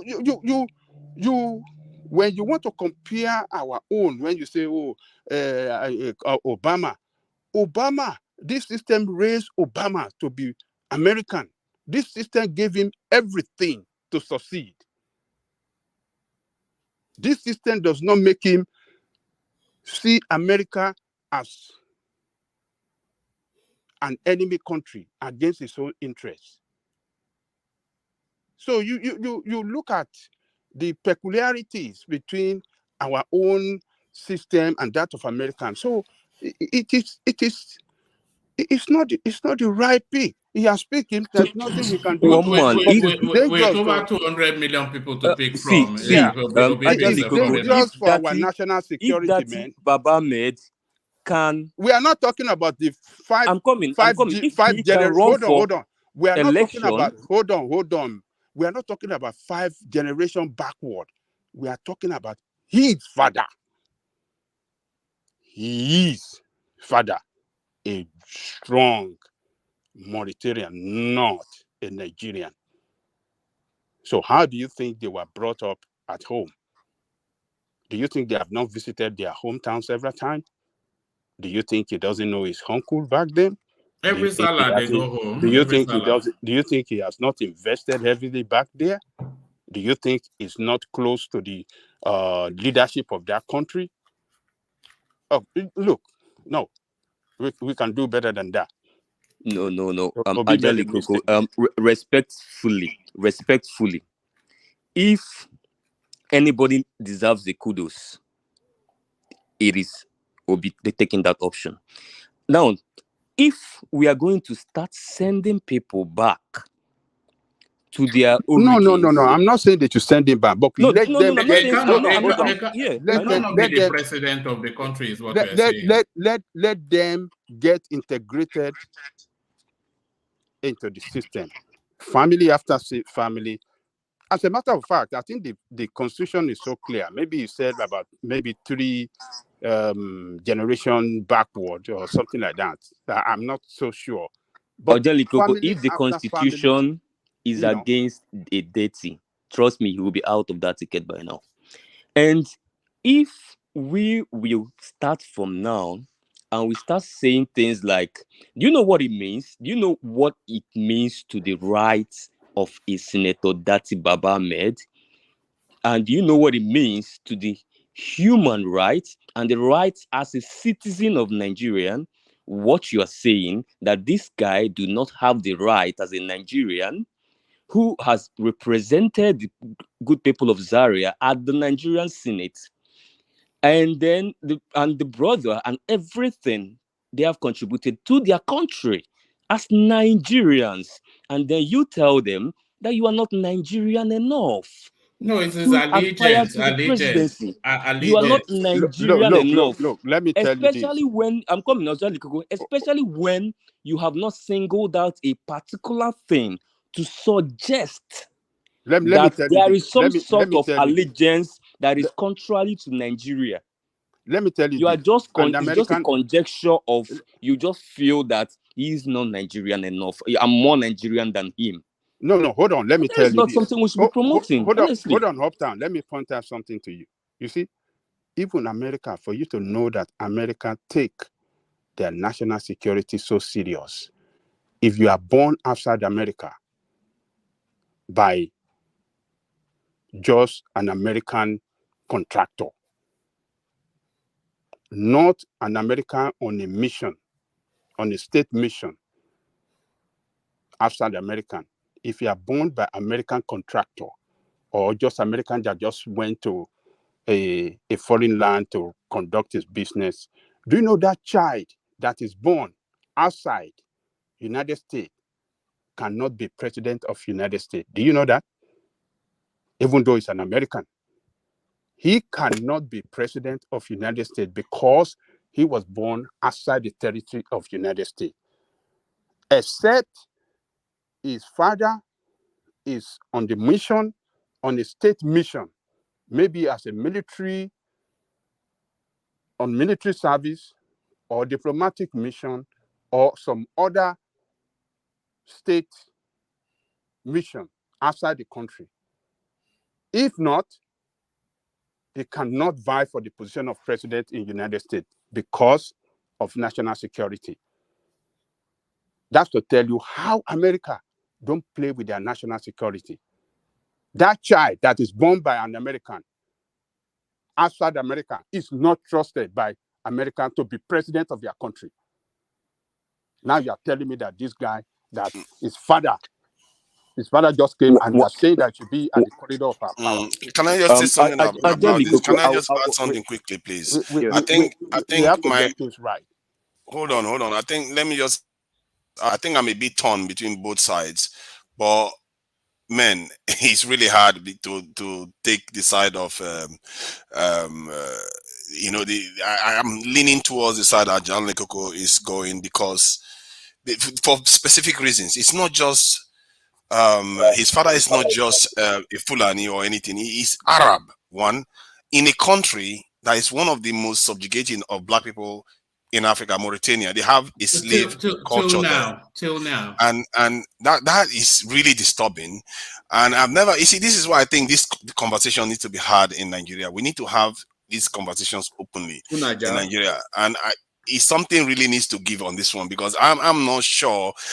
We have how many Nigerians and they went and picked this one. I don't get that. That's if Nigeria, can I give you a lifeline if you don't mind? Maybe a second. I believe you want to speak as a neutral guy, but let me give you a lifeline to continue your neutrality, if I may say. Would you have expected this kind of excuses, silence, or all this kind of pejorative argument here and there if somebody like Ashwaju has gone and chosen, what's his name now, this Mauritanian guy, Abdul Baba Ali, as his running mate? What has been the narrative around Shetima that is a confirmed Nigerian as against somebody who we cannot even we can't even pinpoint his allegiance to Nigeria, because we see what the only reason why Buhari is so concerned about Niger Republic is because of his allegiance. And like Baba Jale Koko said, except you are a natural born American citizen, you will never near White House. They don't care who you are. They are even in the US military, right? Even in the US. Sorry. Have they even checked his passport? Is he legal in the country? Even that's it. No, man, now, Is it legal in the country? Can we just deport? If we could find it. Can we even deport? Is it legal in the country? Even have they checked his passport? Please, let me quickly. Former, you are Let me talking about quickly. a senator Sorry. of the Federal Even in Republic. the US, even, hold on, Justice. Even in the US military, right? Regardless, even when you've been off, when you become a citizen, you naturalize and everything.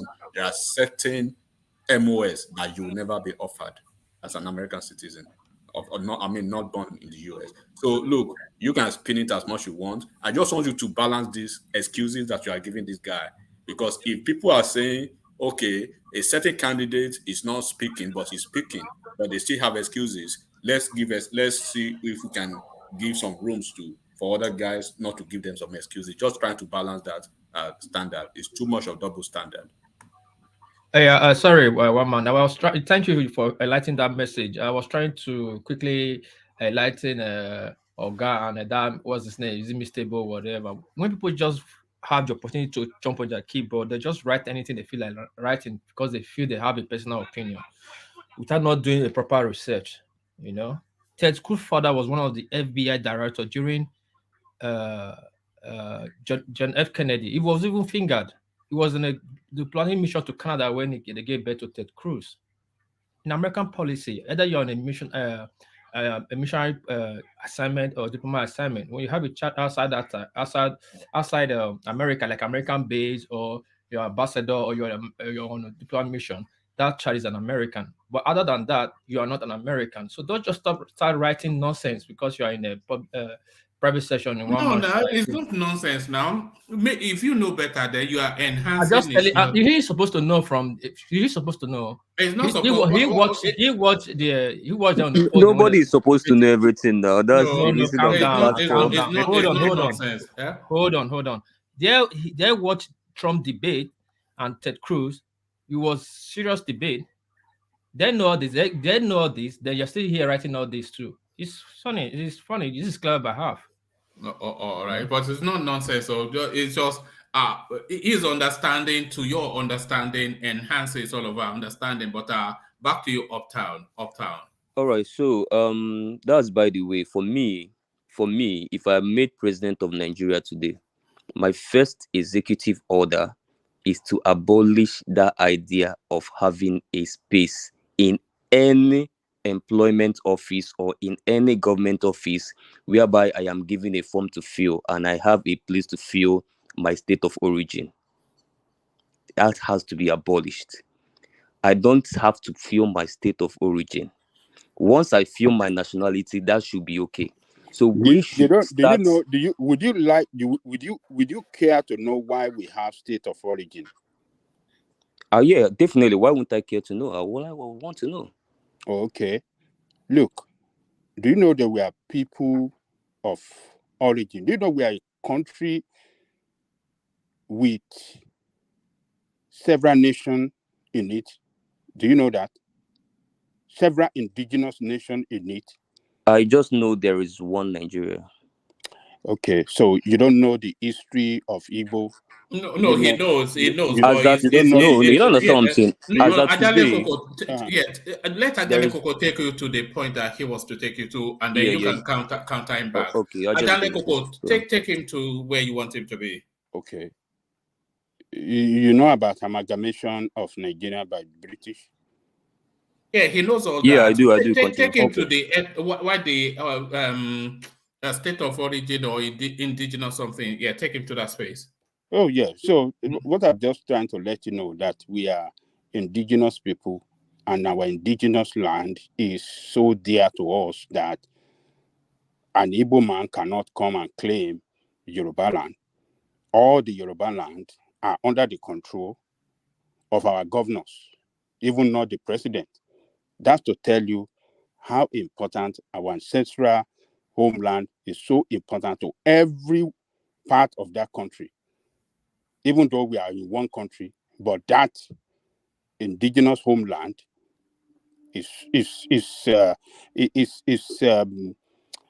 belongs to the people of that land. So we just have to we have to understand some peculiarity. Okay, so That, Angelica, can I ask a question? yes. So when I fill my state of origin on that paper, that automatically means that I can't claim your land. But then if I don't fill it, that means I can claim your land. That will tell you, that will give you identity of who you are in that country. I can easily record. Hold on. I can easily recognize you now that you are Igbo man by your name. Why do we have Igbo name, Yoruba name, Hausa name? Where is Nigerian name? Do you have Nigerian name or even Nigerian language? Yes, we do. We have Nigerian name. Okay, no. Where is Nigerian language? Do we have one common language in Nigeria? Yes, English. We are an English-speaking country. Oh, English is Nigerian language. Yeah. Oh, okay. Look at we are you. an English-speaking country. That was our lingua franca. That's the English is Nigerian Lingua language. franca. Are you an English? No. Are you an English? Are you an English man? Do you see yourself? I didn't make English our lingua franca. No. Do you see English yourself? is our lingua franca. No. Let's not open that portal. I think he knew where you were going, and it was trying to sideswipe you. But take him to where. Yes. But I think No. I think I would let have. Adele Koko land you. Adele Koko land him where you want him to be. So because I think you are about to give him an understanding. Yeah, I think I've explained a little to him. So the reason why they kept it, they are not stupid. For you to say you want to cancel it, you are looking for war. It's not going to be possible. Nobody will agree. Nobody around the country will Yes, but agree to that. Adele Koko, the counter argument is that it's either we want to have one unitary country, or we want to have a country of a marriage of inconvenience with all these composing ethnic nations. So in order to have a one unitary country, yes, we can have our ethnic pride, but we have to subordinate it to that singularity. And part of that subordination is what Uptown is describing. Look, I know that Nigeria have not shown any capacity in any form to bring that country together. And even bringing that country together, I don't see how it's going to be possible, because different parts of that country have their different culture, their different religion, their different history, different tradition. So before you can bring a country into one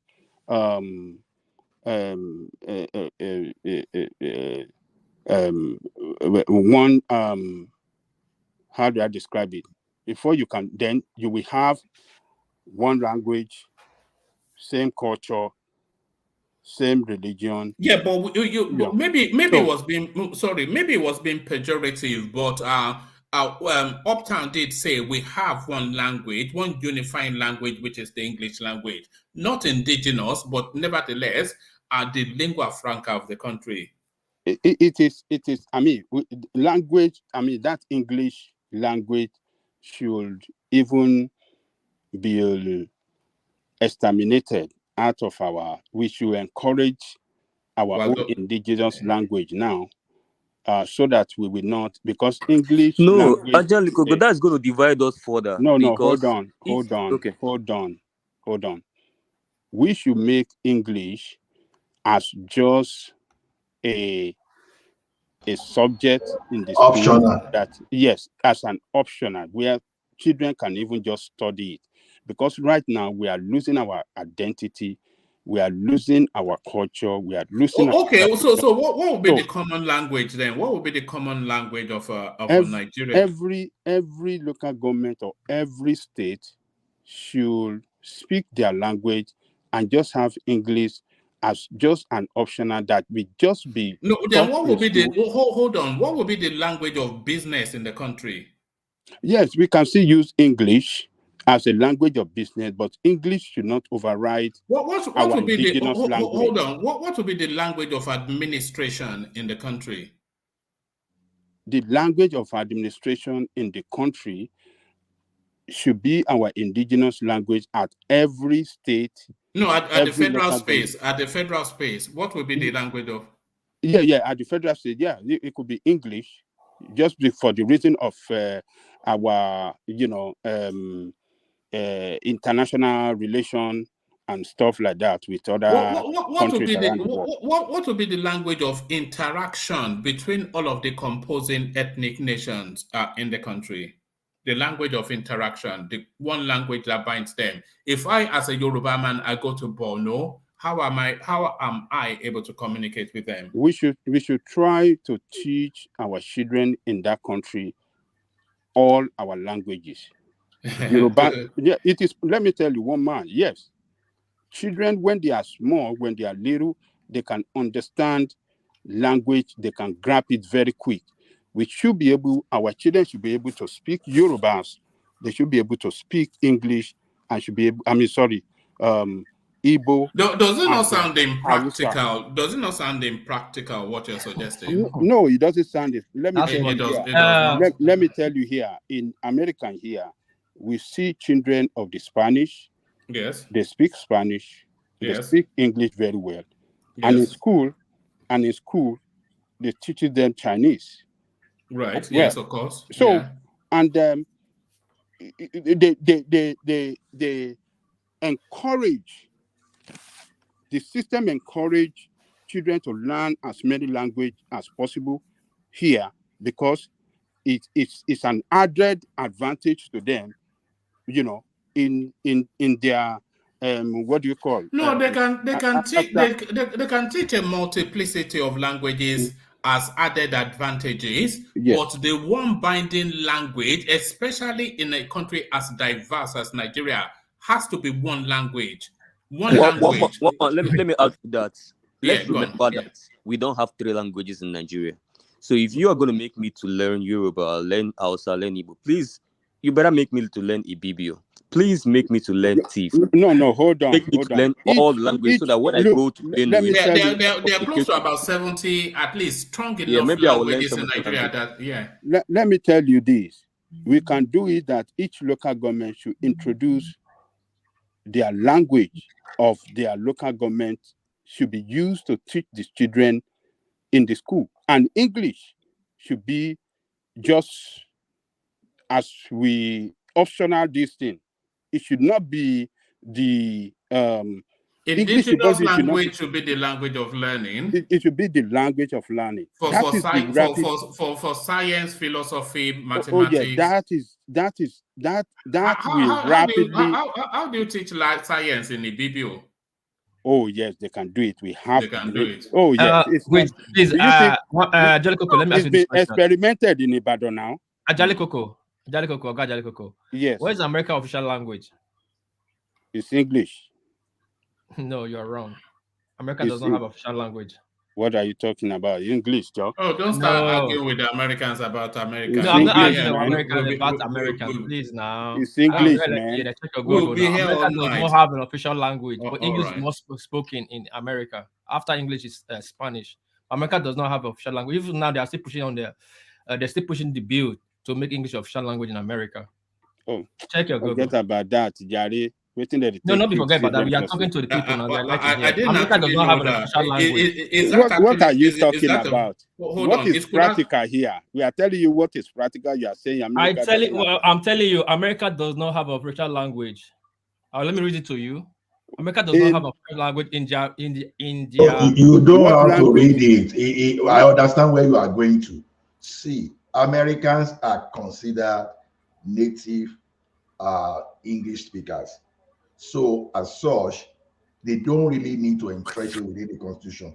Now, if you are saying to make the legal framework is another thing entirely, but what is language that is understood across the United States of America? You go to their school, English language, government functional, government presence English language. So You don't even have to argue this, right? All right, all right, So but and let's not, because we only have a short window left. But And, back to you, and I Octa. want to tell you, Yeah, one man in yeah. India, as big as India, is the indigenous languages of each local government around India that they use to teach them in the school, not English. English is optional. It's a secondary. It's just like a subject. It's not the main language used for to teach them in the school. Is each local government the language that is the original language of each local government is what is adopted to use in school to teach children as big as India and the successful. Angelico, can I ask you a question? Yes. What is metamorphosis in Yoruba?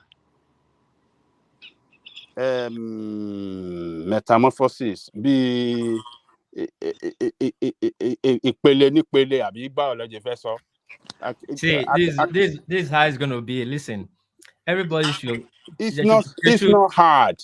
It's No, not no, hard. yeah, I understand, Jalikoko. Everybody Yeah. should, like every region, every state should teach their whatever they are doing, school or whatever curriculum But should be on their mother that is the language. law. That is the law that just got passed last week or 2 weeks ago. Now, Yeah, primary should school teach. education will Yeah, be curriculum education. You teach them your mother uh, language, your mother tongue. in Then we Nigeria. That's in Nigeria's law. Nigeria, Thank you, Kulata, for bringing that. Yes, it is true. They yeah. passed it last year. I mean, yeah, last week. Yes, Last that's week, true. yes, everybody should teach their use their mother tongue language in your area. Then we can adopt one common language. If it's pidgin or English, that would just be a common language. Kulata, Father. that bill, yeah, what that bill seek to address. So we are having a common language which you cannot take away. But then that bill seek to address the fact that if we have a lot of out of school children in Nigeria, yeah, and then you can bring in these kids and teach them in there, because some part of Nigeria, some of them are not good in English yet, so it's easier to get them into the education through their language which they are already conversant with. So that is the space it seek to address, not that we should all go regional and abandon the English language that bind all of us together. No, that's not what, I don't think that's not what that bill was about. So it's seek to address the. It's just like Yeah, it's just like Octane, I yeah. understand what you're saying, but in this case, what you're trying to push, we Mm. cannot adopt and make English an official language. When you make an English an official language in Nigeria, and that's what you're seeing the problem we're seeing in Nigeria. If you make English an official language, then you are specifying other languages in Nigeria. You're doing what? You are specifying other languages in Nigeria. Okay, no. Let me paint one picture for you. Hold Let me paint one on, picture for Before you. you, let me One land my second. thought. Let me land my Okay. thought. Okay. Now, this bill that passed now, we all can speak our mother language. Then we cannot, like a gentleman agreement, not a constitutional agreement, just like in America, we cannot permit to speak English if we meet to extend communication if I cross the border. It's just a normal adaptation, not a constitutional adaptation. Do you understand? So you pushing that we cannot do away with it, we should be in our constitution. That is not too right. Our language mother tongue should be on the constitution, where English should be a personal thing we adopted personally, like the Jamaicans. Okay. You know? I think you're going legal now, yeah.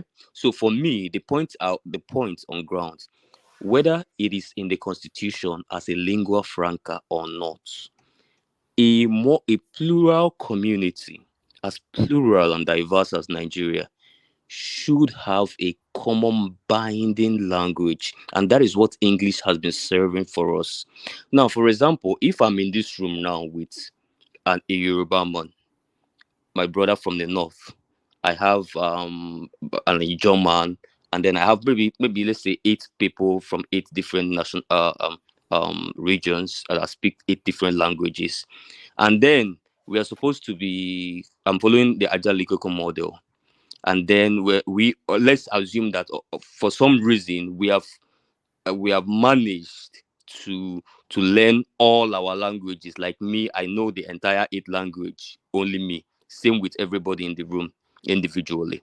Now, and we gather, where are we going to speak Yoruba? Are we going to speak Igbo? And then people now start telling you, well, in as much as I'm hearing your Yoruba, why wouldn't you rather speak Igbo? Oh no, Ijo will say no. Why wouldn't you rather like no? Let's use Ijo for this meeting. No, Ijo will say no, no, no, no.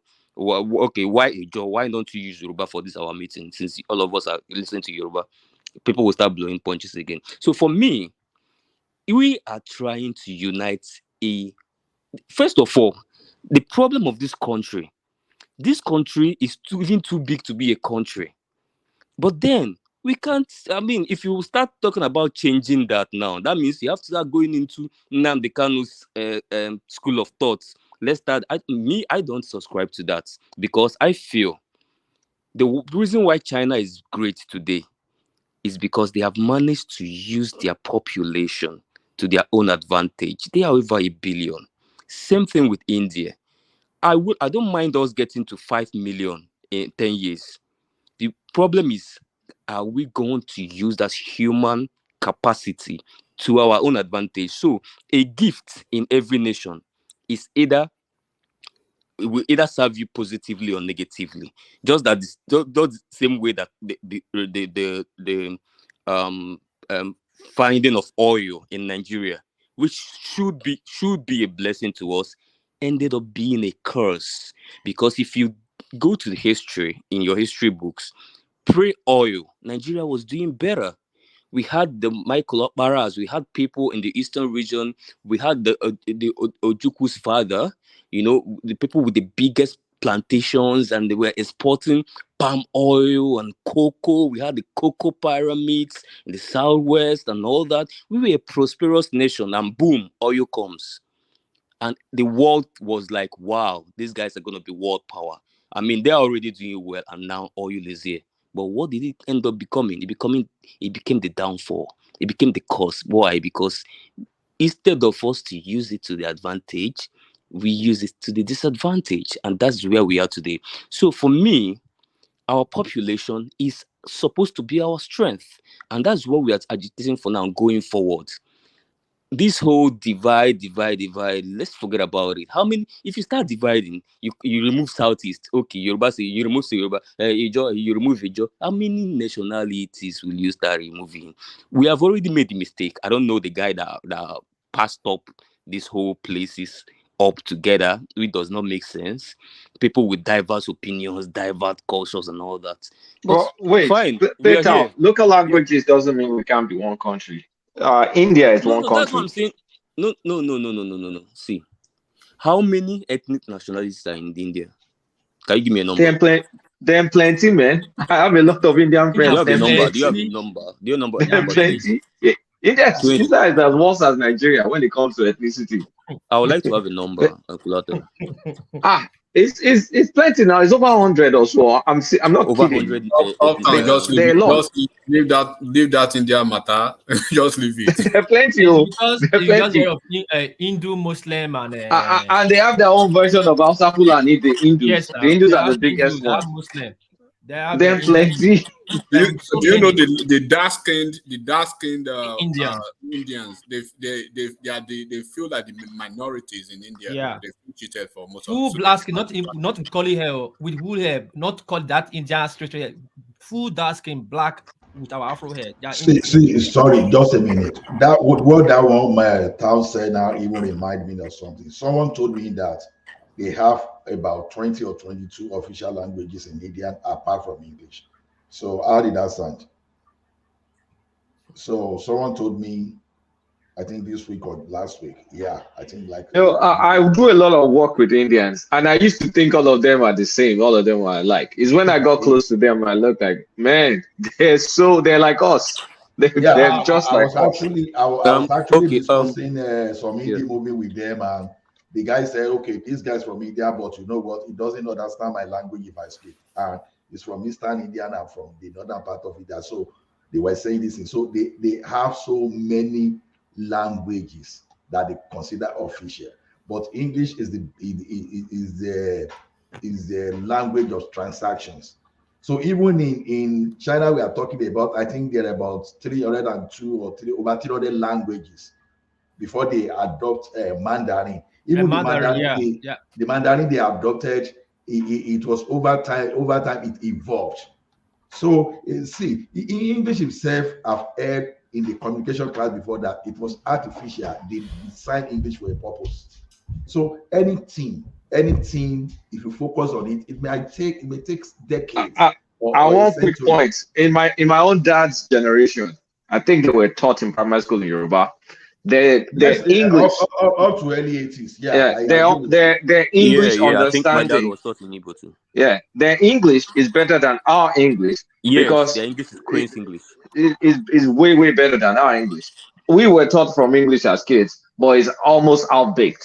I mean, Yeah. maybe we're managing now, but their own English, like the So Wally Shrinka, that age group. yeah, the English they learned was the real English. We learned the English that we have already owned, the Nigerian Yeah, English. borrowed Already English. already. Yeah, Upton, sorry to cut you short. Yeah. Cut you short. Please let me quickly interject and say sorry to the people in comment section. I didn't mean to use a harsh word on you. I think Kulata will help you guys a little and dig up some hard-earned fact about Ted Cruz's father. Ted Cruz's father left Cuba in the 50s during Batista. Not even Cuba, not even this guy, this late guy, yeah, Fidel Castro time. But he came to America. He's a preacher. He's still a preacher till now. But he was a cover agent, undercover agent for FBI. He was under Bush, the first Bush. What I say, direct in FBI. He was a junior staff for the first Bush. Junior officer to the first Bush. They were the one they used for the Bay of Pig. If you know the invasion of the Bay of Pig in Cuba, their Ted Cruz father is one that carried out that mission, and then he was even fingered in this guy's death, but not proven. That's a Kennedy. rumor that Yeah. So I said John not F. Kennedy. proven. That's I said Trump's. not proven. I said not proven. Yeah. But if you watch Parkland, it's even there. The movie Parkland, they will talk about it. Even Trump will use it, I guess, in the debate. So please, people should understand, if Ted Cruz is born in Canada and is running for president, you know he has some legitimate right to be there. So don't just start be typing Ted Cruz does not have the right and all that. Ted Cruz has the right to run for American president. Thank you. All right, thank you. Let me quickly share this. It's just to what Kolata just said then, that the English of our dads back in those days far better than ours. But let me share you this. Let me share you this. This is Ahmedu Bello. You even think that in the north they could barely say you think they all talk like Buhari, that is full English. But listen to this guy. I've noticed, Premier, while I've been here, is that Northerners seem to have, I might almost call it obsession about the Igbos. Could you perhaps explain that to me? Well, the Igbos are more or less the type of people whose desire is mainly to dominate everybody. If they go to a village... all right. I don't really want to share the content. No, share for that of Tafawa Balewa. Hold on. I don't want to share the content of that because it's controversial, but I wanted you to listen to his voice. The English so crisp, so British. Yeah. If you want to make a perfect example of that, do you know the video you're going to play? If you can get Onyeka Owenu's interview in the 80s. So she made a documentary. She made a documentary on Nigeria in the 80s. I used to have it on the platform that then YouTube made me remove it. Just listen to her English. But even go and listen to Ojuku's English. Ojuku. Listen to Ojuku. Ojuku schooled abroad, though. Ojuku is a Polish guy. He went to Oxford, didn't he, or something? Even Tafawa Balewa. Tafawa too. He was called the man with the golden voice, Tafawa Balewa. Yeah. They all have good. They were all their English was. That's a daddy in that British accent. I posted it. Who?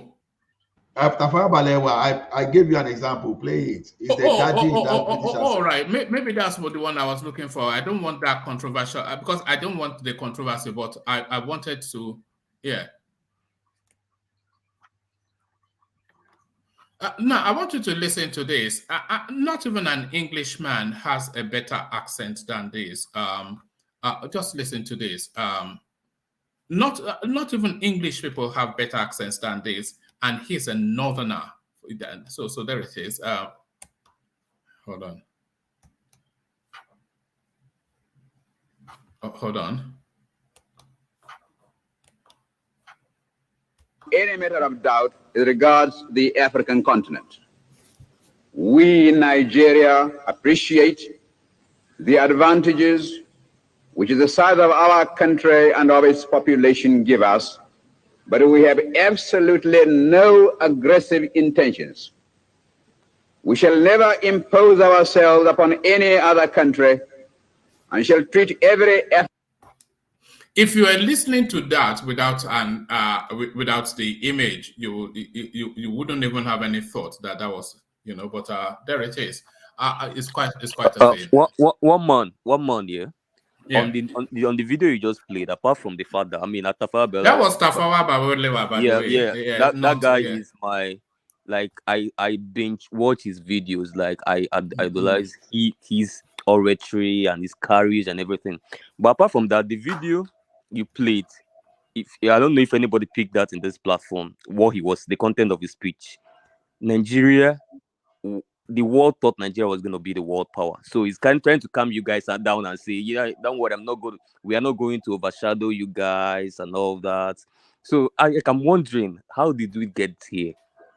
Like, the tune in his voice, then you could see the giant of Africa tune of a lot of prospects in the future. We just found oil, you know what I'm saying? So the grace in and the content of the speech of I blame Babangida for all this. He's the one that got us here. We were so elegant once upon a time, so like elegant, we were, man. And that video you played now, if you played from the beginning when he landed at the airport, I couldn't believe my eyes. Americans were lined up on the streets of America just to see him. They were waving as if Pope came. And someone said that now, when our leaders go to America, this Uber they used to say. Look at that. Yeah, of course. Uber, yes, of course. They certainly don't meet the president. They'll just send some functionary from foreign office to go and say, so there's another One man is really sad. Yes. Let's just But return when the Saudi king comes, though, the president will be at the airport. In that case, Exactly. So for me, let's just return to those days. Let's revive our plantations. Let's revive our cocoa. Let's get back to the farm. Let's make this country great again. Let's this whole rentier economy have expired, dead on arrival. Let's abandon it. Get back to the farm, utilize it. Get the cocos, get the cassavas, get the cottons in Niger State. Get, you know what I'm saying? Let's build another country, but then first of all, we need to unite. This whole thing we are fighting on social media about you say we need to unite. We need to but unite.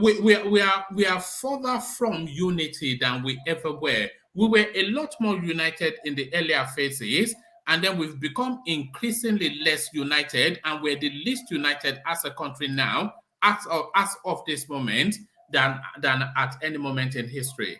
Do you know why? Why? The reason is that two things. There was an emergence of a particular political class post the discovery the of coup. oil. It was the Igbo coup. It was the Wow, Igbo you coup. just said it It was all. the Igbo What coup. was up and saying? The coup divided us till today. Yeah. No. Is it I'm Izogu not. or I'm something? not, That was no. what divided us. Yeah, we know the coup. There's not payment Zogo. It's Aguirre Rossi coup.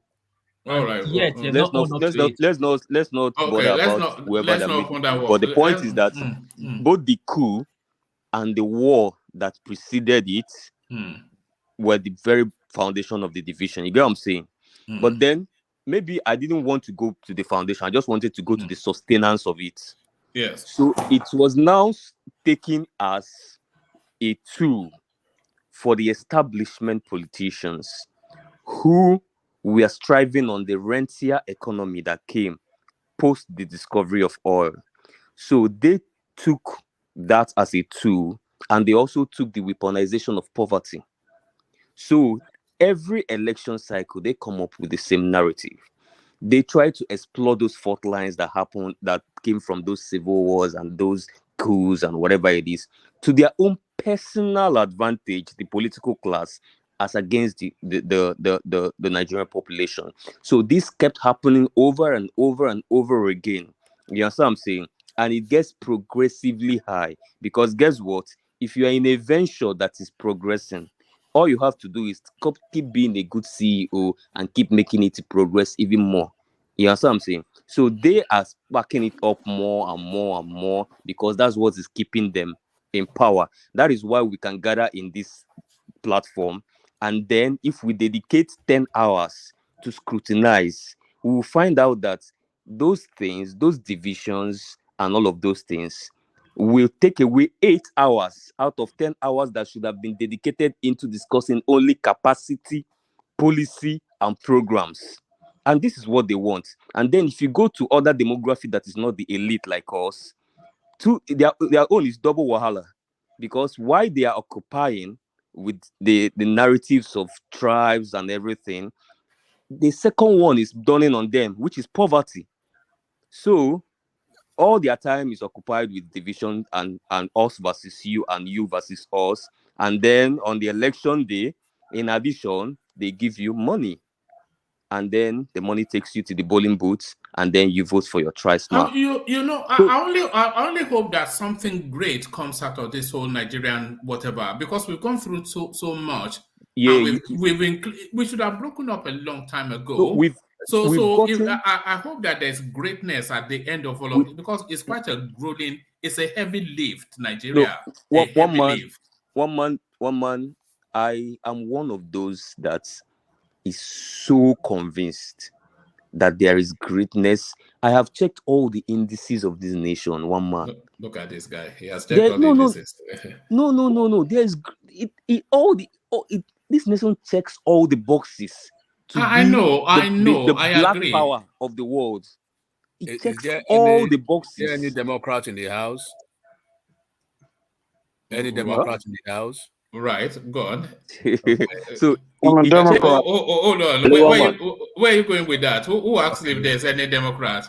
Yeah, we just won Georgia runoff election. Congratulations. Oh, okay. American something. Okay. Georgia, that lady won.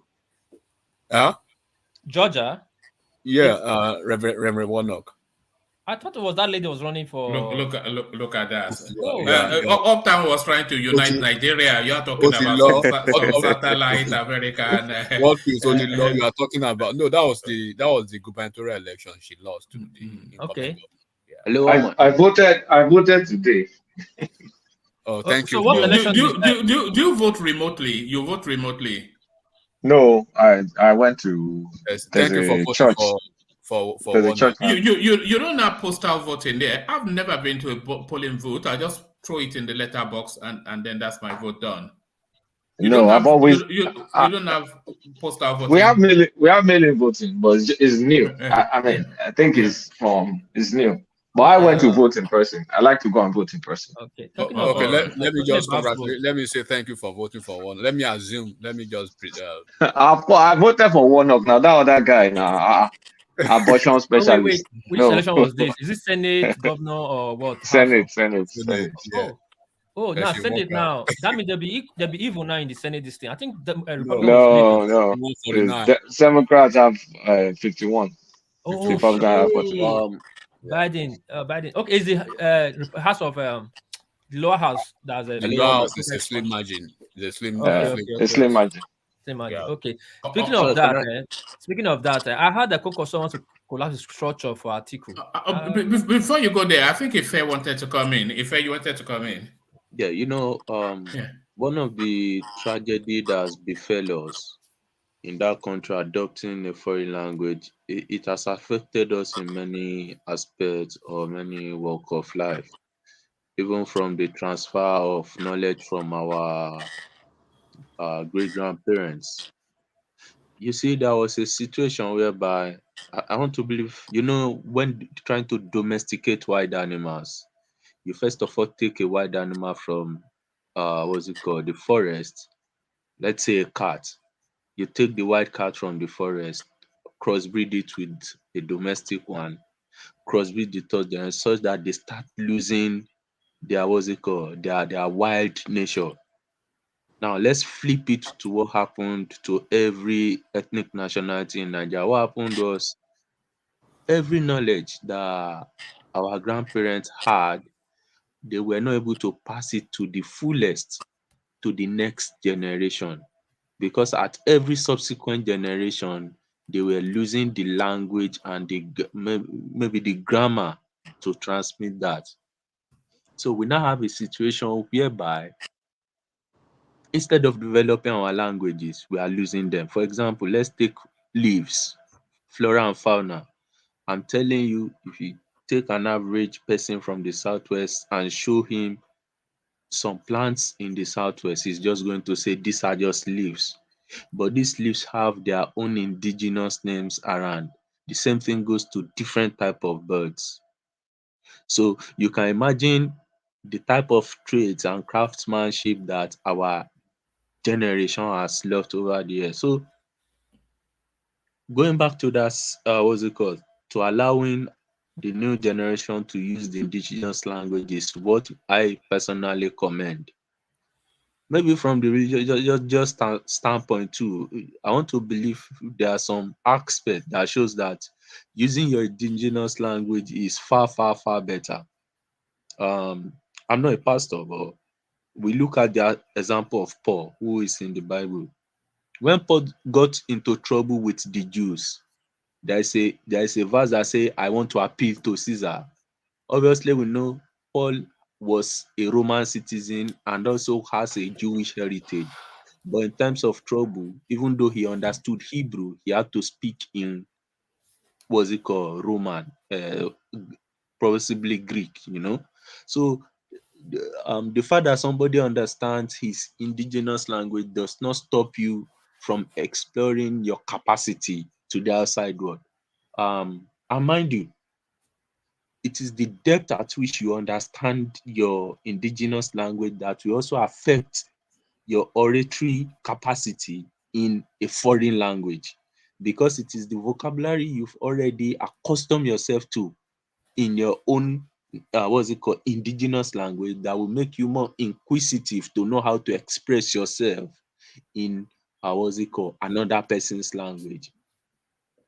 Another thing is, in another person's language, let's take English language for example. You see, until when I came to the UK, I now found out that there is something they call language criticism. They take a language, it's not the way we answer our own WAEC, English WAEC, that what's it called, children here do their own English examination.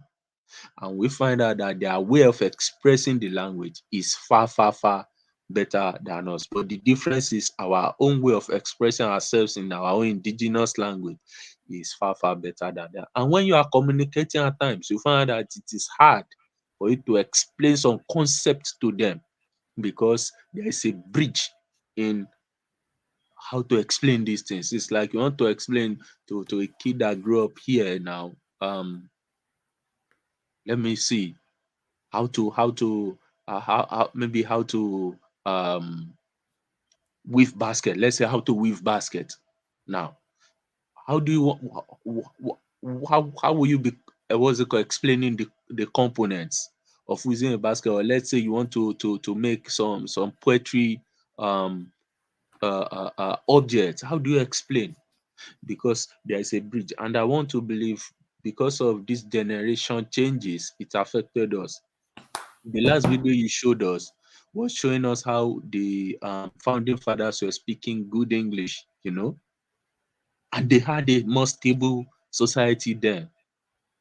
Like I commented earlier, I said it was just recently I know that pre 1960s they were still Right. using indigenous language, and Nigeria was far, far, far better. All right, thank you, Fair. So, thank you, Fair. So, gentlemen, I'm going to have to cap this session. It has to be less than 6 hours, and I'll tell you why. That BBC clip that I played, BBC may well want to copyright claim it. So, if they want to copyright claim it, then I want to be able to cut it off but I can only cut it off if the length of the video is less than 6 hours. So we have to make sure that the session does not exceed 6 hours. Just because of that BBC clip, they may or may not want to claim it, but if they do want to claim it, then I have to be able to cut it off because I don't want them taking ownership of my intellectual property. But before I do that, what Ife was saying about the crossbreeding of animal to domesticate them, it put me in mind of something. I want to show you something. I want to share. Let me share the screen with you. I want to share a painting with you. This painting is either called pardon me, it's a Brazilian painting. It's either called Ham's Redemption or The Redemption of Cain. So I think you can find it under either Ham's, Ham's Redemption or The Redemption of Cain. Let me show you on the screen. Then I'll talk you through it. I may well have shown it before. I suspect maybe I have not. But so there it is right there. Let me see if I can. Hold on. Okay. There it is right there. So it's that painting right there. So you see an old woman with her hand raised to the skies, in sort of like in thanks to the heavens. Then you see this man sitting here, and then you see the lady in between, and then you see the little baby. So this woman here, the black woman, she is the mother of this lady in between. And the man to the furthest right, that is the partner or husband of the black lady's daughter. So the baby that they are carrying is the baby of this man and this black woman's daughter, which makes now that little child, the black woman's granddaughter. So this is a Brazilian sort of thing. So back in those days, the black people were so beaten down that they could hardly get anything beyond manual, hard fetching labor. So what they used to try to do was to breed the black out of themselves. So they tried to breed the blacks out of themselves. So this woman then, the black woman, she, by whatever means, was in a relationship with a white person to give birth to her daughter, which is that, but still the tinge of blackness is still in her daughter. So the daughter then forms a relationship with a full Caucasian to then birth this child who, in all appearances, has now weeded off completely the black from that family cycle. So within 1-2 generations, they've bred out virtually the black from them. But the saddest part then is the thanks that the woman is giving for now this child that has now been bred completely black out and bred into white. They call it Ham's Redemption or the Redemption of Cain. So it was that breeding animals to domesticity that made me remember that painting. It was so sad when I came across it, but there it is. So gentlemen, I seek to start to round off. We cap it under 6 hours. Kulata gets the final word because Ajanle Koko has to go and attend to business. We go with enigmatic. Let's go with enigmatic. Enigmatic. We come to you. Oh, okay. I think enigmatic may not be with us anymore. So thank you. Yeah, let me go. Oh, okay, go. Yeah. Go. So I quickly joined the platform just to comment on this. This new law adopted by the Fed is a new avenue to explore some new job opportunities for somebody who feels he can do some things in that space. And the earlier you enter that space, the better. And especially since we are in the diaspora, it's something you can do. For somebody who is on the platform, like what piece you are, I believe you are from, what's it called? Japan. No, it's from Meadow space. You can quickly capture those space, enigmatic, Kulata and Co. You can capture Ekiti, Ondo space, Ola. And those of us from Lagos, Badagry, we can capture our own Ogu space. Thank you very much, one man. Don't worry, I will capture Oyo Alafin space. Bye bye. Look at that with your what is something? They will chase you out of town. So thank you. So let's go on from him to Saki Fada. So Saki Fada, I'm sure you've heard the reasons why I'm saying I have to shut down earlier. Yeah, Roman, I understand you. I don't actually have much to say. I just want to play an independent observer today and keenly listen to other panelists. I didn't quite join on time, so I didn't know much of the talking points.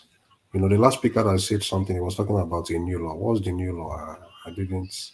Oh, yeah. Somebody was talking. Can who? I think it was Kulata that opened that space. What was that law? Federal government passed a new law in Nigeria that we can adopt our mother language in teaching in school now. To teach in school? Yeah, teacher, history. Primary History. school. I think it's at primary school level. Yeah, primary school level. Yeah, primary school, and history is back to school. Yes, I heard that as well. That they are reintroducing history into. Yeah. I think, to me, I think it is good on the one side, but also it might also have some consequences on the other side. On the one side, it is good because when you teach people in their own language, they tend to learn better. Research has shown that if people should learn in their own languages, they will tend to learn better. But on the other side of it, there is a very high positive correlation between the way we perceive our world and our language. So it might let us embrace our language so much to the extent that it might further cause cause our increase our tribalistic drives, you know, in certain matters of life. So that is the way I see it. But on the advantage side, I think it makes sense to a certain degree, you know. But then we should also think about the other side of it. So that's my point there. Thank you, one man, and let me not take much of your time. All right, thank you, Saki Fada. Saki Fada has promised to deliver Peter Obi to us tomorrow, so please stay tuned. Is it tomorrow? When did you say the big man is coming? I didn't say tomorrow. I said very soon. You expect me here, but I don't know why Kulata said it's gonna be risky for him. No, it won't be risky for him. That we're civilized people. We won't. No. We won't let. We will keep. We will put Igbo in enigmatic's pocket so that it can be. We won't let him in. We won't let him in because. Of course, I put it to you that any day Peter becomes here, even enigmatic. He will become a fanboy. He will just say, yes, sir, yes, sir. Enigmatic will be very economical with certain pronouncements. He will want to, create a kind of playing ground that will not be so. I don't know how to put it, but you should understand what I'm saying. So that's that. Thank you, one more. All right, brilliant. Thank you. Always a delight. The people would have missed your voice if you didn't turn up. So that was Saki Fada. So Saki Fada, let's see if we still have Victoria. I suspect she may have gone to bed. Young people, no stamina.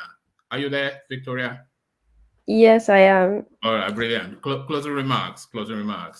I'm just gonna quickly touch on the educational that whereby we get the teaching the language and the teaching people in their languages.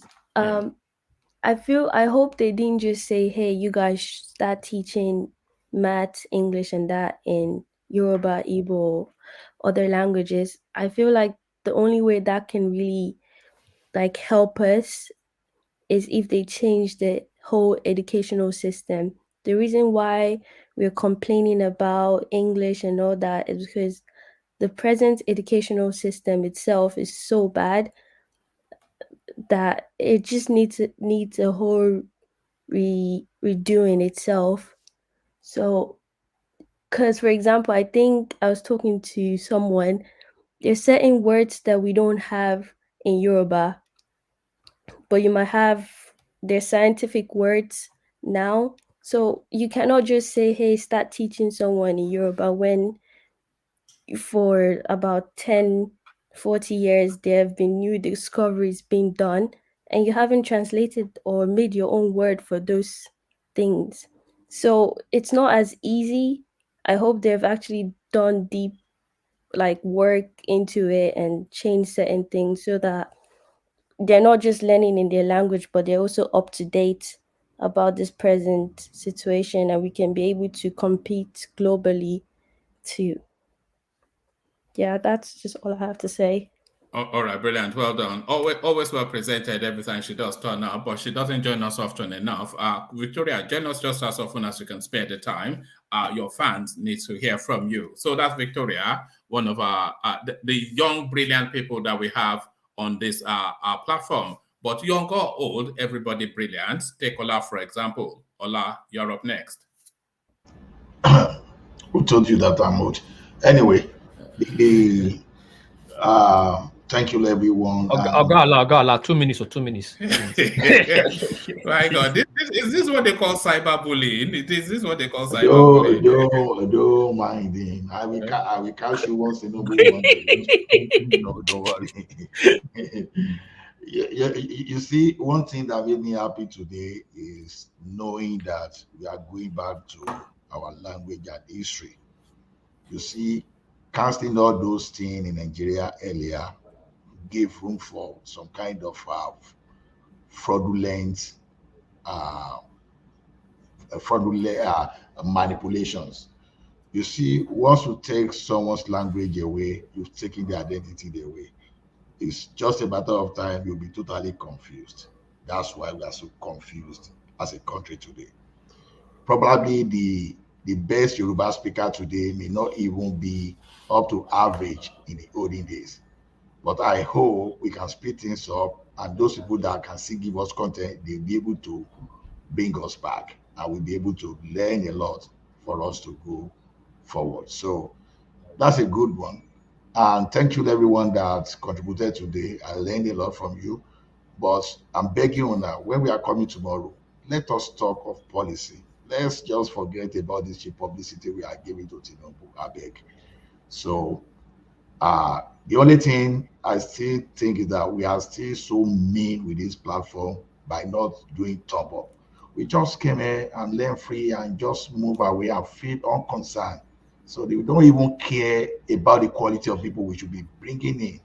Like thumbing up in the past, we've been able to bring a lot of people. I keep mentioning Sakifada, Kulata, and what is there? There are plenty. So please let us thumb up and everything will be better. Thank you, everyone. I won't use that word today. See you later. All right. Other than that, Ola, will see you later. So thank you, Ola. So thank you. It's just really anyway. I think I've explained that. Let's see if we can try enigmatic one more time. So enigmatic on D. Assuming without conceding. So yes, assuming without conceding. So there it is. So thank you, Enigmatic. From Enigmatic, let's go on to Snowman, who joins us for the first time, but hopefully the first of many times. Snowman, are you still there? Yes, I am. One man, thank you so much for being the anchor on this platform. Unwittingly, you've been able to bring the whole country, Nigeria, together, even though we always come up with a vigorous debate on some of our differences. But again, we end up finding out that our commonalities is, we want good governance, we want good leadership, and we can remain as one country in the long run. And you've been able to facilitate this. I really appreciate it. I listen to you as in the morning when I wake up here, and I do that to go to bed too as well. Even though if I don't catch the live show, I try to stream it and just listen. Thank you for all the discussants who were present here today. I hope we do this more often. We grow as a people when we continue to do this and have these discussions. And again, one man, thank you for facilitating this. I did inform my mom that I did mention her on the show about Ajali Coco. Hopefully she'll get to watch this too later on. Thank you. All right, thank you. Join us again just whenever you have the time. We're always here, Will do. as you know. All right, Will thank do. you. Thank you. So that snowman. Next time I'll ask him why he is a snowman. Maybe that's just a winter thing. So from the snowman to the man from the east. Konnichiwa, world peace. Konnichiwa, everybody. Quickly, may I use my Oshimoshi. Mushi. Yeah, Oshimoshi, hi. Hi, Domo. You know, Domo and Domo in Benin same in Japan. Domo, same language, same meaning. Yeah. So quickly, let me. You know that greeting in Japan. You know, it's a real ritual. Or they can greet each other for a good 10 minutes. It's a battle. You know, just to greet. It's a battle. If they want to follow the real tradition, you can do that thing for 30 minutes. Say one thing, say the other thing again. You know, but it's good. Anyway, let me quickly greet people with the comment section. Una likes, thumb up, share. And more not forget to buy coffee. Do what I say, know what I do. When I will do my own. Booyaka. Booyaka. Anyway, let me quickly talk about this little time since I get only 2 minutes. About Tinubu. Tinubu is okay. He has the right to contest, and people waiting for him to gov. Well, probably that's the angle they want to go to, rather to face the real issues and the real questions to ask him. But to say Tinubu is not able to handle question is a little bit off. He had the capability, but does he have that ruggedity to hold on for a long time? Yes, he does not have it anymore. It's not as young as before. That is that for Tinubu. That language, I'm very happy that they are bringing it back to school, and which is a very good thing. It will help us to catch up because using a different language to teach our kids in school, it takes us back a while before they catch up again. So good kudos to the federal government. Then we didn't talk about Atiku, but well, we had Atiku's Concourse want to close for Atiku. I hope we talk about it tomorrow because we don't have more time. And again, the last one and not the least, Obi getting a Mauritania. Akulata beg novice. In American politics, if the president and the vice died, who's going to take over power? Is it the Senate president or the House of Rep? House of Rep. So that means a commoner cannot enter House of Rep. So this VP guy, they're supposed to check him very well. But if he's there, probably Nigerian constitution will allow him. Other than that, since Allah not use me use now, one man, peace. I'm out. Brilliant. Thank you, World Peace. So thank you, World Peace. So thank you, World Peace. So that's World Peace. Sorry, I think somebody just hold on.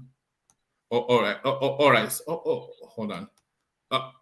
So thank you, World Peace. So from World Peace, then the man who only ever sleeps only to dream of statistics, the taxman himself, Ku Lata.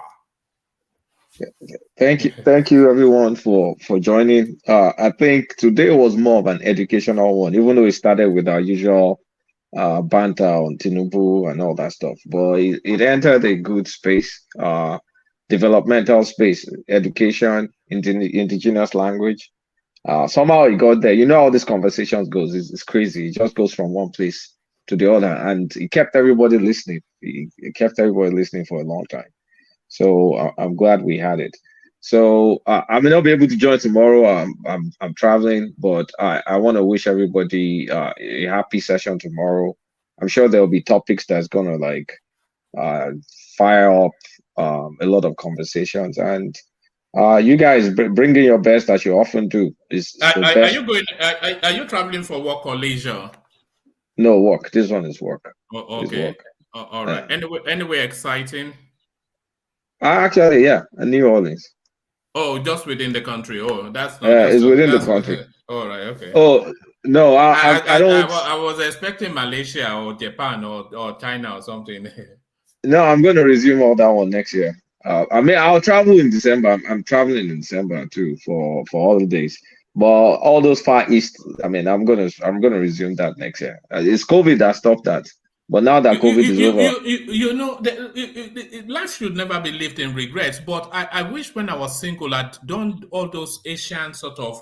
There was a time I just wanted to go around, and I'll say I'll do it later. But then, of course, you know, no regrets. But yeah, but people should. you can do it with families. It's Oh, it's you want to be freaking awesome. lumping 3 children along to? Yeah, it's not I do that. yeah, yeah. we do that now. Well, You know, we went to what was it, Philadelphia, just a couple of months ago. You know, yeah. it It was a depends on battle. the ages of the kids though, Yeah. because if it's still baby, it's not fun. I mean, it's not. I mean, I remember I took one of my kids to Mauritania. He now, I mean, it was a baby. He now fell sick. Thank God they had good healthcare system there. I mean, I was freaking out. It was a terrible experience. So we didn't enjoy it at all. But now they're big grown. So who cares what they do? Like you can sit down and shut up and let's all go and have fun.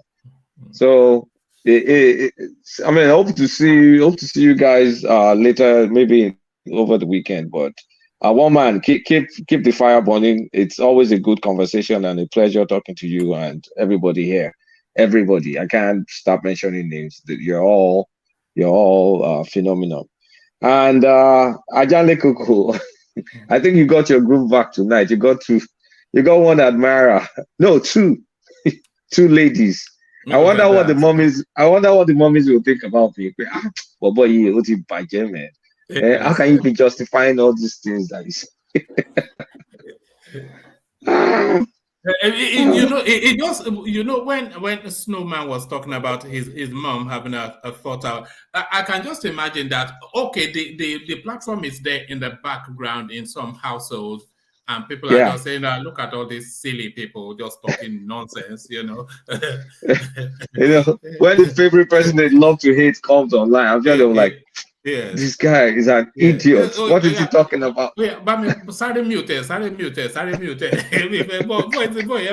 my irritate with that Boy, voice. man, baby, new. Oh God. It's so funny. All right, we do it again. Be safe wherever your journey or all that. So that's Kulata, our man with the data. All right, man. All right, cheers, Kulata. So that was Kulata, and that was the session. So there it is, a fun session, as Kulata just said, and I'm sure you all agree. So it ends here. So thank you to the super chatters, which was Alexander Gomez, the coffee buyer, which was Ayo, and everybody else in between. So we'll leave it here. Carry the conversation in the comment section, but here I say peace.